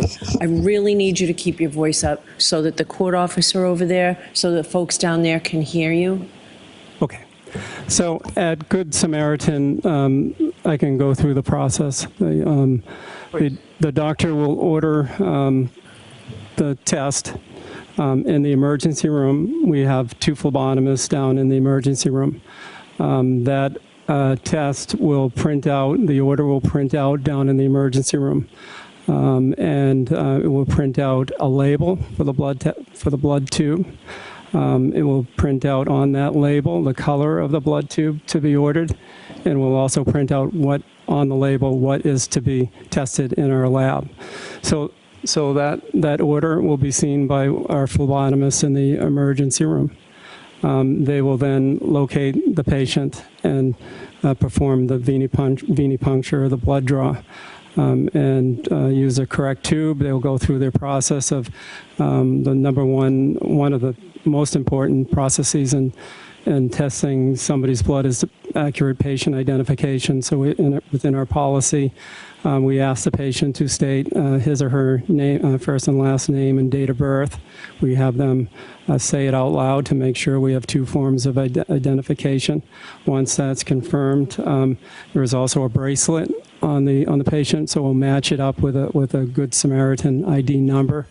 So the first step is to make sure we have the correct patient. So then the phlebotomist has the order in front of her or him and uses the correct tube. Before drawing, they have to find the correct vein, the good vein for the patient, which is usually in the forearm antecubital fossa area. They will find that vein. They will cleanse the area with a non-alcohol swab, which in this case the order was for alcohol. All right, so doctor, I'm sorry. I'm going to stop you. I think part of it is that you're saying so much and your voice is fine and then it drops and it's fine and then it drops. So Paul, can we turn the fans off, please? It's important that all the jurors hear everything you say, doctor. Yeah, sorry. Okay, so but speak into the microphone. I'm going to bring it really close. All right, this should be better with hopefully you can turn it back on when I get better at this. So I'm sorry. It's hot. I'm hot too. One is we make sure that it's correct patient identification. We use the correct tube. We draw it. We don't use an alcohol swab. We use one that doesn't contain an alcohol in that. Then the phlebotomist will then put the labels on the tube or tubes in front of the patient, then bring it back to his or her area. Make sure they sign their name they initial their name on the tube, as well as the time. Then it will be put into a bag, and in the emergency room it goes through a chute and it goes directly to our laboratory for testing. Once we get it, it's called receiving the blood work. A technician, lab tech in our lab, will scan. There's a barcode on the label. They'll scan it, and that will document the time that we received it. They will also manually enter the name of the phlebotomist and the time of the blood draw, so we have accurate records of what we received and the time. Once that's done, it's entered into our system, and then the technician will decide what needs to go next. In this case of an alcohol test, we're using a green top tube, which has lithium heparin, has an anticoagulant in it. It's to prevent clotting. So we'll get that tube, and once it's entered, we will centrifuge it. And that is centrifuged for about 10 minutes or so, so that we can separate the layers of the blood. In the blood, when you first see blood, it's all red, and there's no separation of the elements. But within blood, there are red blood cells, there are white cells or inflammatory cells, and there's the liquid portion of the blood. So for alcohol testing, we need to, there's an anticoagulant in it, and so we will centrifuge it to separate the different layers of the blood. The different layers, the red cells will go to the bottom, and the aqueous portion or the plasma portion will go to the top. And when we test for blood alcohol in our lab, we're testing the aqueous portion or the plasma portion of the blood. So that's why it's important for us to centrifuge it and separate the components. Once that is done, that takes about 10 minutes or so, maybe a little bit longer. Then that tube will be brought over to our machine, which is a Roche Cobas machine, and it will be put onto the machine, and that machine will test for the alcohol or whatever else is ordered on the patient. I think I covered everything. Now, with regard to, you used the term a couple times as far as a centrifuge, can you describe to the jury sort of what that is and how that instrument works? Sure. So when the tube that we take is a blood tube, and we want to test the aqueous plasma portion of the blood, and the only way to get that plasma portion or the watery solution of the blood is we put it in a centrifuge which will spin the blood at a rapid rate, something like 3,300 RPMs or so, which is fast, and it will separate the blood into those three layers.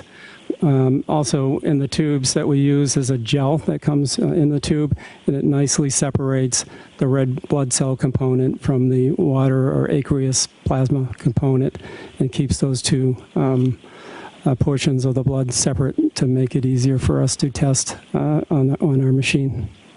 Now, as far as the blood testing is concerned, is there a difference between sort of what's known as whole blood versus serum and plasma?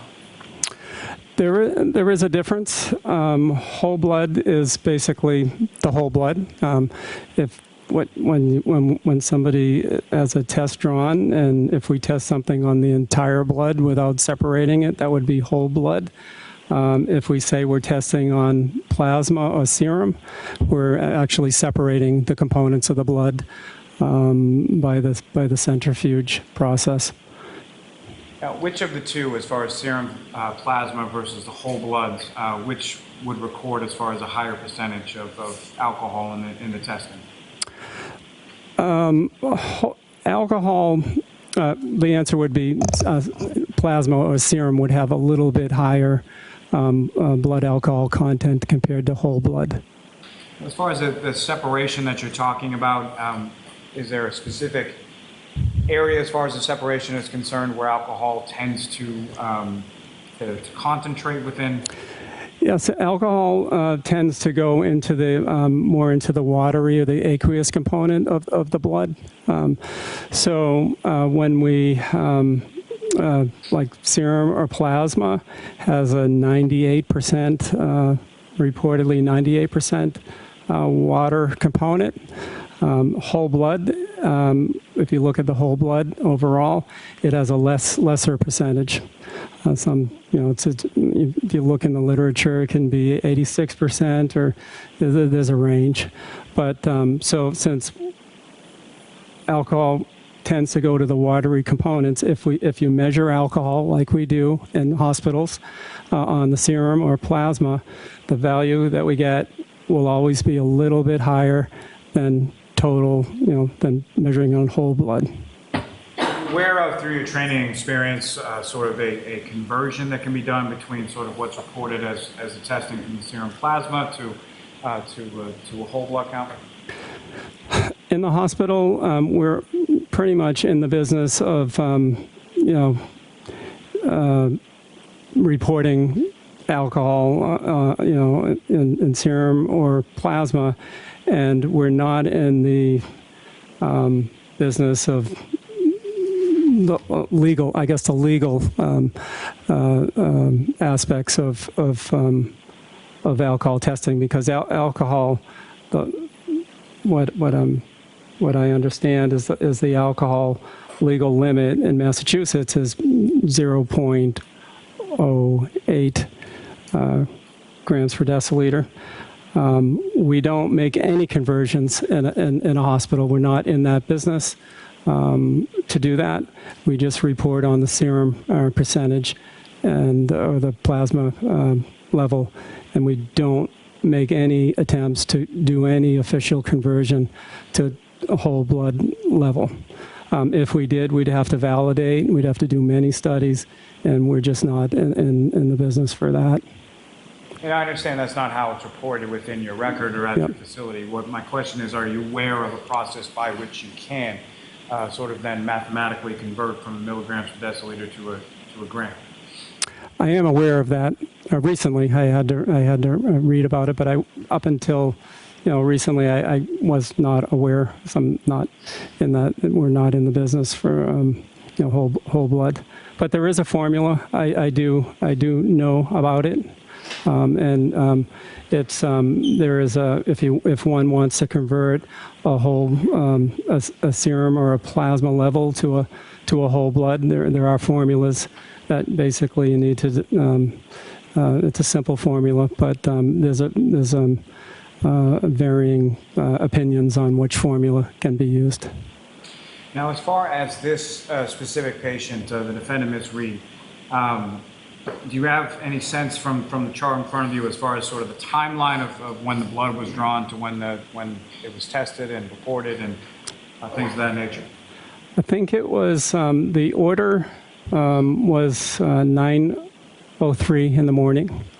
5 minutes later, the phlebotomist, it happened pretty fast. 5 minutes later, the phlebotomist got the labels printed. Then 5 minutes after that, they went in and drew it. It was very quickly. I don't have the numbers in front of me, but ultimately, it was received in our lab, I think, 10 minutes after the order, the blood, very quickly. And then the final result, when the alcohol level was reported in the computer system, was, I think, 50 minutes from the time of the order. Thank you, sir.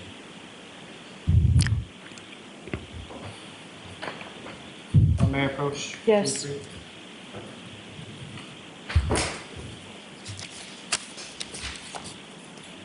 Okay.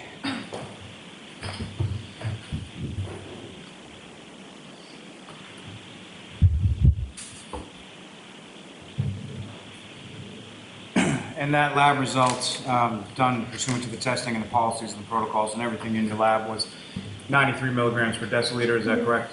Correct. Thank you, doctor. I have no further questions.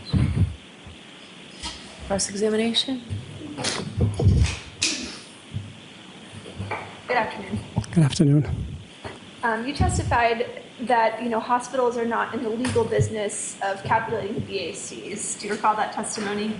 Yes. And you'd agree that there are differences between screening tests that are conducted at hospitals and forensic tests that are done in labs, correct? Correct.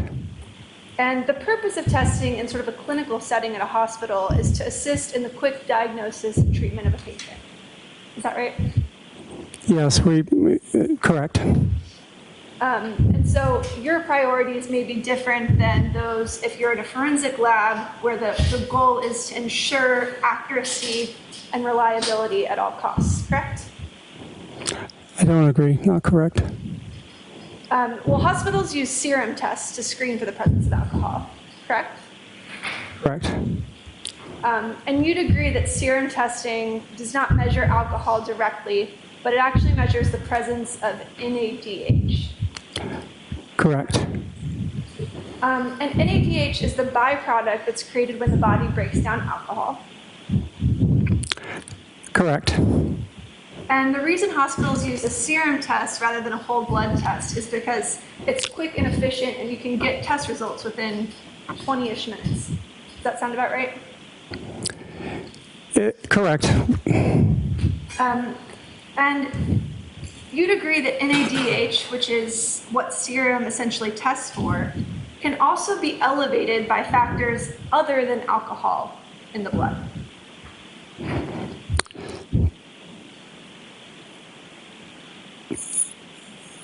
I'm not aware of that. Are you familiar? Yep. Are you familiar with any medical literature that has found that NADH is created when the body has elevated either lactate or LDH in the system? Correct. There are some issues, in our policy. There are some factors that can lead to falsely elevated or falsely lowered serum alcohol. One is lactic acid or LDH.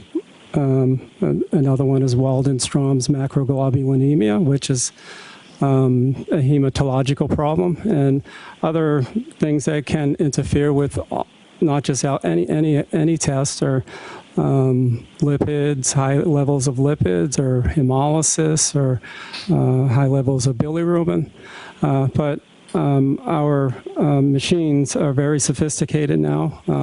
If there are any elevations of, let's say, hemolysis or lipids or bilirubin, the Roche machines will detect that and flag it as a possible interference, or it won't even let us result a test. So with any test, there can be interferences, and I'm sure there can be interferences with the forensic way of testing as well. All right, so there are other causes of high levels of LDH and therefore NADH also include things like trauma, muscle weakness and loss of muscle tissue, or abnormal tissue formation. Is that correct? Have you read studies about that? I haven't read those studies, no. Would you agree that there may be other sort of medical stressors or things that can't necessarily be captured by the technology, but that could cause error in testing? I don't understand that question. Well, you testified that there can be certain errors in testing. That's something that we see throughout all different types of sort of scientific literature, which includes ethanol testing. Yep. And there are certain sort of factors that could cause a higher level of NADH that might not necessarily be picked up by the machines that you use at the hospital. Is that correct? I am not familiar. I mean, if there is, it's not not a common phenomenon. Our methodology for doing many tests are based on this NADH enzyme methodology, and we've never had issues with it. I read a lot. I haven't read about major faults of our methodology for testing. Most hospitals, when we look at when we actually have to do proficiency testing with any test that we do in a hospital. So 3 times a year we get sent unknown levels of alcohol and 5 samples to be accurate 3 times a year, and we're able to look at not only our results, make sure they're correct, but we're able to look at how, what other hospitals are doing across the nation. So when I last looked, and it's held true for over 10 years, maybe 20 years, is that of the, I think, 5,000 hospitals that are testing for alcohol, it's over 80% of them are using our methodology, which is the alcohol dehydrogenase and NADH, and I can't imagine if if there were any major issues with alcohol testing using that methodology, why would there wouldn't be that high of a as you testified, the goal in a clinical setting obviously is to test for the presence of alcohol, but you're not in the business of trying to sort of calculate BAC, correct? No, we don't.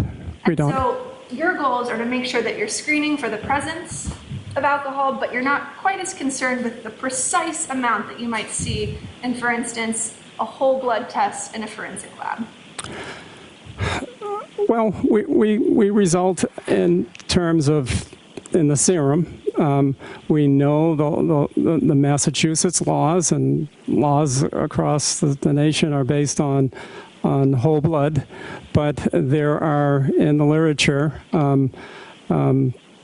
formulas that you can use if it were a medical legal case that one can use to convert our level to a blood alcohol. We don't do it in a hospital. We won't report a serum alcohol and then we don't do the conversion, but because it's a very rare event that that a level will end up in court. But there are forensic lab people that can provide that formula.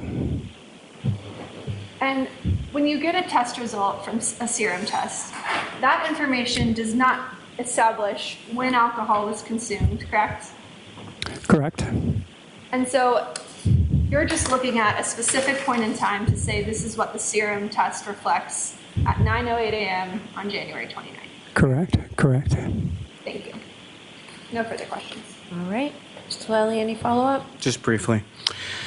As far as the interferences or anything that would lead to elevated levels from your review of Ms. Reed's chart, was there anything like that present there? I didn't see anything, no. And the interferences would be accounted for in the sense of the machine would sort of vet them out and not result or not recorded in the chart if that were to occur. Is that correct? Objection, Your Honor. For the form of the question, I'll sustain the objection. You can ask it differently. Sure. Dr. Fowler, with regard to the interferences that you were talking about, what, if any, impact would that have on the results being reported? If there were the three major things that could interfere with the result, like high lipids, hemolysis, or high bilirubin, our machine would flag that, and we would have some information that a result may not be valid. And sometimes we will report a result with a disclaimer, or sometimes if those levels are so high, we won't report it at all. But in this case, there were no flags. Nothing further, Your Honor. Anything, Ms. Little, or are you all set? If I could have one moment, Your Honor. Sure.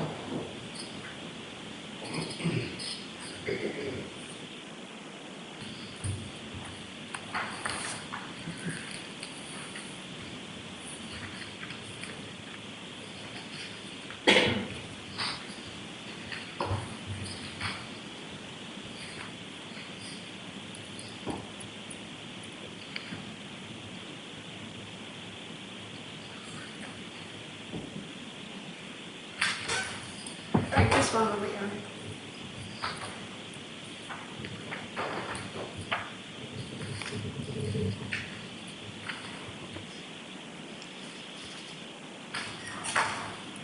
No further questions. All right, Dr. Fowler, thank you, and I'm sorry I gave you such a bad Oh, time okay, about your I'm voice. sorry if I, thank you. Thank you.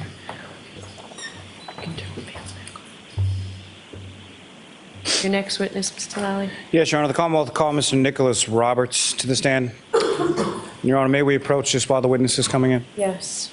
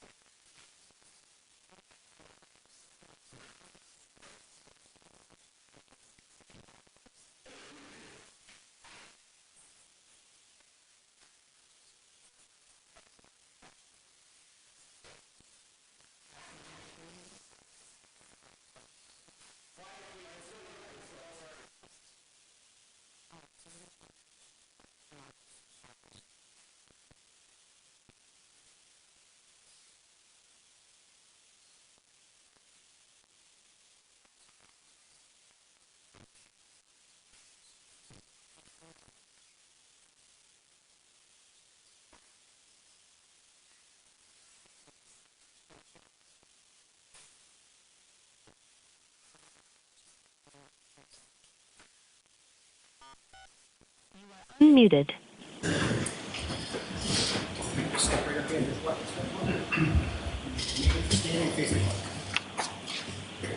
Do you solemnly swear the evidence give the court and jury in the case now hearing true the truth, the whole truth, and nothing but the truth, so help you God? I do. Thank you. You can have a seat. I just need you to keep your voice up really loud. If you're too soft, we're going to have to turn off the air conditioning. Everyone's going to get mad at you. So. No problem. All right, Mr. Lally. Thank you, Your Honor. Good afternoon, sir. Good afternoon. Would you please state your name and spell your last name for the jury, sir? Sure, my name is Nicholas Roberts, Roberts. And what is it that you do for work, sir? I'm currently employed with a company called Thermo Fisher as a field service engineer. And how long have you been doing that? Since November of last year. And so prior to that, or prior to November of last year, 2023, where did you work before that? I was in the Massachusetts State Police Crime Lab in the toxicology unit. And how long did you work in the toxicology unit at the Massachusetts State Police Crime Lab? Since October of 2014. Now, if I could turn your attention to prior to joining the lab for the Massachusetts State Police, can you talk a little bit about your educational background? Where did you go to school and what did you go to school for? Sure. I have a bachelor's degree in applied forensic science with a concentration in chemistry and toxicology from Mercyhurst University. That's in Erie, Pennsylvania. And then I also have a master's degree in forensic toxicology from the University of Glasgow in Scotland. Now, after receiving your degree from the University of Glasgow in Scotland, where did you go from there? I returned home to the British Virgin Islands, where I taught at a community college. And what did you teach there? Mainly chemistry and a term or two of physics. And then following your teaching in the Virgin Islands, where did you go from there? I was hired then at the Mass State Police Crime Lab. Now, when you're initially hired at the Mass State Police Crime Lab, you're working initially as a forensic scientist 1, is that correct? Correct. And can you explain to the jury sort of what your duties and responsibilities are, what your work looks like as a forensic scientist 1? So a forensic scientist 1, you're essentially going through all the trainings that they provide at the lab. We do a number of different tests, and mainly on blood and urine, looking for the presence of drugs and alcohol.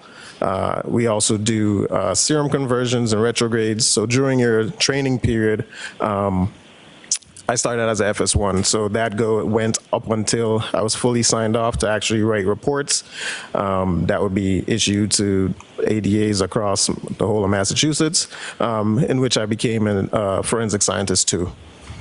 And so what are the difference, sir, between sort of your work as a forensic scientist 1 versus your work as a forensic scientist 2? So essentially as a 2, you're essentially fully trained and you're able to do all the testing that we do in-house. You also are able to go and give testimony based on the reports that you write, whereas in a forensic scientist 1, you're still in that training process. And did you work essentially as a forensic scientist 2 from that point in time till the time that you left the lab in November of 23? Yes. Now, with reference to while you were working at the lab, was there sort of an ongoing, continuing educational component? Yeah, so we would habitually receive articles based on different discoveries within the forensic field. So different ways they would find certain types of drugs in different bodily fluids. It's always a revolving door when it comes to drugs being discovered as well as being manufactured, what's illicit on the street, et cetera, et cetera. We would often get different articles, just research papers based on what they're doing to discover these things within the matrices that we are looking at. Now, in addition to that, while you worked at the lab, what, if any, are you familiar with the term proficiency testing? Yes. And what, if any, proficiency testing would you undergo while you were at the lab? So we receive both in-house and external proficiency tests. Essentially, the process would be just the same. The only difference would be we'd have internal people sending us samples as if it came from an external source. And then the external proficiency testing that we receive is actually part of our accreditation. So it came in just like regular samples, and we would test it accordingly per our protocols. And as far as the proficiency testing that you undertook over the course of your time at the lab, did you pass each of those tests? Yes. Now, you mentioned a little bit as far as accreditation with regard to the lab. What, if any, accreditation did the State Police Crime Lab have? We had accreditation. It's a internationally accreditation board for forensics scientists, as well as any kind of lab in particular, and the branch that our lab would have fall under. We have a certain set of rules that we have to adhere to. Mainly, it's a standard known as an ISO 17025, but we have a different accreditation board, and they have narrower requirements because of the type of lab that we are.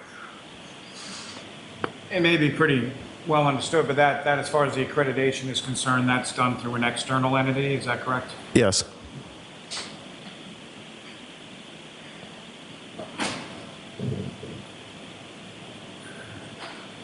Now, with regard to the lab, as far as your assignment of work, at the time that you left the lab, about how many forensic scientists were working within the lab in your toxicology? By the time that I left? Yes. Oh. So within the toxicology unit, there was one more when at the time that I left. And as far as you and sort of the other forensic scientists too, the time that you worked at the lab, was there some sort of rotation, or how were you assigned work as it related to your work in the toxicology? So throughout my time there, we had more forensic scientists, 1s and 2s, and we would delegate each type of assignments that we would look for the different types of testing. On a monthly basis, we would get a different group of tests that we would perform throughout that month, and it would rotate to the next person as the month, at the end of the month. So that's how we did the testing. Now, sir, if I could turn your attention to May of 2022, you're working with the lab at that time, is that correct? Yes. And were you assigned to serum conversions at that particular time? I was, yes. And at some point were you specifically assigned to a case involving a Ms. Karen Reed? Yes. Now, as far as a serum conversion is concerned, if you could explain to the jury sort of what goes into that process and what is it that you're reviewing or you're looking at, how is a serum conversion, what is it, and how is it performed? Sure. So with serum conversions, usually what happens is that we get hospital results. So that would be the police or the ADAs would get results from the hospitals that whoever was attended to. We get the results, and usually hospital alcohol results they use serum in order to test alcohol. Serum is essentially the liquid portion of blood. Let's say, for instance, you fall and you cut yourself, that red stuff that comes out, that has serum within it. What the hospital does, they centrifuge it or spin it very fast in order to get the red blood cells, the white blood cells, and all kinds of the heavier materials out of that blood. And what's left is the serum. So they use that to test their alcohol. What studies have shown is that we actually tend to have a higher alcohol concentration in serum than in blood. So what that means is that due to the chemical nature of alcohol, it likes to stay in that liquid portion more than throughout the whole blood. So a serum conversion essentially is able to convert the alcohol content from that serum that we get from the hospital into what it would be in whole blood. And did you have occasion to perform a serum conversion in regard to Ms. Reed's medical records? Yes. May I approach the witness? Yes.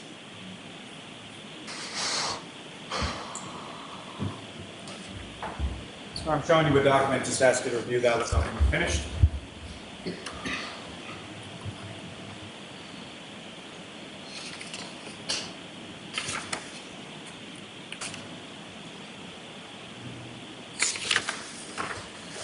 Do you recognize that, sir? Yes. And what do you recognize that to be? So this is the serum conversion report that I made, with the calculations were made on May 3rd of 2022. And as far as the result that you received, in addition, so what kind of materials did you receive in order to perform that analysis? We got the medical records. May I approach the witness again? Yes.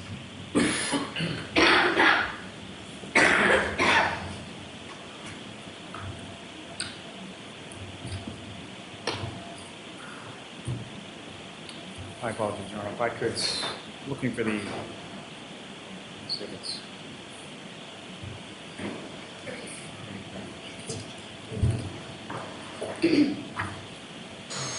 So I'm going to show you what's been marked as Exhibit 106.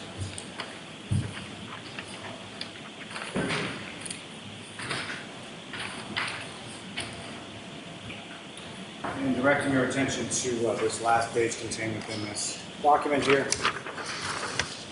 Is that a portion of the medical records that you reviewed in regard to Ms. Reed's serum alcohol level?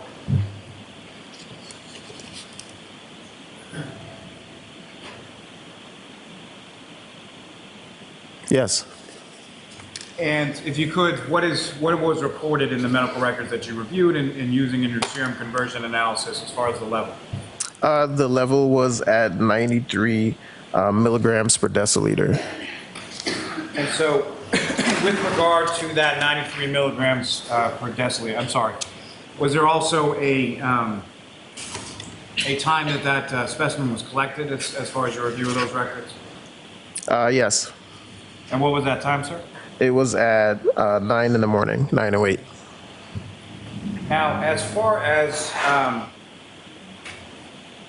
just in terms of the general term as far as forensic science, what you did at the lab, can you explain what that term means or what you did in relation to that? What do you mean specifically? That was very poorly phrased. Let me try to restate that a bit. What is your understanding of forensic science, and can you explain that to me?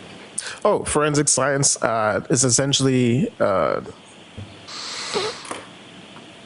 scientific study based on anything dealing with the law. So whether it comes to ballistics or DNA analysis or toxicology like I did, anything focused or based on the law or for legal purposes, essentially that's what forensic science kind of encapsulates. And forensic toxicology, would that sort of be a subset of forensic science? Yes. And can you explain to the jury sort of what your understanding based on your training and experience, what is forensic toxicology? So toxicology in general is essentially just a study of poisons, plainly speaking. So anything that'd be harmful to the body, essentially that would be toxicology, because you also not only have forensic toxicology, but you also have like environmental. And the forensic toxicology is just, like I said, again, with the forensic science, it's just basing it on things for legal purposes. Now, through your training experience, are you familiar with sort of the difference between a serum plasma level versus a whole blood level? Yes. And can you explain to the jury sort of what your understanding is of each and what, if any, differences there are between the two? So just plainly your serum plasma level, or the serum plasma is what it's called. It could be referred to as either or one or the other.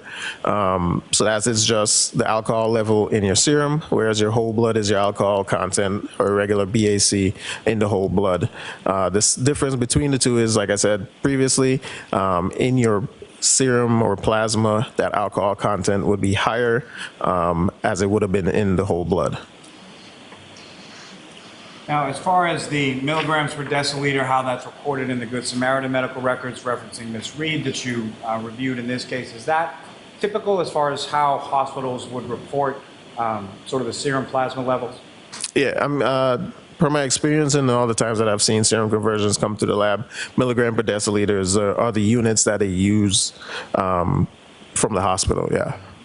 Now, as far as that 93 milligrams per deciliter, what, if anything, with regard to serum conversion, what, if anything, are you then able to do to convert that to a BAC or a blood alcohol concentration? So, based on some studies, they came up with a few different conversion factors, knowing that the blood alcohol content would be higher than the serum plasma content. They're able to apply different conversion factors to the numbers that we would get in serum. And we usually get, excuse me, we usually give a low, an average, and a high, being that it's kind of hard to say what one particular person's conversion factor would be between the two of them, since it's dependent upon like age, sex, the water content, what you had to eat that day. So it's harder to pinpoint, therefore we give a good range as what it could possibly be pertaining, just in case a person converts, or their conversion would be a lot lower or higher. So we give a good range.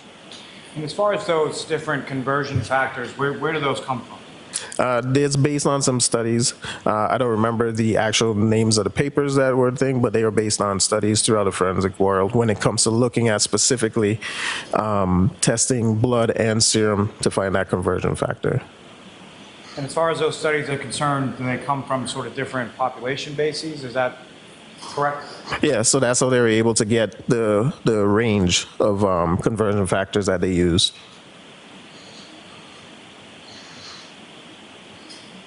Now, as far as the water within the serum, or sort of how that works with the centrifuge, what, if any, relationship does that have to the reading that you get or the conversion factors that you use? So the water content, essentially, if the serum being the liquid portion of the blood, water is also liquid, it makes up some of that serum that you get from it. Therefore, your higher water content, more essentially, the lower the concentration could be of that, or lower or higher, depending upon whether or not your water content in that sample is lower or higher. So as far as those different conversion factors that you're using, this is essentially a mathematical calculation, is that right? Yes.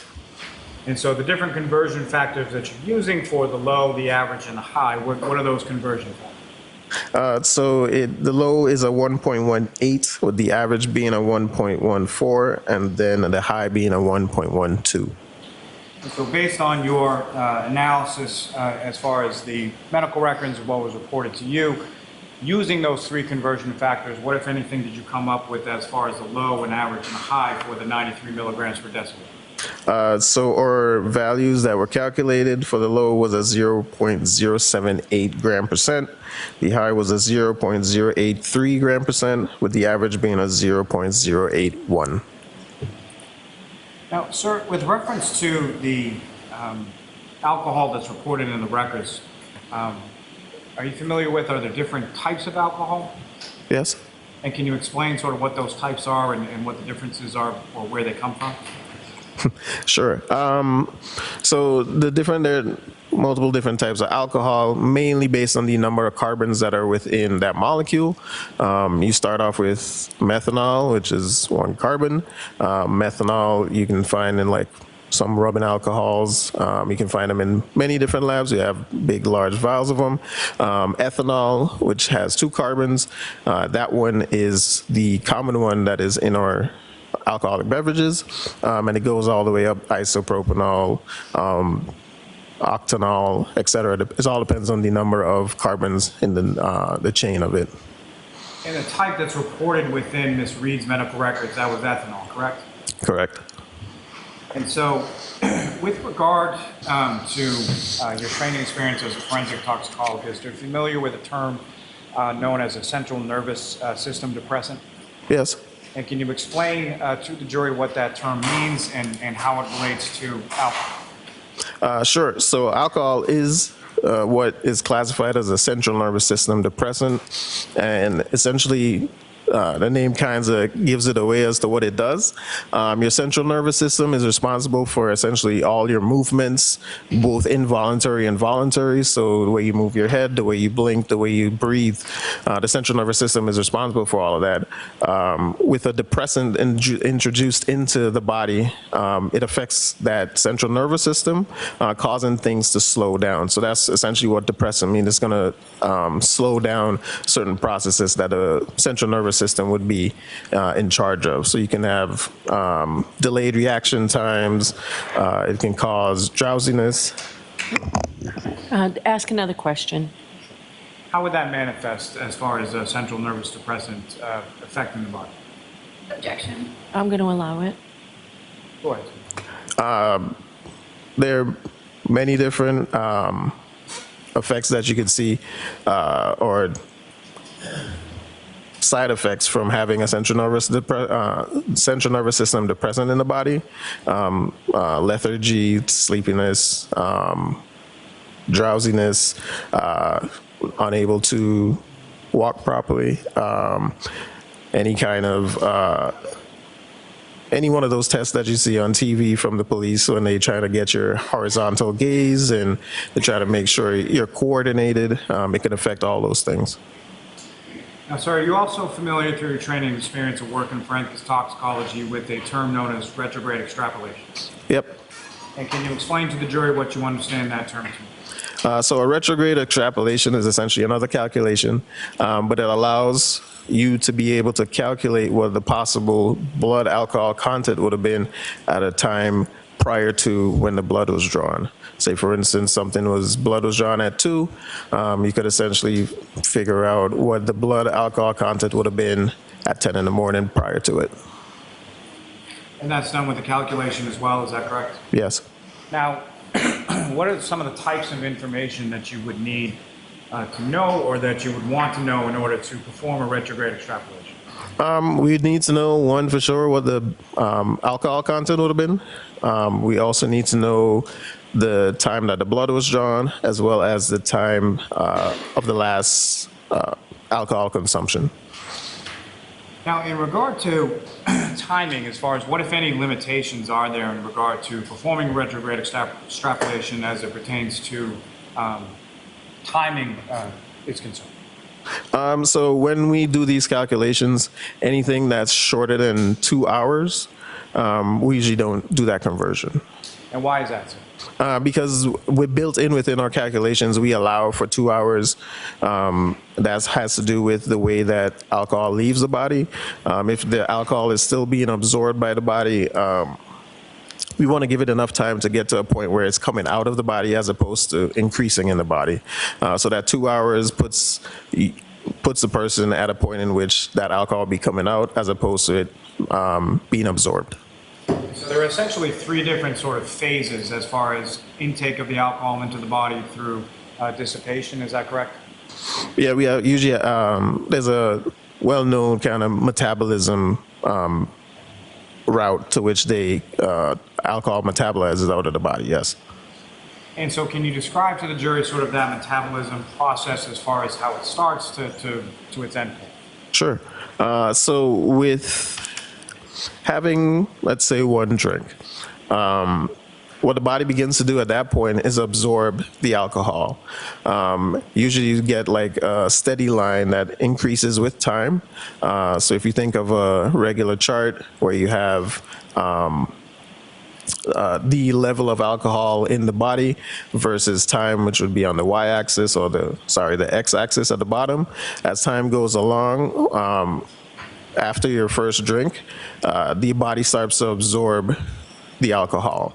If that was your only drink and that was it, the body then at a certain point, it stops absorbing it because there's no more to absorb, and it plateaus. So essentially the line goes straight. After that point, the body starts to eliminate it at this point. And then your level or your concentration of alcohol within the body decreases with time as it's getting rid of it. And so there's sort of the absorption phase, the plateau, and then the elimination phase, is that correct? Yes.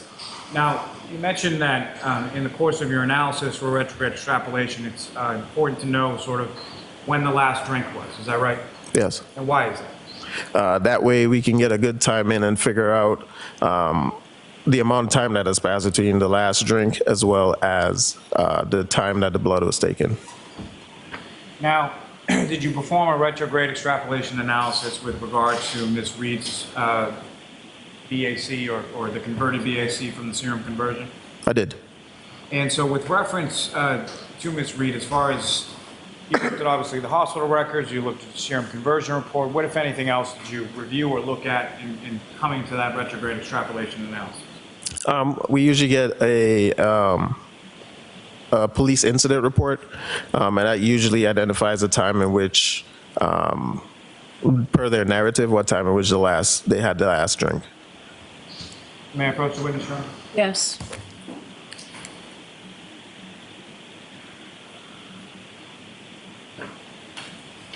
So again, presenting you with the document, if you could just look at that and look up and finish.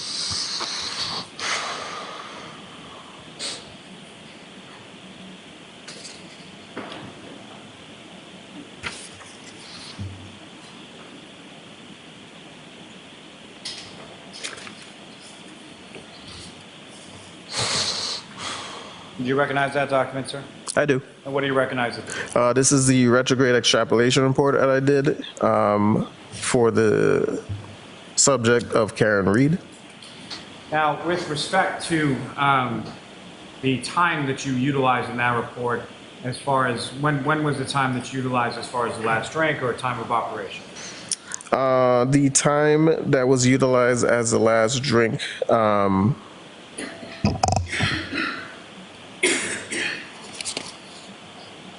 it was at 12:45. That'd be 12:45 a.m., is that correct? Correct. And so you're using that to sort of extrapolate from 9:08 a.m. when the 93 milligram per deciliter is reported from Good Samaritan to 12:45 a.m., correct? Correct. Now, with regard to that 12:45 a.m., what, if any, difference would it make if it were a little bit off of that? Say it was 12:30 a.m. or it was 1 or 1:10 a.m. What, if any, impact would that have on your conversion? So we tend to go by hours. So we kind of round to the nearest, I think, 15-minute interval. So a couple minutes or 10 to 20 minutes forward or behind of that 12:45, it wouldn't change the results by a lot, if any. And similar to the serum conversion, is this done with different conversion factors as far as a low, an average, and a high? So we usually just calculate a minimum and a maximum for the retrograde, and that incorporates some conversions as well.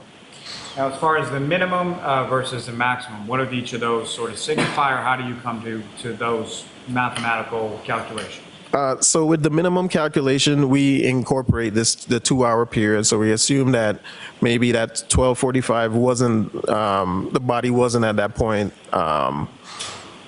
finished with the elimination. It wasn't in the elimination phase, so we allow it for 2 hours ahead of it. We also have a conversion factor. Once again, this is a study that was done to see the elimination rate of different people within a population, what rate they would get alcohol out of their system per hour.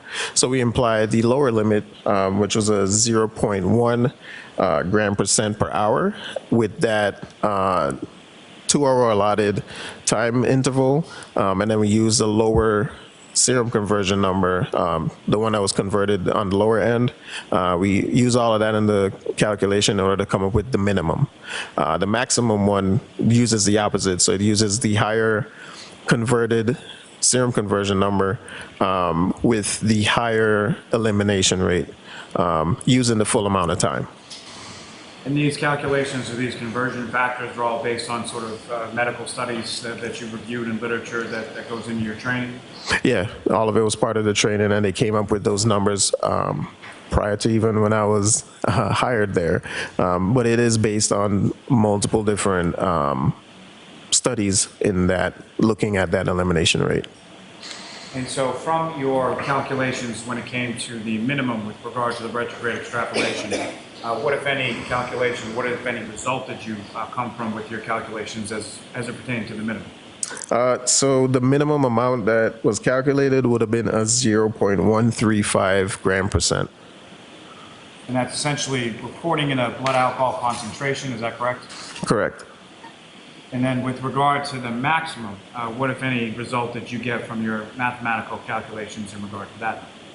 The result was a 0.292 gram percent. And so that range that you received is a bit of a wide range, is that fair to say? Yes.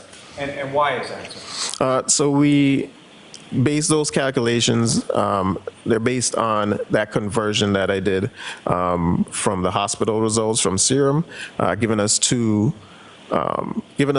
good range of values in the first place, but then we incorporate the retrograde extrapolation one, which uses a time factor, and that 2-hour difference using 2 different elimination rates, that causes a wider span of values, and it's just so that it can encompass essentially anybody within the general population, that they would be somewhere in between that lower limit and that upper limit. So essentially, from those mathematical calculations, anyone within sort of the general population with that result would be somewhere between the 0.13 and the 0.29, correct? Correct. May I approach just to retrieve your arm? Yes.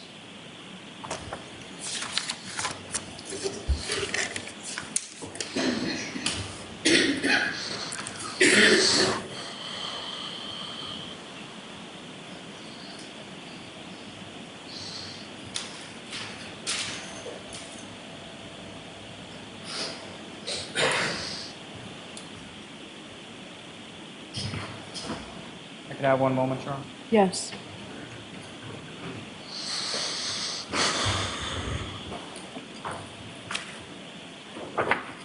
Thank you, sir. I have no further questions. Okay. Ms. Little?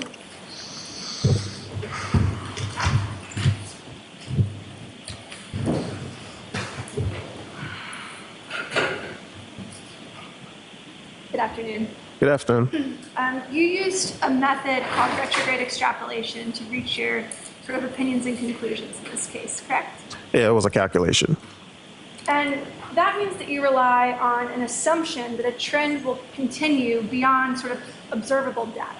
So the metabolism is actually pretty well studied. So we know that that elimination rate, unless you introduce more alcohol into the system, it declines at that rate, and it's pretty linear. Exactly. So in other words, certain assumptions are incredibly important for you to reach your analysis. Sure. And that includes sort of the timing of the very last drink that the individual had. Is that right? Yes. If your drinking pattern is sort of different than what you assume for purposes of your calculation, then you'd agree that your entire extrapolation would be incorrect. Is that right? Yes, it could be.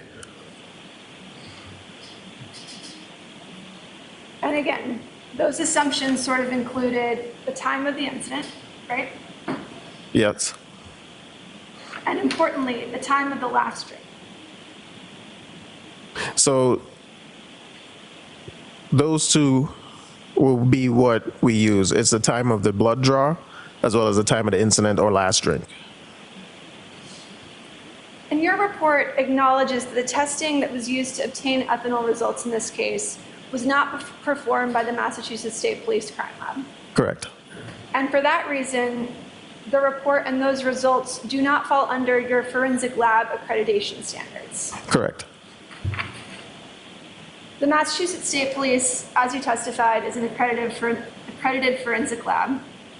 Yes. And so you're required to meet certain minimum standards in order to uphold that. Yes. And you'd agree that those accreditation standards are different from accreditation standards that, say, a hospital lab might have. They can be. And do you ever work on testing within the Massachusetts State Police Lab for serum tests or whole blood tests? So we did test blood and serum for alcohol content at the Massachusetts State Police Crime Lab, yes. And their typical protocols are to use whole blood tests. We use whole blood or serum. In terms of the machinery that's used with the Massachusetts State Police Crime Lab, you'd agree that the gold standard is gas chromatography and mass spectrometry machines. Usually with a headspace detector. I'll let it, go ahead, you can answer that. Usually with a headspace detector, yes. And that would detect whole blood rather than serum. No, it just detects any volatile substance. But you'd agree that a serum test usually, as you testified, has a much higher level than whole blood. Yeah, due to the nature of the substance itself. And so you kind of have to go through this extra step of trying to extrapolate, okay, how do I convert this to get to whole blood? So what we incorporated anytime we had a serum sample submitted to the lab for alcohol testing, we actually did the same serum conversion in order to figure out what the blood alcohol concentration would have been. And that's an extra step that you have to take using conversion factors, correct? Yep, that's a calculation. You're not actually testing for ethanol in the blood, you're testing for an ADH, and then you have to do a conversion to get it to what a whole blood test would just automatically show you. Yeah, so we get the serum level, and then we convert it via calculation. And typically in the Massachusetts State Police Crime Lab, you would do what's called confirmatory testing. Yeah, so we have a screening method as well as a confirmatory test, correct?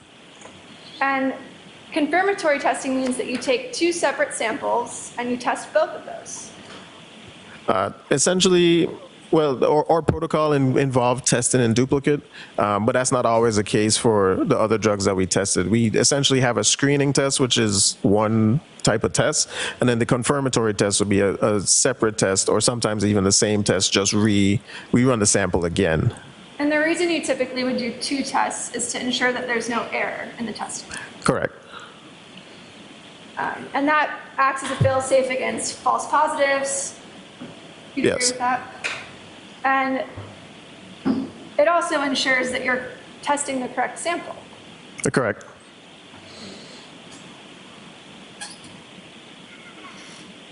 And in this case, obviously, you didn't conduct any of the testing. Correct. You're just assuming the accuracy of a single test that was performed by a hospital. Excellent. I'll allow it. Yeah. And so if the clinical results are invalid, then your extrapolation is going to be invalid. Yes.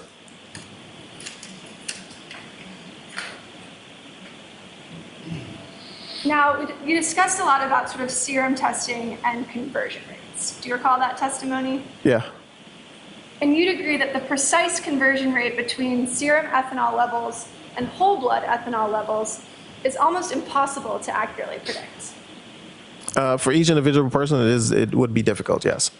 And that's because the amount of water in our blood is scientifically impossible to predict with accuracy. I'm not aware of any kind of test that would do that, so yeah. Because individuals are different, right? Yes. And so the conversions that you use are based on averages from scientific studies. Yes. But you'd agree that in certain instances, people can fall outside of that average range. Yeah. In fact, a comparison of hospital serum alcohol levels, they range quite wildly. You agree with that? Yeah. In fact, you're aware that some studies show that a conversion rate from serum alcohol to blood alcohol can be as high as 1.59%. I wasn't aware of those numbers, but yeah, it could range. That's why we give a wide range, and you could lie on the outskirts of either side. And so that would mean that the actual blood alcohol content, once it goes through the conversion rate, would be much, much lower than sort of the average conversion rate that you relied on.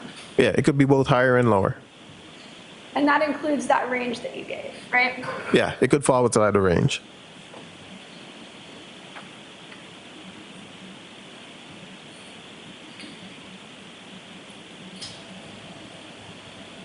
You'd agree that the more imprecise an extrapolation is, the less reliable it is.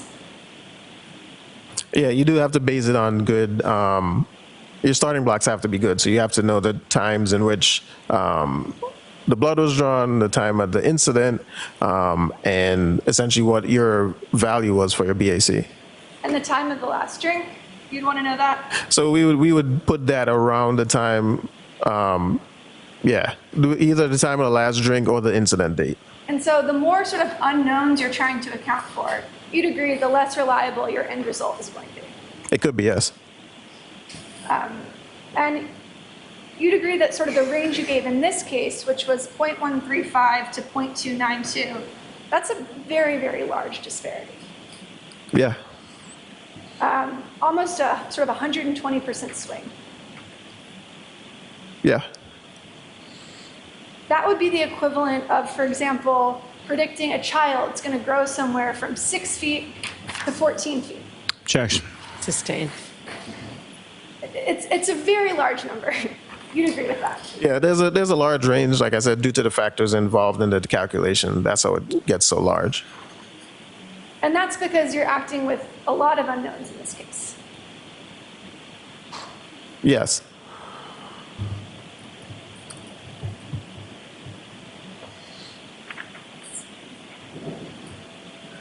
Now, you testified that your retrograde extrapolation assumes that Ms. Reed reached the elimination phase of processing alcohol at or before sort of 12:45 a.m. Yeah, we allow for, we start for the maximum at the 12:45, and then it would have been 2:45 for the minimum. And so for purposes of your calculation, if Ms. Reed drank alcohol after 12:45 a.m. and before her blood was drawn at 9:08 a.m., your entire calculation would be invalid. Yeah.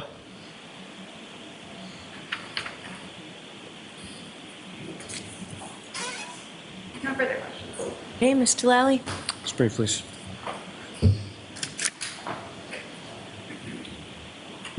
So in this instance, Mr. Roberts, you're dealing with a time of incident that was known, correct? Yes, it was given to me that it was at 12:45.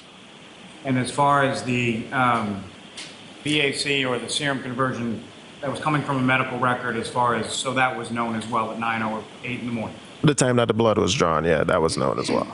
Now, as far as the question you were just asked, if the defendant drank alcohol after 12:45, does that include sort of shortly after 12:45, or how long after 12:45 would it take in order to affect your calculations or your retrograde extrapolation? It's hard to say where that would have skewed it. It would have definitely caused a different time frame depending on how long after the incident or the reported last drink, if there was another drink in between there. It just shortened up the amount of time that would have been prior to the blood draw for sure. What I'm asking is, would it have any significant impact, or would there be any difference if the last drink was, say, at 1 a.m. versus 5 a.m.? So that would be a 4-hour difference. So essentially, that could, given the conversion rates, that would put the numbers very different. Yeah. Well, what I'm saying is, so the 5 a.m. would significantly impact your calculations, correct? Yes. The 1 a.m., would that significantly impact your calculations? No. Okay. Okay. You all set, Ms. Little? If I could just ask one question. You said that you were given 12:45 as the time that you sort of based your analysis on. And yes. To be clear, that was not something that was provided to you by my client, right? No. That was something that was provided to you from a police report. Correct. No further questions. Okay. All right, Mr. Roberts, you are all set, sir. Thank you very much. No problem. Okay, your next witness, Mr. Lally? Yes, Your Honor. The Commonwealth to call Mr. Michael Trotter to the stand.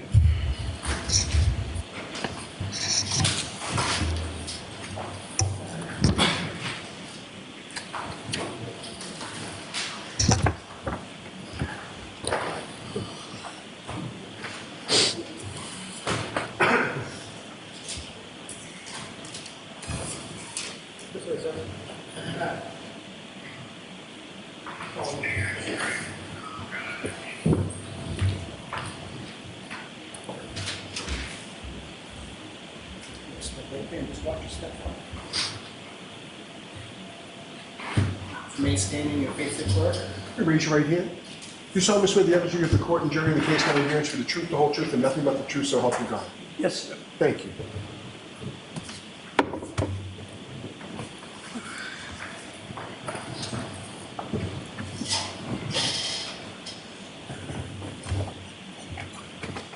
All right, Mr. Lally, whenever you're ready. Thank you. Good afternoon, sir. Could you please state your name and spell your last name for the jury? Michael Trotta, T-R-O-T-T-A. And where do you live, sir? Sharon, Mass. How long have you lived in Sharon? How long in Sharon? Since '82. And what do you do for work, sir? I am the superintendent of public works for the town of Canton. And how long have you held that position as superintendent of public works? Since 2003. And did you work for the town of Canton prior to 2003? No. Now, with regard to being the superintendent of public works, can you describe to the jury sort of what are your duties and responsibilities when it comes to that work? Typical management duties of staffing, controlling, directing, working on the budget, working on scheduling, long-term scheduling, 5 to 10 years, capital planning, overall operations, the day-to-day operations, what it takes to maintain a water system, a sewer system, the road system. Now, with reference to, if I could turn your attention back to late January, early February of 2022. At some point in early February, were you contacted by a trooper in regard to a blizzard that had happened the week before? Yes. And do you recall who that trooper was, or how they contacted you? I believe it was Michael Porter, and I believe the contact was by phone. Now, with reference to that trooper, is that someone that you knew or you had spoken to before in any way? No. And prior to that date, did you know a John O'Keefe or a Karen Reed or anybody? No. And as far as anybody within an Albert family within the town of Canton, were you familiar with them? Did you know them at the time? No. Now, when you were contacted in that early February of 2022 with regard to the blizzard the week before, what if anything was the trooper asking you? What kind of information were they looking for? He wanted to know what the procedure was when we prepare and staff a snowstorm. And if you could explain to the jury sort of what is the procedure, or what at that time, what was the procedure, and what was sort of the makeup of what Canton DPW would do with regard to a snowstorm? Well, we have the town is divided up into, I believe, 29 plow routes, several main routes, and side routes. The routes are generally somewhere between 3 miles and 3.5 miles long. And we have 30, I think back then we had 39 pieces of our own and probably 30-something private plow trucks. We try very hard to have 2 trucks on a route, but we generally don't get enough. So if we try to have a town truck on a route with a private plow on a route. The private plow is procured through a bid process. They have to have a contract. They have to have insurance, liability insurance, and they have to show that they've paid their taxes to the state and that they have workers' comp. And they have a contract with the town. Then the operations manager is in charge of the on-site, boots on the ground, if you want to call it that. He'll assign the specific truck and the private contractor to a route. Generally, the day before, maybe 12, 18 hours before, the two of us talk. We try to schedule the overtime so that you're not going home at 3 o'clock and then you're getting woken up at 1 or 2 o'clock in the morning to come back. We like to schedule it so when the guys go home, they know when they're going to come back. To the best of our ability, that's what we'll do. We'll tell the contractors when they are expected. And generally, if we're plowing, it starts with a sanding operation.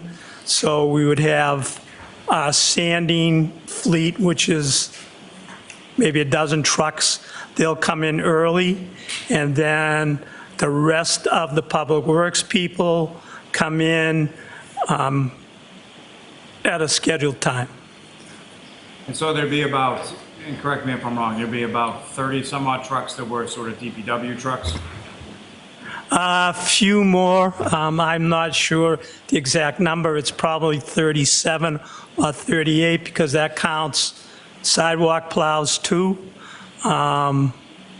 So there may be, I think there's 3 sidewalk plows, so there's probably 34 or 35, we'll say, between medium-sized trucks and the big construction trucks. And that was sort of my next question. As far as the DPW trucks are concerned, do they vary in size, or what is sort of the range in size of the town truck? They'll go from a pickup, 2-ton pickup, F-150 or F-250 Ford, if you're familiar with that, to a medium-duty 20,000 to 22,000 pound truck up to a large construction truck, which is generally 26, 28,000 pounds. Now, the large truck is a 6-wheel truck. And as far as the other trucks, the private ones, those would sort of be subcontracted out through the bidding process, is that correct? Yes. And would the range, as far as the size of those trucks, would that be similar or something different? They are pickup trucks, usually lighter pickup trucks. There may be a couple of front-end loaders. There's probably, I don't think there's any big heavy-duty trucks, but they're probably pickups. There might be couple of Jeeps, pickups. Again, a medium duty like an F-350 or F-450 pickup. Those are Fords, and loaders. Now, with respect to questions or what you were asked about by the trooper, was there a specific sort of street or plow route that the trooper was inquiring about? I believe he asked who was down, that's Fairview, or down in Cedar Crest area, that's what we call it. I believe that's what he asked me. Your Honor, may I approach? Yes.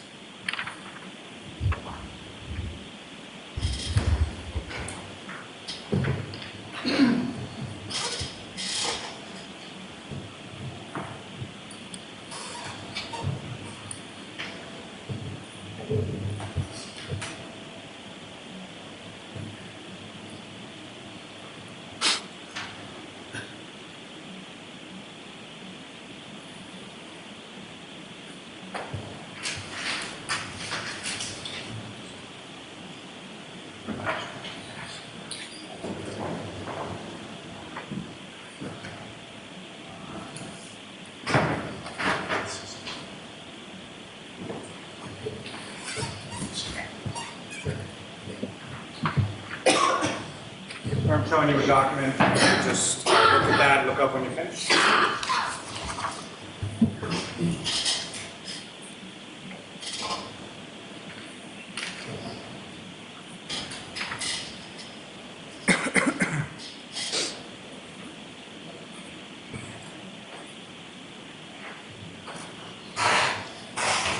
Do you recognize that, sir? Yes, sir. And what do you recognize it to be? This would be a plow plan for that day.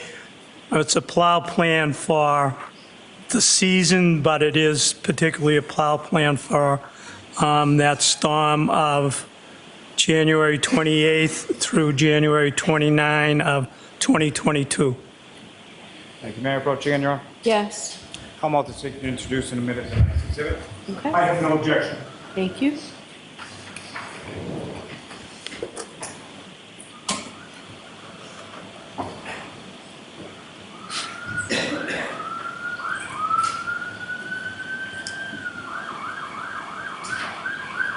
Exhibit 109. Thank you.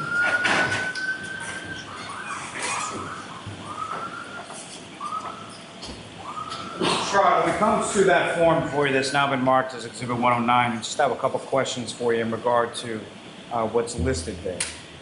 So with regard to the top of the page, there's a listing as far as 1/28/2022 Boulevard 11 p.m. Do you see that? Yes, sir. And what does that mean, sir? That means that the first group of workforce, which would be the Sanders, were scheduled to come in at 11 o'clock that night. Now, as far as the next entry going across the top of the page has 1/29/2022, is that correct? Yes. And as far as what's listed as W&S/BM/REC at 2 a.m., what does that mean? W&S would be water and sewer, BM would be building maintenance, REC would be the rec, and they are scheduled, that would be the balance of the Canton's workforce. They were scheduled to come in at 2 o'clock in the morning.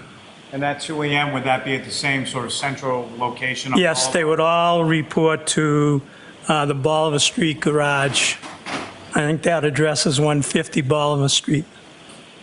Now, as far as the next listing, it states contractors at 3 a.m., is that correct? Yes, sir. And who is that referring to? That would refer to all the private contractors that would be plowing that day. So again, it's staged. And sort of the last sort of notation on the top of that, it indicates out at 5 a.m., 1/30/2022. Is that correct? That would be when we completed and everybody went home. Now, with reference to the Cedar Crest neighborhood or the area that would include Fairview Road, there's different route numbers that are assigned, is that correct? Yes, sir. And which route number would include that Fairview? That would be Lower Cedar Crest number 11. And from that, that would include Lower Cedar Crest, Kings, Fairview, and Spring, correct? Yes. And as far as the vehicles and the vehicle types that were assigned to that route pursuant to this list, what types were they and who was assigned to? Truck 30, which would be a Town of Canton truck. That's a 43 International. Brian Lochran would be the driver. The 43 International is a medium-duty truck. The next up would be 7400 International. That would be the large construction truck. And there is an absolute, a by-the-yard 4x6, which is I believe that's a small 1-ton dump. That would have been the private contractor that was on the route with the city truck. And so that truck 30, the 4300 International, is that a bigger truck or a smaller truck than the 1-ton? Then please again? Then the 1-ton? Yes. It's a larger truck. It's like a 3 to 5 cubic yard truck, and the large truck is like an 8 to 10 cubic yard dump. That's a dump truck.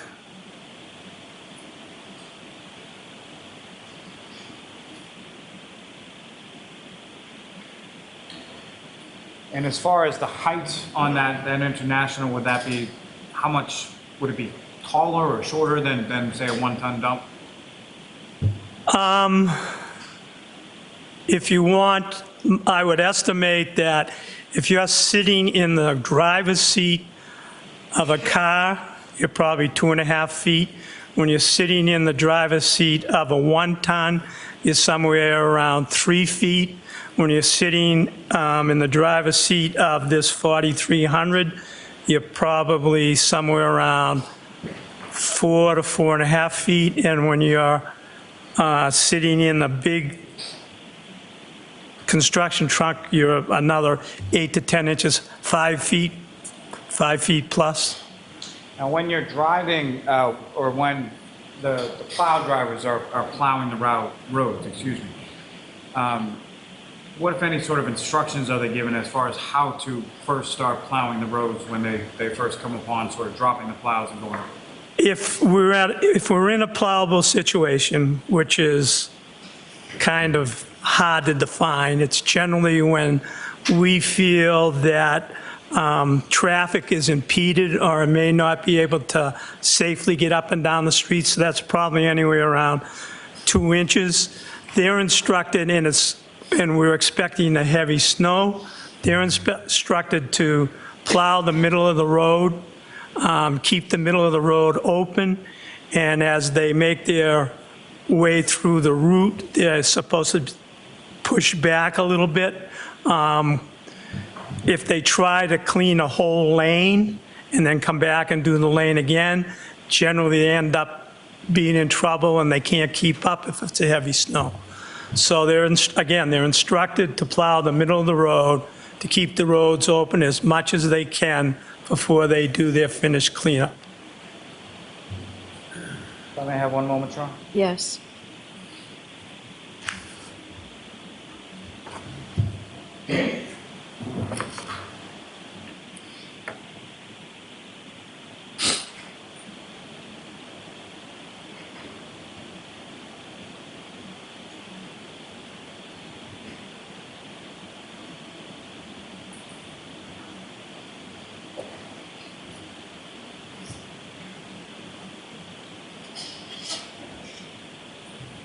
Thank you, sir. No further questions. All right, Mr. Yannetti. Thank you, Ron.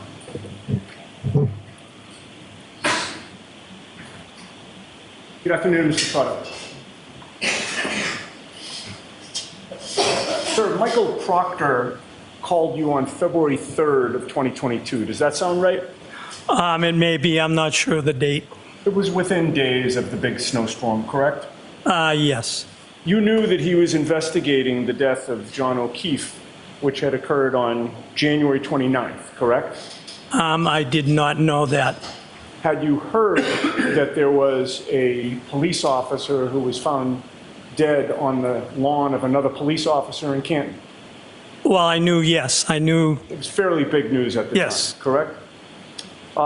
And were you aware that that was why Michael Proctor was calling you, related to that investigation? After he called and identified himself, he said that is why he was calling. Of course.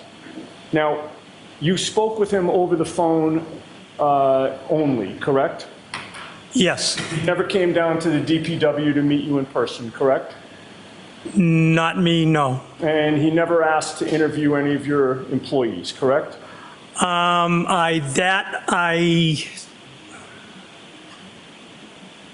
We may have discussed who was on that route and who plowed, but I'm not sure at that time if he had told me he was going to go talk to anybody else. Oh, so it's your testimony that you may have told him the identity of the plow driver when you spoke with him on February 3rd over the phone? I may have, but I am not positive. You don't have a memory of him asking you who the plow driver was? He asked, no. No, I don't have a memory of his exact questions. But leaving aside the exact wording of his questions, it's fair to say you don't have a memory of him asking you who plowed Fairview Road on January 29th. Is that fair to say? He asked me about, I believe he asked me about this plow list. About the what? The plow list? This plow list. Right, but on the plow list, there's the name by the yard, correct? Yes. All right.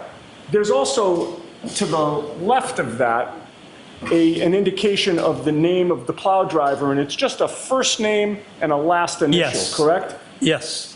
It doesn't spell out the whole last name, does it? No. But you know the full last name, correct? Yes. You have a limited number of employees, right? It's not a 1,000-person company, right? Yes. All right. And you're well familiar that Brian L. is Brian Laughlin, right? Yes. As you sit here today, do you have any memory of whether the name Brian Laughlin was brought up during that phone call with Michael Proctor? I may have said to him that's who BL was, but I did refer, I believe I referred him to the operations manager to double check who was on plowing that day. Okay. You say you may have mentioned the name Brian L. or Brian Laughlin, but again, I'm just trying to drill down on what your memory is. Do you have a memory one way or the other as to whether the name Brian Laughlin came up in that conversation? If you ask me, do I remember 100%? No. Okay. In any case, Trooper Proctor, Michael Proctor, never asked to speak with Brian Laughlin when he talked to you over the phone, He correct? did not ask me, no. I'm going to allow the question and answer. And how short was that phone call with Michael Proctor? If I tell you, you're going to ask me, how do I know for sure? I would say a few minutes, whatever a few minutes is. I'm going to accept that answer.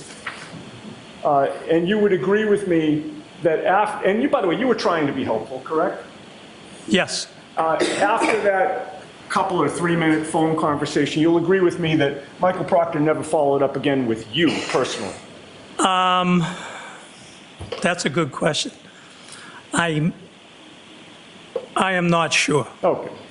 Well, I'd like to direct your attention to about a week and a half later, specifically the date of February 14th of 2022, which maybe you don't remember the precise date, but around that time period, you came into work around that time period, and you learned that a defense investigator named Paul Mikowski had left his business card for you with somebody on the DPW staff, correct? Objection. Sustained. Ask it differently. Yes. I do not. Sir, that means you Don't answer that question. I think he's going to ask one that's an appropriate one for you to answer, okay?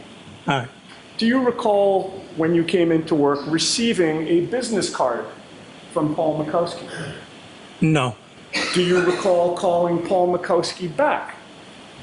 No. Do you recall speaking to any investigator from the defense at any point within a couple of weeks after you spoke to Trooper Proctor? No. Do you deny telling Paul Mikowski to call Bill Walsh? Objection. Sustained.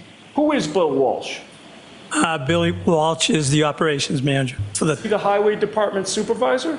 Yes.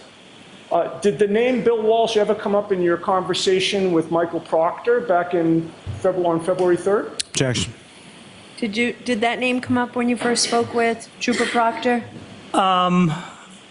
Again, I believe I mentioned it, but I am not positive.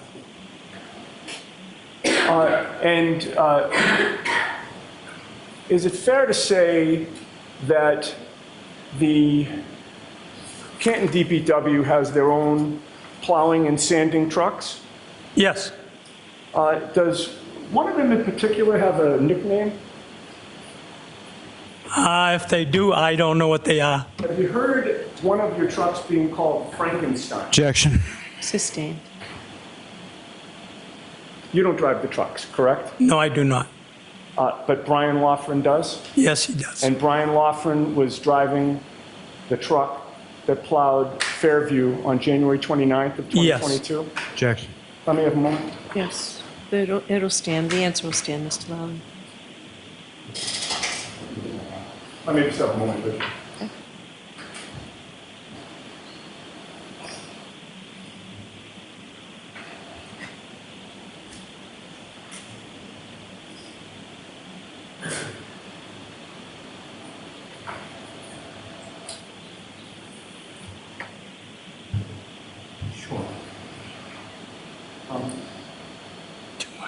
Can I approach The witness or the sidebar? the witness? Yes. Sorry.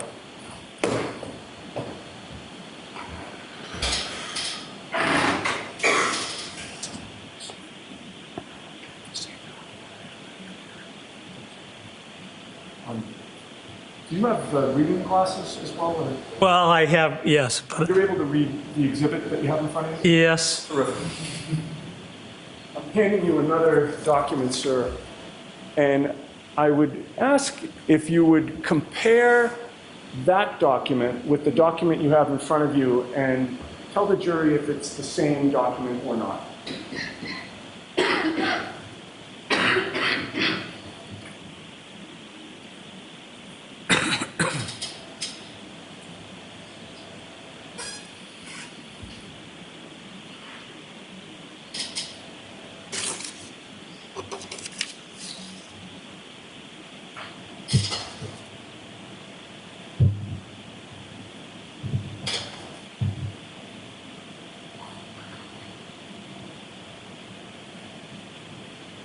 It appears to be. Does it appear to be identical? Yes. I will take the one back that does not have the exhibit sticker on it. Thank you, sir. And I have no further questions. Thank you. Any follow-up, Mr. Lally? No, Your Honor, but may I just retrieve the exhibit? Yes. All right, Mr. Trotto, you are all set, sir. Thank you very much. All right.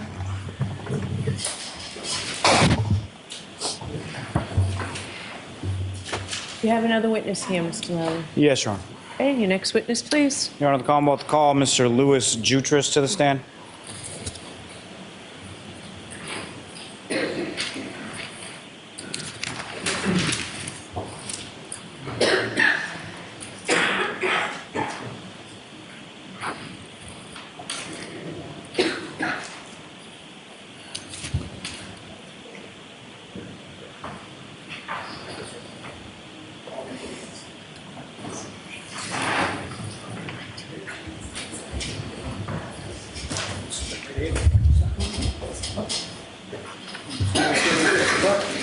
Raise your right hand. You solemnly swear the evidence given to the court and jury in the case now and herein to the truth, the whole truth, and nothing but the truth, so help you God. Thank you. You may take the stand.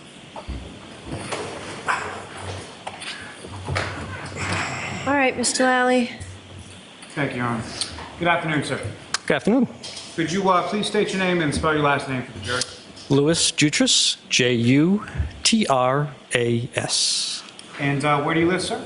Stoughton, Massachusetts. And how long have you lived in Stoughton? About 23 years. And what is it that you do for work, sir? I work for the town of Canton. I am the manager of the Information Systems Division of the Finance Department. And how long have you been doing that? What was the last part? Of the Finance Department. Thank you.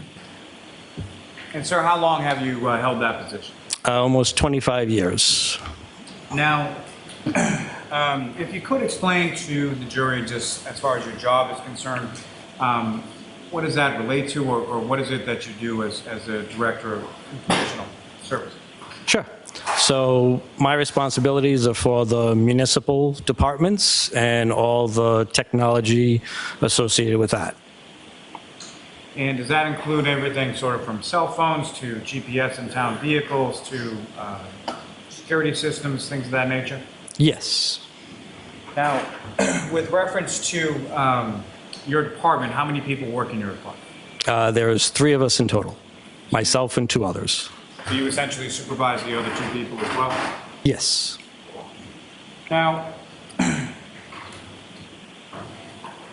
at some point, if I could turn your attention to around the time of January 29th, 2022, some point after that, did someone from law enforcement or from a police department reach out to you in regard to security cameras or camera systems within the town of Canton?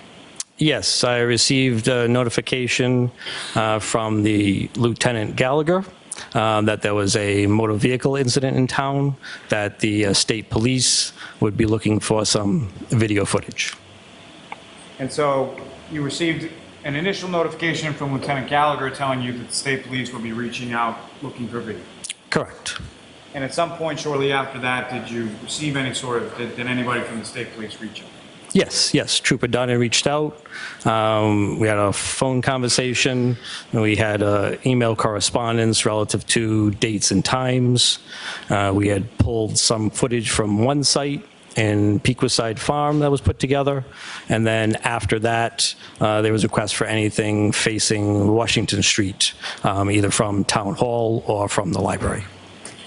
And so as far as what was relayed to you by Trooper Dunn, what was sort of the description, or what was it that you, were they asking just specifically time frames, or did you get any other information as far as what you were looking for? From what I recall on it, there were 2 different time frames, between 12 and 1, and then between 5 and 6. That was in our discussion and correspondence relative to Town Hall. And just to be clear, that's from 12 a.m. to 1 a.m. and then 5 a.m. to 6 a.m.? Correct. Now, as far as the Pequaside Farm, describe to the jury sort of what kind of location that is, or what kind of town property it is, and where it is in relation to the town. Yes, so the physical area is off of Pleasant Street, which intersects with Washington Street, closest to Dedham Street and the police department. That's a large area, big white house, and we have cameras that, face the entrance, the street, and the surrounding building. As far as the coverage from those cameras, have you had occasion on either this occasion or prior occasions or subsequent occasions to look at sort of the view that the camera gets from Pequaside Farm? Yes, yeah. We have a straight shot down from the building, down the entrance driveway, right to the street. The other cameras that are around there's a couple of doorbell type cameras that physically focus on specific sections, and then other ones cover the general grounds around the building and the backside. All right, so can I interrupt for a minute, sir? Could you please spell the name of the farms? Yep, Pequicide, P-E-Q-U-I-T-S-I-D-E. Thank you. And sir, Mr. Jutras, is it fair to say that the Pequicide Farm cameras cover more of the property and less of the street out in front? Is that correct? Yes.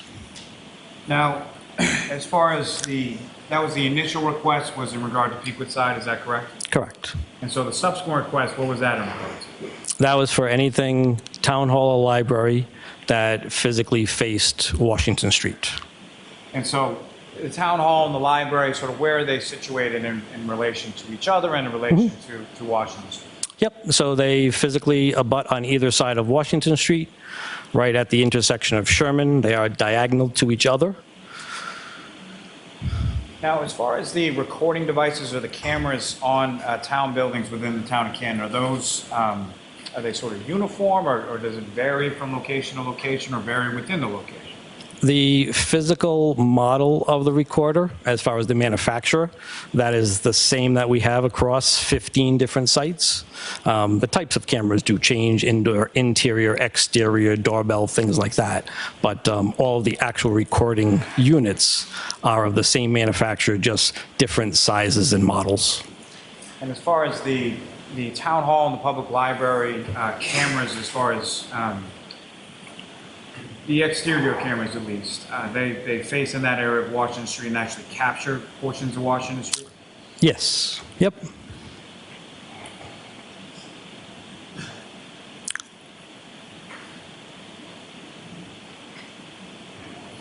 Now, as far as the cameras are concerned, particularly the exterior cameras that we're talking about as far as the library and the town hall, how are they sort of set up to record? Is it one continuous recording? Are they motion activated? How are they set up? Yes, the cameras, based on size and so on, they are all set up for motion in pretty much all of our locations.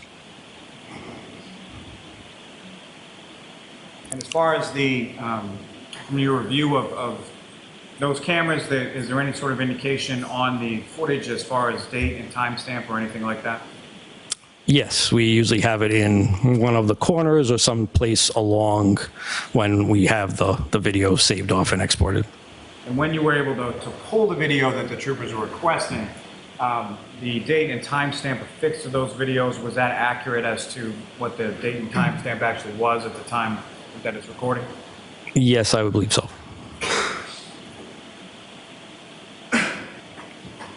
And sort of those date and timestamps, you know where they come from? The system is linked to a time server, which is remote and is used from the national standards. Now, as far as the video is concerned from those, they're motion activated, but how far back do they go as far as how many days pass before, does it get sort of overwritten at some point? Yes, depending on the site, most of them, because of the motion activated, because of, various request types and so on, and the number of the cameras, we usually try to get about 30 days. There are some that go longer because the site is or isn't used as much. And then there are other ones where, specifically with the library, they only requested to have a maximum of 30 days on that device. And so when you received this request from the troopers, that was well within the 30 days, is that correct? Yes, yeah, because we're talking February 7th for the last request. Now, as far as the video that you exported, well, let me ask you this. As far as when you were asked to retrieve that video, can you explain sort of mechanically the process of how you got that video and how you delivered that to the troopers? Yeah, so specifically for the town and the library one, that again, time frame provided, using the manufacturer's software product, doing the search, picking the cameras that are facing the Washington Street side, and then having the time frame and exporting that out.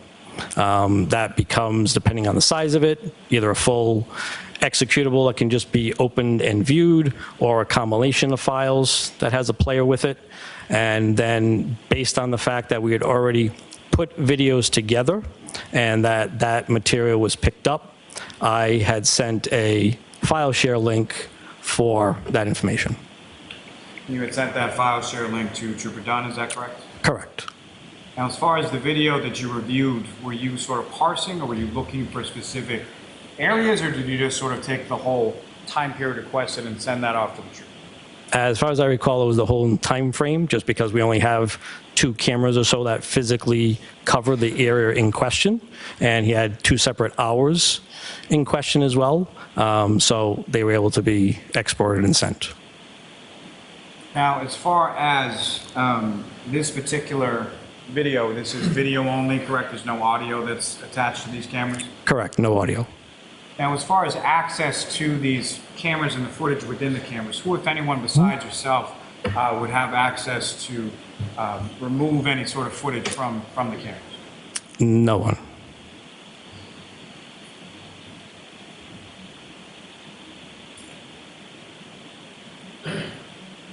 Now, sir, before we get to the camera footage specifically, I just want to ask you about another area. In relation to, also within sort of the ambit of your duties and responsibilities would include GPS on town trucks, correct? Yes, Public Works has a setup via their radios for GPS information. And so with regard to that, specifically the DBW trucks, what, if any, information did you receive from anyone at the DBW in relation to those GPS devices within the trucks shortly after the snowstorm from the 28th and the 29th of January? Yep. So on February 1st, I received notification from the operations manager that the GPS information was not working. And so you received information after the snowstorm that it wasn't working during the snowstorm, is that correct? Correct. And as far as that, as far as GPS sort of going down in the DPW trucks, is that abnormal, or how often would that occur? Yes, it happens several times throughout the year for various reasons. They have a radio repeater. It's connected through a network. It runs software on a server that we have in-house. Server's rebooted, network goes down, things that, change for various reasons, and we need to reestablish connection to whatever recorder it is for that repeater, and then the information is then picked up. Now, taking you back to the Canton Public Library video that you provided to the trooper, were you told anything about sort of any type of vehicle or anything to be looking for within that particular video time frame that they were asking about? Not that I recall. Did you recall ever actually watching the video yourself as far as confirming sort of what it was? Yes, I watched it from the time frame to see that we had information, watched it just to move forward to the end to make sure there was information, and when the recording, was physically available. But what was in it, no. May I approach? Yes.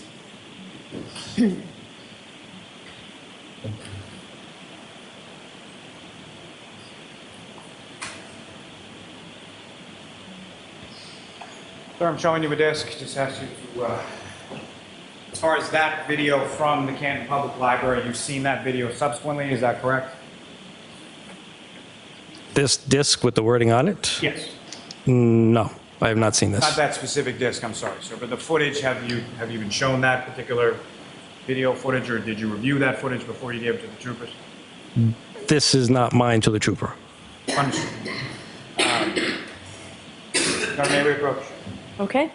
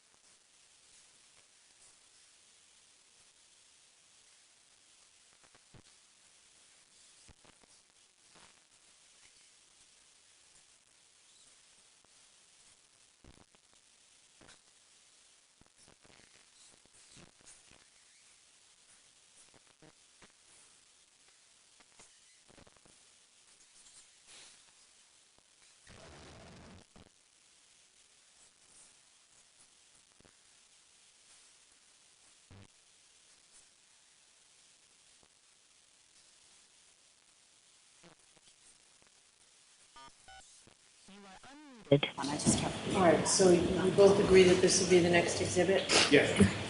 Yes, ma'am. Hand that to Madam Court Reporter.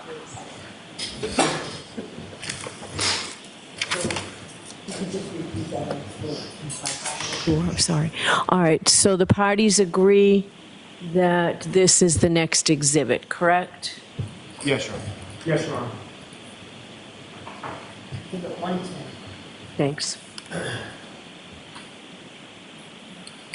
Your Honor, with the court's permission, I would just ask to briefly, publish portions from those.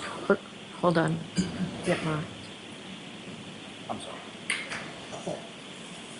Yes. Yes. Ms. Gilman, if I could have the first video portion from 12 a.m. to 1 a.m.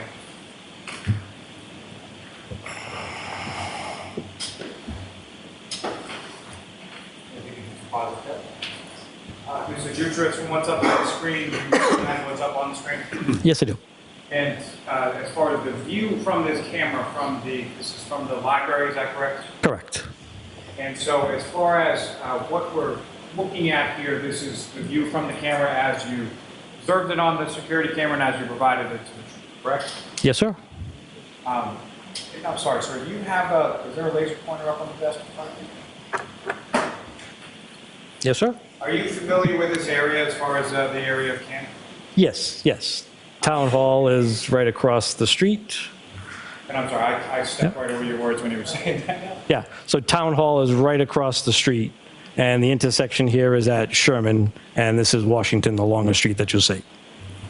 So Washington sort of runs parallel with the screen, and then Sherman is the street that appears to intersect with Washington. Correct. In the area of the Town Hall. Yes, sir. Thank you. Ms. Gilman, if you could take that down and then just put up the 5 to 6. Again, sir, what's up on the screen? Do you recognize that? Yes. Is this essentially the video that you provided to the troopers or retrieved from the Canton Town Library from 5 a.m. to 6 a.m. later on that day of January 29th? Yes, sir. And the orientation as far as Washington Street, Sherman Street, that's all the same in reference to the earlier. The camera hasn't moved. Correct. Thank you. So you can take that.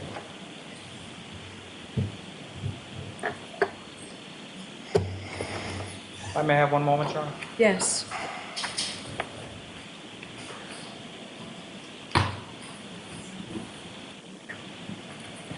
Thank you very much, sir. I have no further questions, Sharon. I may proceed, Your Honor. Okay. Good afternoon, Mr. Jutras. Good afternoon, Attorney. So confirming the state police, when they contacted you, asked for 2 hours of video footage, right? Between 12 and 1 a.m. on January 29th and between 5 and 6 a.m. on January 29th, correct? Yes, sir. You pulled that video footage, or at least arranged for it to be pulled for the state police, correct? Yes. And I believe your testimony was that you checked the beginning time and the ending time to make sure that you had the right time periods for those 2 hours, correct? Yes. But you did not sit down and watch 1 hour of snow falling and or cars driving by the public library, correct? That is correct. Didn't I do did that not. for between 12 and 1 or between 5 and 6? Correct. I did not.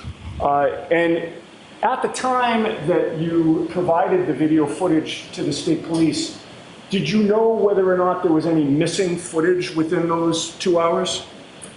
No. Because again, I did not play every single second of the video. Understood. It's fair to say, and you're certain, that you did not cut out any of the video footage in those 2 time periods, correct? Correct. It's motion activated. That's the only piece. You provided the state police with the raw footage as it existed in your possession at that time, correct? Yes. And at that time, you knew that the raw footage was only saved for between 30 and 60 days? That one is less than 30, yes. Right.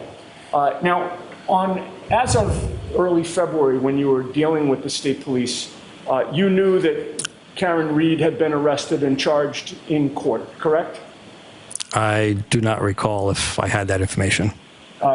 You knew that there had been a police officer found dead on the lawn of another police officer in Canton? At that time in February, I believe so. And that likely would have been discussed when the state police called you? I do not recall the conversation other than asking for video footage for Washington Street. And I'm sorry, sir, if you could just keep your, if I can't hear you, I guarantee you that these last jurors can't hear you. Could you repeat that last question? Yep, again, when in the conversation with it, we had the dates and the timeframes, and anything else relative to it, I do not recall specific with a conversation. Okay. So you don't have a memory of why you were being asked for this? Correct. I know it was for a motor vehicle accident. Who and what, I do not recall if that was ever mentioned specifically. Okay.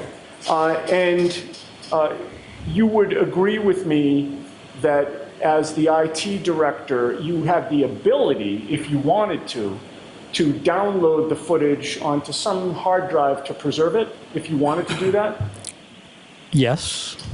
Did any state trooper ever ask you to download and preserve that footage so that it would exist longer than that 30 to 60 day period?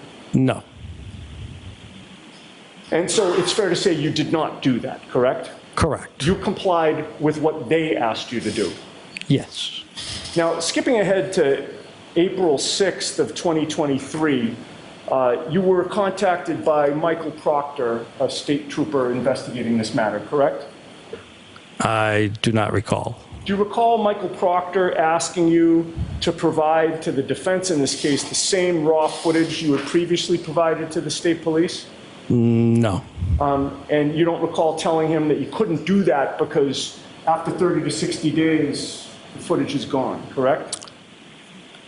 I had a phone call with what I thought was Trooper Dunn asking for another copy of the data and telling him that I did not have it and I couldn't recreate it. I see. Oh, so you assume if it was Proctor, but no, I thought I was speaking with Trooper Dunn.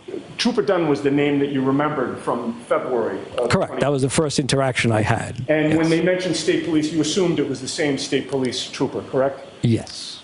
It's fair to say that once you shared the footage with the state police in February of 2022, you didn't control what they did with it after that, correct? Correct. And you have no personal knowledge about how they preserved it or didn't preserve it, correct?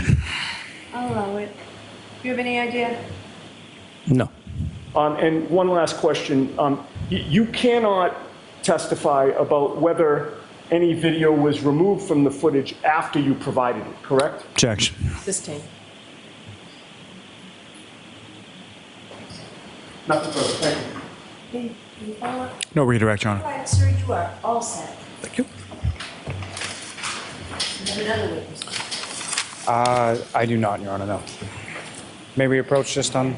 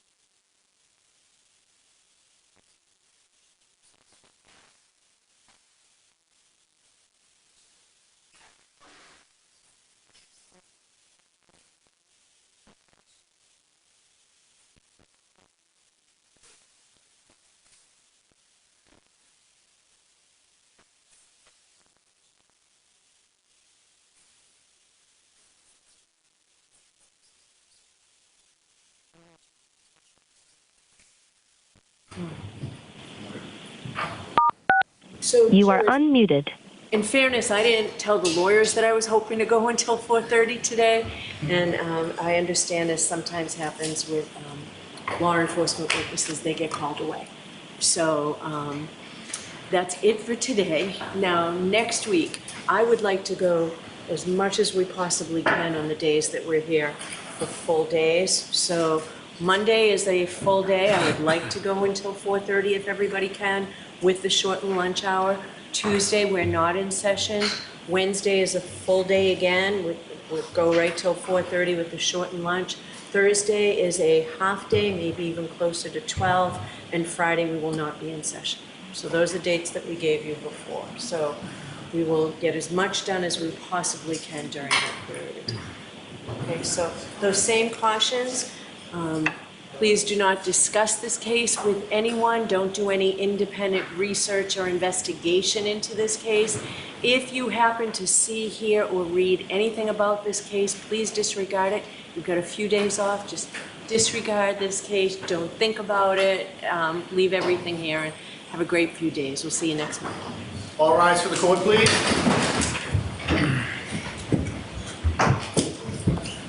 Chairman, follow me, please.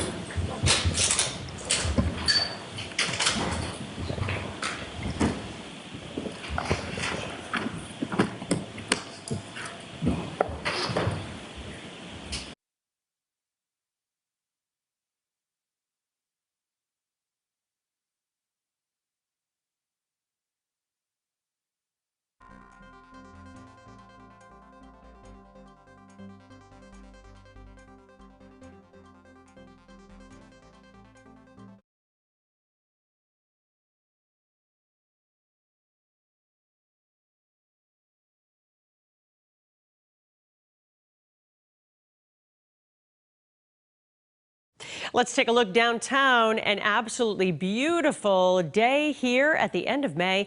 Let's get the latest forecast now with meteorologist Alyssa Andrews. Hey everybody, good afternoon. Very warm start to the day, and it gets warmer from here. We go to high temperatures in the lower 80s this afternoon. Already started off in the morning hours in the 70s, so we are well on our way to an above average day as far as temperatures go. South breeze, sometimes gusting around 20 miles per hour.